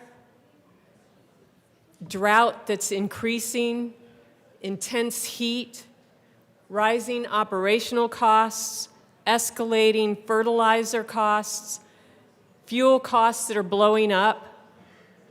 None of that is going to be fixed with this bill. Senate Bill 121 can't fix the portion of structural costs that account for 97%-ish of the ag employer costs. Demanding more hours before overtime pay of farm workers who are overworked and underpaid, earning somewhere in the neighborhood of $20,000 annually, won't fix the foundational rising costs for ranch and farm owners. Most of the farm workers employed work on large family and corporate farms, not on the small farms and ranches. The seasonal worker pay status is not touched in this bill. They already are working 56 hours before they get overtime pay.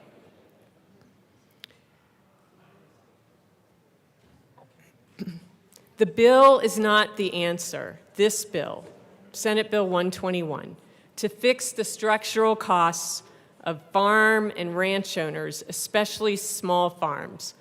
But large family farms and corporate farms, they will be the beneficiaries of this bill.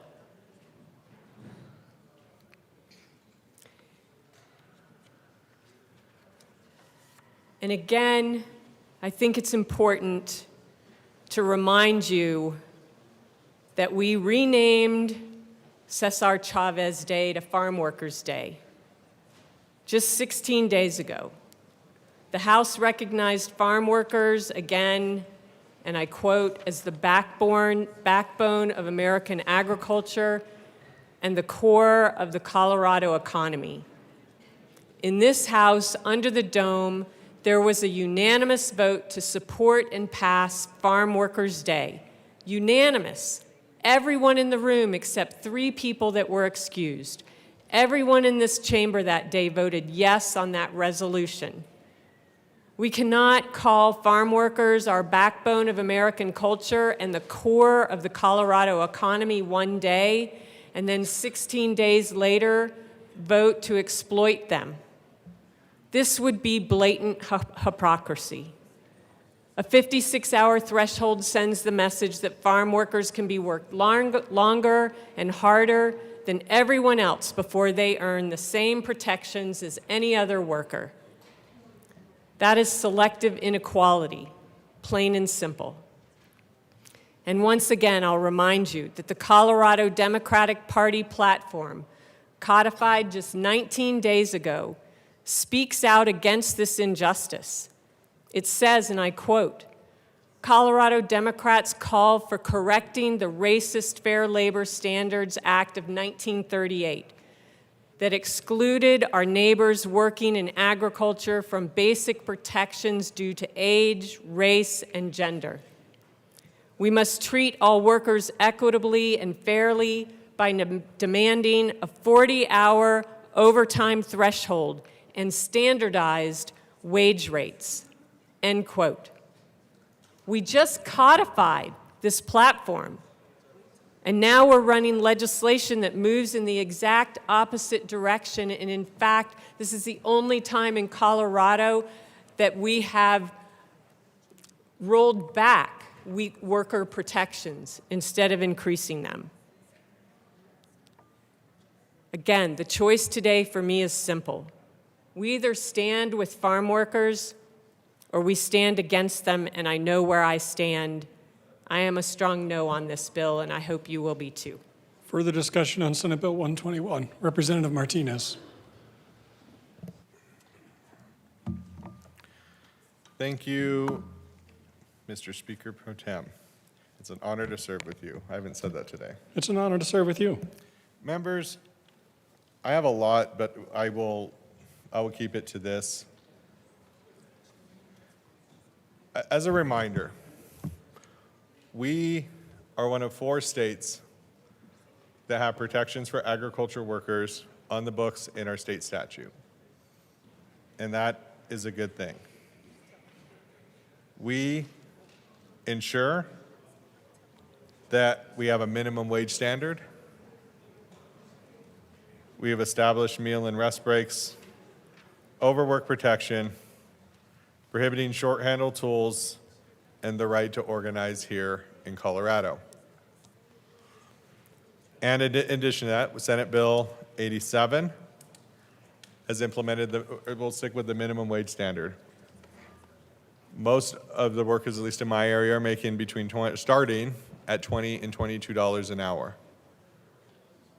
So they're making around $20,000 for a 4-month period. And then they can move on to a different farm, they can move on to a different ranch, they can move on to a different job if they would like. I have a lot more that I want to go into, but I guess I will keep it short and simple with this. Being one of the 4 states that have ag protections for our workers and showing that we've already put pen to paper, that we value them with all these protections in place. And by making sure that we are doing right by them and having these areas in there, those are great things. And that comes with a level of responsibility that we have to undertake. Do you think they're having this conversation in Texas, in Florida, Montana? No, they're not having these conversations there. Why? Because they're paying their workers $5 an hour. There's none of these protections in here. It's all bound by whatever's in the federal standards, which isn't good. But we are different here. We have set the standard and set the tone for this nation, along with 3 other states, that we care and value our workers. The provision in Senate Bill 87 to earn overtime, I truly believe, was designed to get workers more pay. I honestly believe that that was the intent, and I agree with that. And the data that we have, and the data that we, in multiple studies, including from the federal government, from right here in Colorado, is showing that that is not working.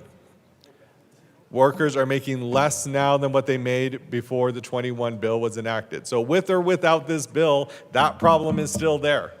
Let's be clear. They are still making less than what they were making before. And when I'm talking to farm workers that are in my district, and they're saying, I don't want to work at 3 different farms to earn the same wages that I was making before 21. That's added fuel costs. That's less time that I have at home with my family. I want to be able to stay at a single farm or ranch, earn the wages that I have, or earn the hours that I have, and be able to go home. Those farm workers' stories matter also. Both can still be true in the same situation. We had the one quote that I love from a farm worker that came to testify in favor of this in the House committee. Well, he said, I am good at what I do. I know what I'm getting into for this short growing season that we have in Colorado. I want to stay here. I am good at my job. Let me do my job. That worker who was not coerced, not enticed, not pushed to do this, those stories matter too. And in closing this has been a long day and a long discussion.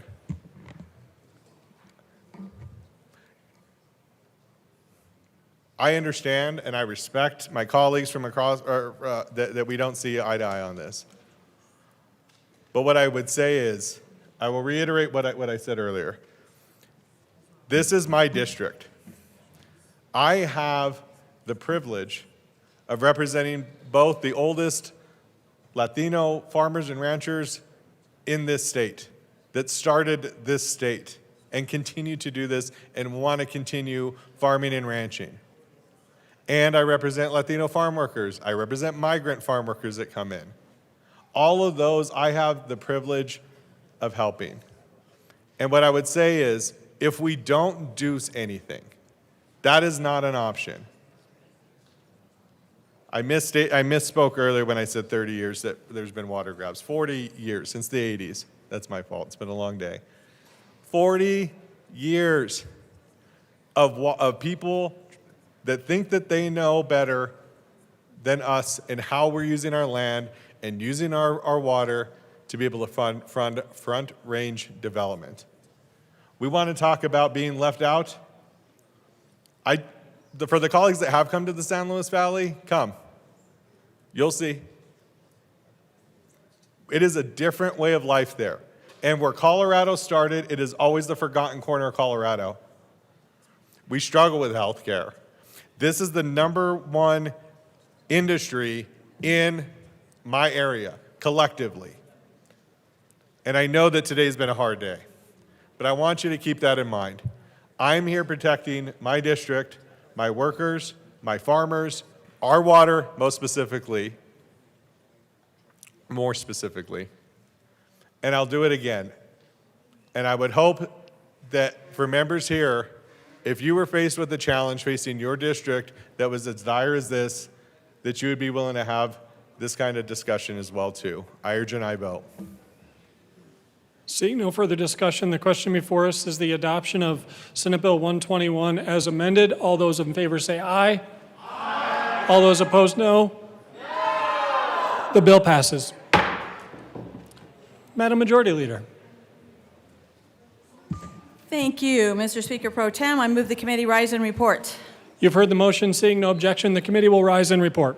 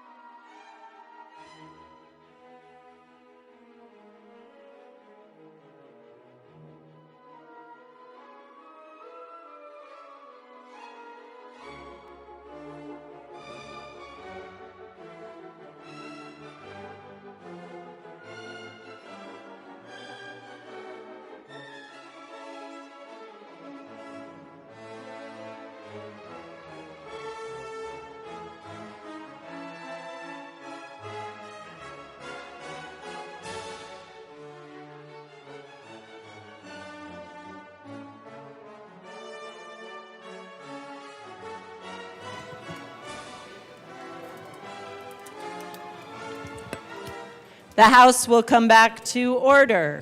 Mr. Schiebel, please read the report of the Committee of the Whole. Madam Speaker, your Committee of the Whole begs leave to report as under consideration the following attached bills, being the second reading thereof, and makes the following recommendations thereon. Senate Bills 104, 109 as amended, and 121 as amended, passed on second reading, ordered, revised, and placed on the calendar for third reading final passage. House Bill 1245 laid over until tomorrow. Speaker Pro Tem Basenecker. Members, you have heard the motion. We do have amendments at the desk. Mr. Schiebel, please read the first Garcia amendment to the Committee of the Whole report. Representative Garcia moved to amend the part of the Committee of the Whole to receive action taken by the committee in not adopting the following story amendment, L64 to Senate Bill 121, to show that said amendment passed, that Senate Bill 121 is amended passed. Representative Garcia. Madam Speaker, I have a couple of them. Could we see which one If it you is? move the first one, we will then display it and. Does it yes. matter which order I go? If you just say you move the first Garcia amendment, then we will let you know which one that is. Thanks. I'm new to this process. Someone come and help me out. Just kidding. I move the first Garcia amendment and ask that it be displayed. I don't need your help anymore. I figured it out. Thank you. It is properly displayed. Please proceed. Thank you, Madam Speaker. Members, this is the amendment that I brought that actually allows for anonymous reporting of complaints. We heard during the debate that there actually is something already in law that allows for this, but there actually is not. So that is why having a protection to allow for anonymous complaint is necessary. And if we are going to add to this bill wage theft provision, let's make sure that the wage theft provision is actually accessible to all of the farm workers. And I ask for a yes vote on allowing and incorporating anonymous complaints. Thank you. Representative Martinez. Thank you, Madam Speaker. Thank you to my colleague from Adams County for bringing this again. Members, this is already in the current wage theft statute. Anonymous complaints can be filed, and they are investigated by CDLE. So because we already have this process, this is unnecessary to being able to go forward with it, so we request a no vote. Seeing no further discussion, the motion before us is the adoption of the first Garcia amendment to the Committee of the Whole report. Mr. Schiebel, please open the machine and members proceed to vote. Representative Bottoms, how do you vote? No. Representative Bottoms votes no. Representative Lindsay, how do you vote? Yes. Representative Lindsay votes yes. Representative Rootenell, how do you vote? Yes. Representative Rootenell votes yes.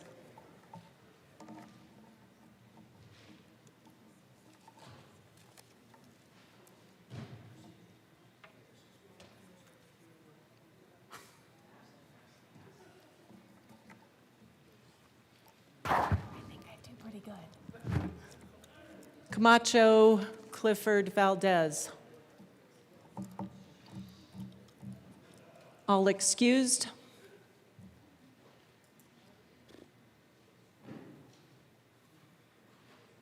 Please close the machine.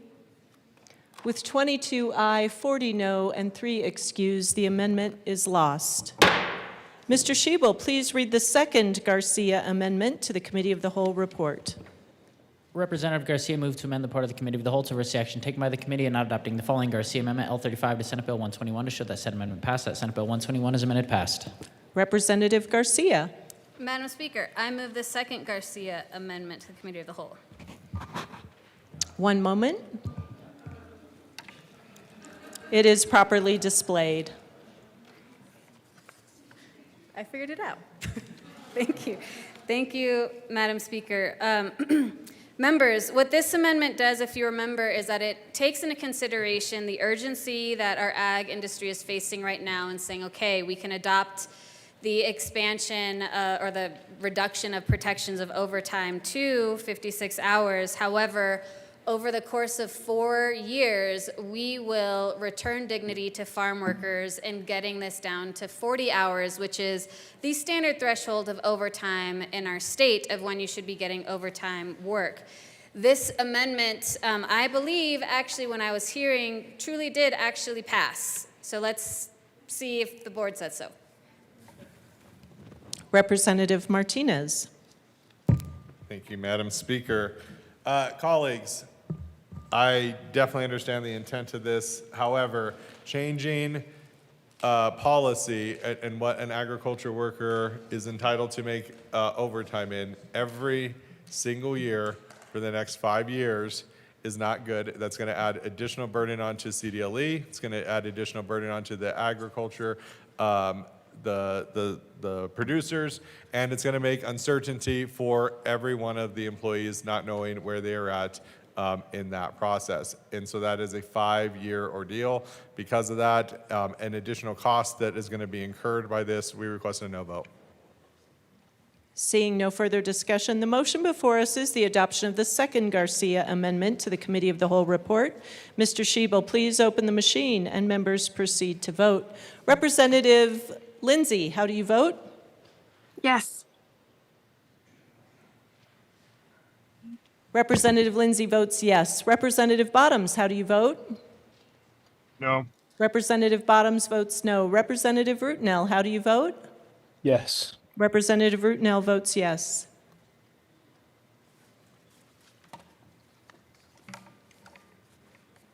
Please close the machine.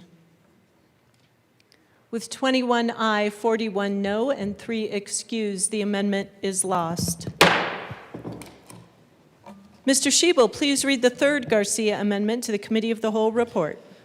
Representative Garcia moved to amend the part of the Committee of the Whole to oversee action taken by the committee in not adopting the following Garcia Amendment L39 to Senate Bill 121 to show that said amendment passed and that Senate Bill 121 is amended passed. Representative Garcia. Thank you, Madam Speaker. Forgive me, members, I guess I should have my hearing checked. I was wrong on that one. I have to move this, right? I already forgot. Thank you. I move the third Garcia amendment to the Committee of the Whole. One moment. It is properly displayed. Please proceed. Okay. This amendment is the amendment that I brought to do a study so we can make sure that we are actually passing data-driven policy through this chamber that has real impacts on people's lives. We heard time and time again that there is data nationally and federally. I think when we are talking about data that we should be directing our policy on, it is data that comes out of the 2019 and 2021 studies that resulted in changes for farm workers. If we want to make any additional changes, we should do another study through our own Department of Labor to see how are we doing? Are there changes that we actually need to make?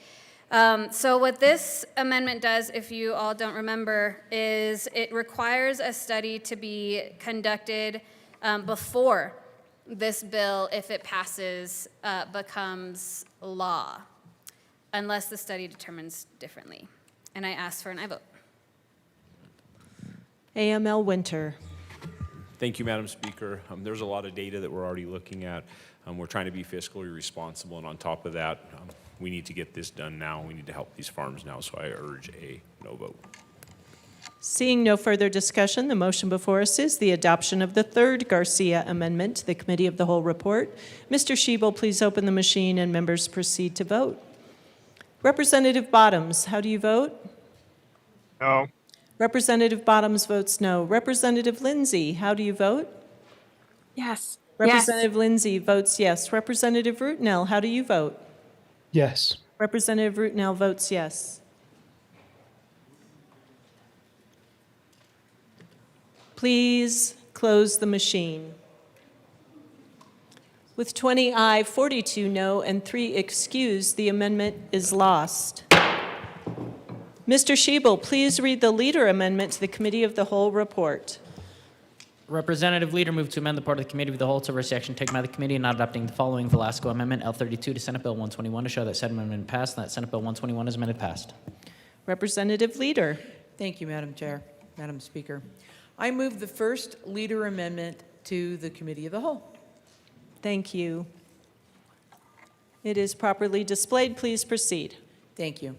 Colleagues, as I spoke earlier, I don't know how many was here, but I came to this chamber to fight for workers, our seniors, our vets, and to take care of our children. As I said, workers, and that means all workers. This is back-breaking work for these workers. So the current overtime structure for agricultural workers is inequitable, not only because the threshold for hours worked in 1 week, excuse me, is set higher. See, I've been talking all day. I couldn't imagine doing back-breaking work in the field. For all the hours worked in 1 week is set higher than any other worker in the state. Let me repeat that. In 1 week, it is set higher than any other worker in the state. That threshold is set. But also because agricultural workers currently do not receive any daily overtime. The standard for daily overtime for workers in Colorado is 12 hours. If a worker is spending most of their waking day working in the heat and doing, again, back-breaking work, they should be eligible for overtime after 12 hours in 1 single day. So, colleagues, this is really a simple amendment. Pay the workers what they're worth for the job that they do. And I ask for an aye vote. Assistant Minority Leader Winter. Thank you, Madam Speaker. First and foremost, farm work is unpredictable. There may be days where you can't even get to the field. I think that plays a part in this. And then there's also other industries where there is no threshold set. Like I said before, to point this out as the only industry I think is incorrect. So with those two things, I urge a no vote. Seeing no further discussion, the motion before us is the adoption of the Leader Amendment to the Committee of the Whole report. Mr. Schiebel, please open the machine and members proceed to vote. Representative Bottoms, how do you vote? No. Representative Bottoms votes no. Representative Lindsay, how do you vote? Yes. Representative Lindsay votes yes. Representative Rutenell, how do you vote? Yes. Representative Rutenell votes yes.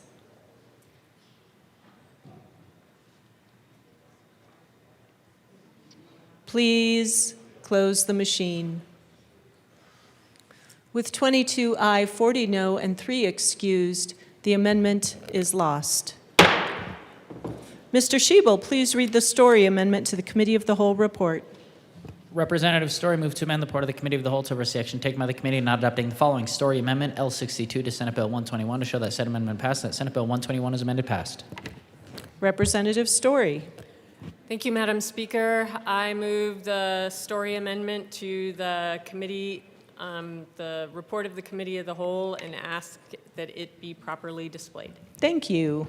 It is properly displayed. Please proceed. Thank you. Colleagues, we've talked about this earlier today a number of times, but Congress enacted the Fair Labor Standards Act of 1938. The exclusion of agricultural and domestic workers was not an accidental oversight. Southern Democrats instituted this exemption to gain their support for the legislation because they refused to provide protections for the black and brown workers who overwhelmingly made up those workforces. So for nearly 90 years now, these workers have remained excluded from the broader worker protections that nearly every other employee in the U.S. enjoys. It's incredibly important that we recognize that there is this history and that we have never, ever gotten past it. And we are so overdue for recognizing the immense work, the hard work, the work that puts their health and safety at risk in order to put food on the tables across the country and beyond. This amendment states that the director shall consider the inequity and racist origins of the exclusion of agricultural employees from overtime and maximum hour protections available to other employees and may create overtime protections that would mirror the protections available to other employees. And I urge an aye vote on this very important amendment. Assistant Minority Leader Winter.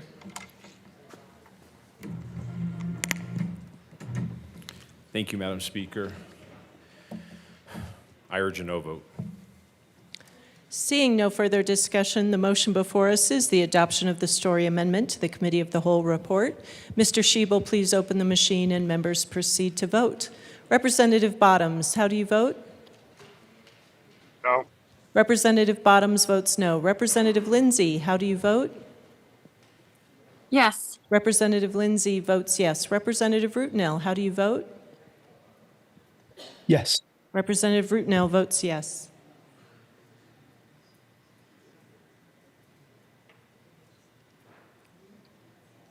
Please close the machine. With 22 aye, 40 no, 3 excused, the amendment is lost. The motion before us is the adoption of the Committee of the Whole report. Mr. Schiebel, please open the machine and members proceed to vote. Representative Bottoms, how do you vote?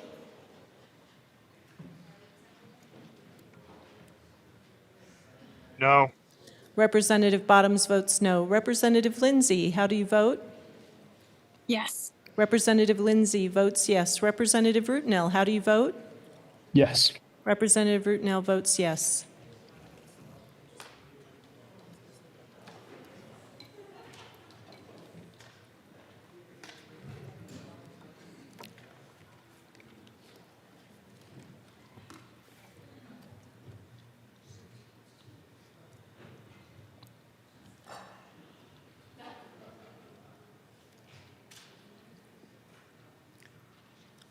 Please close the machine.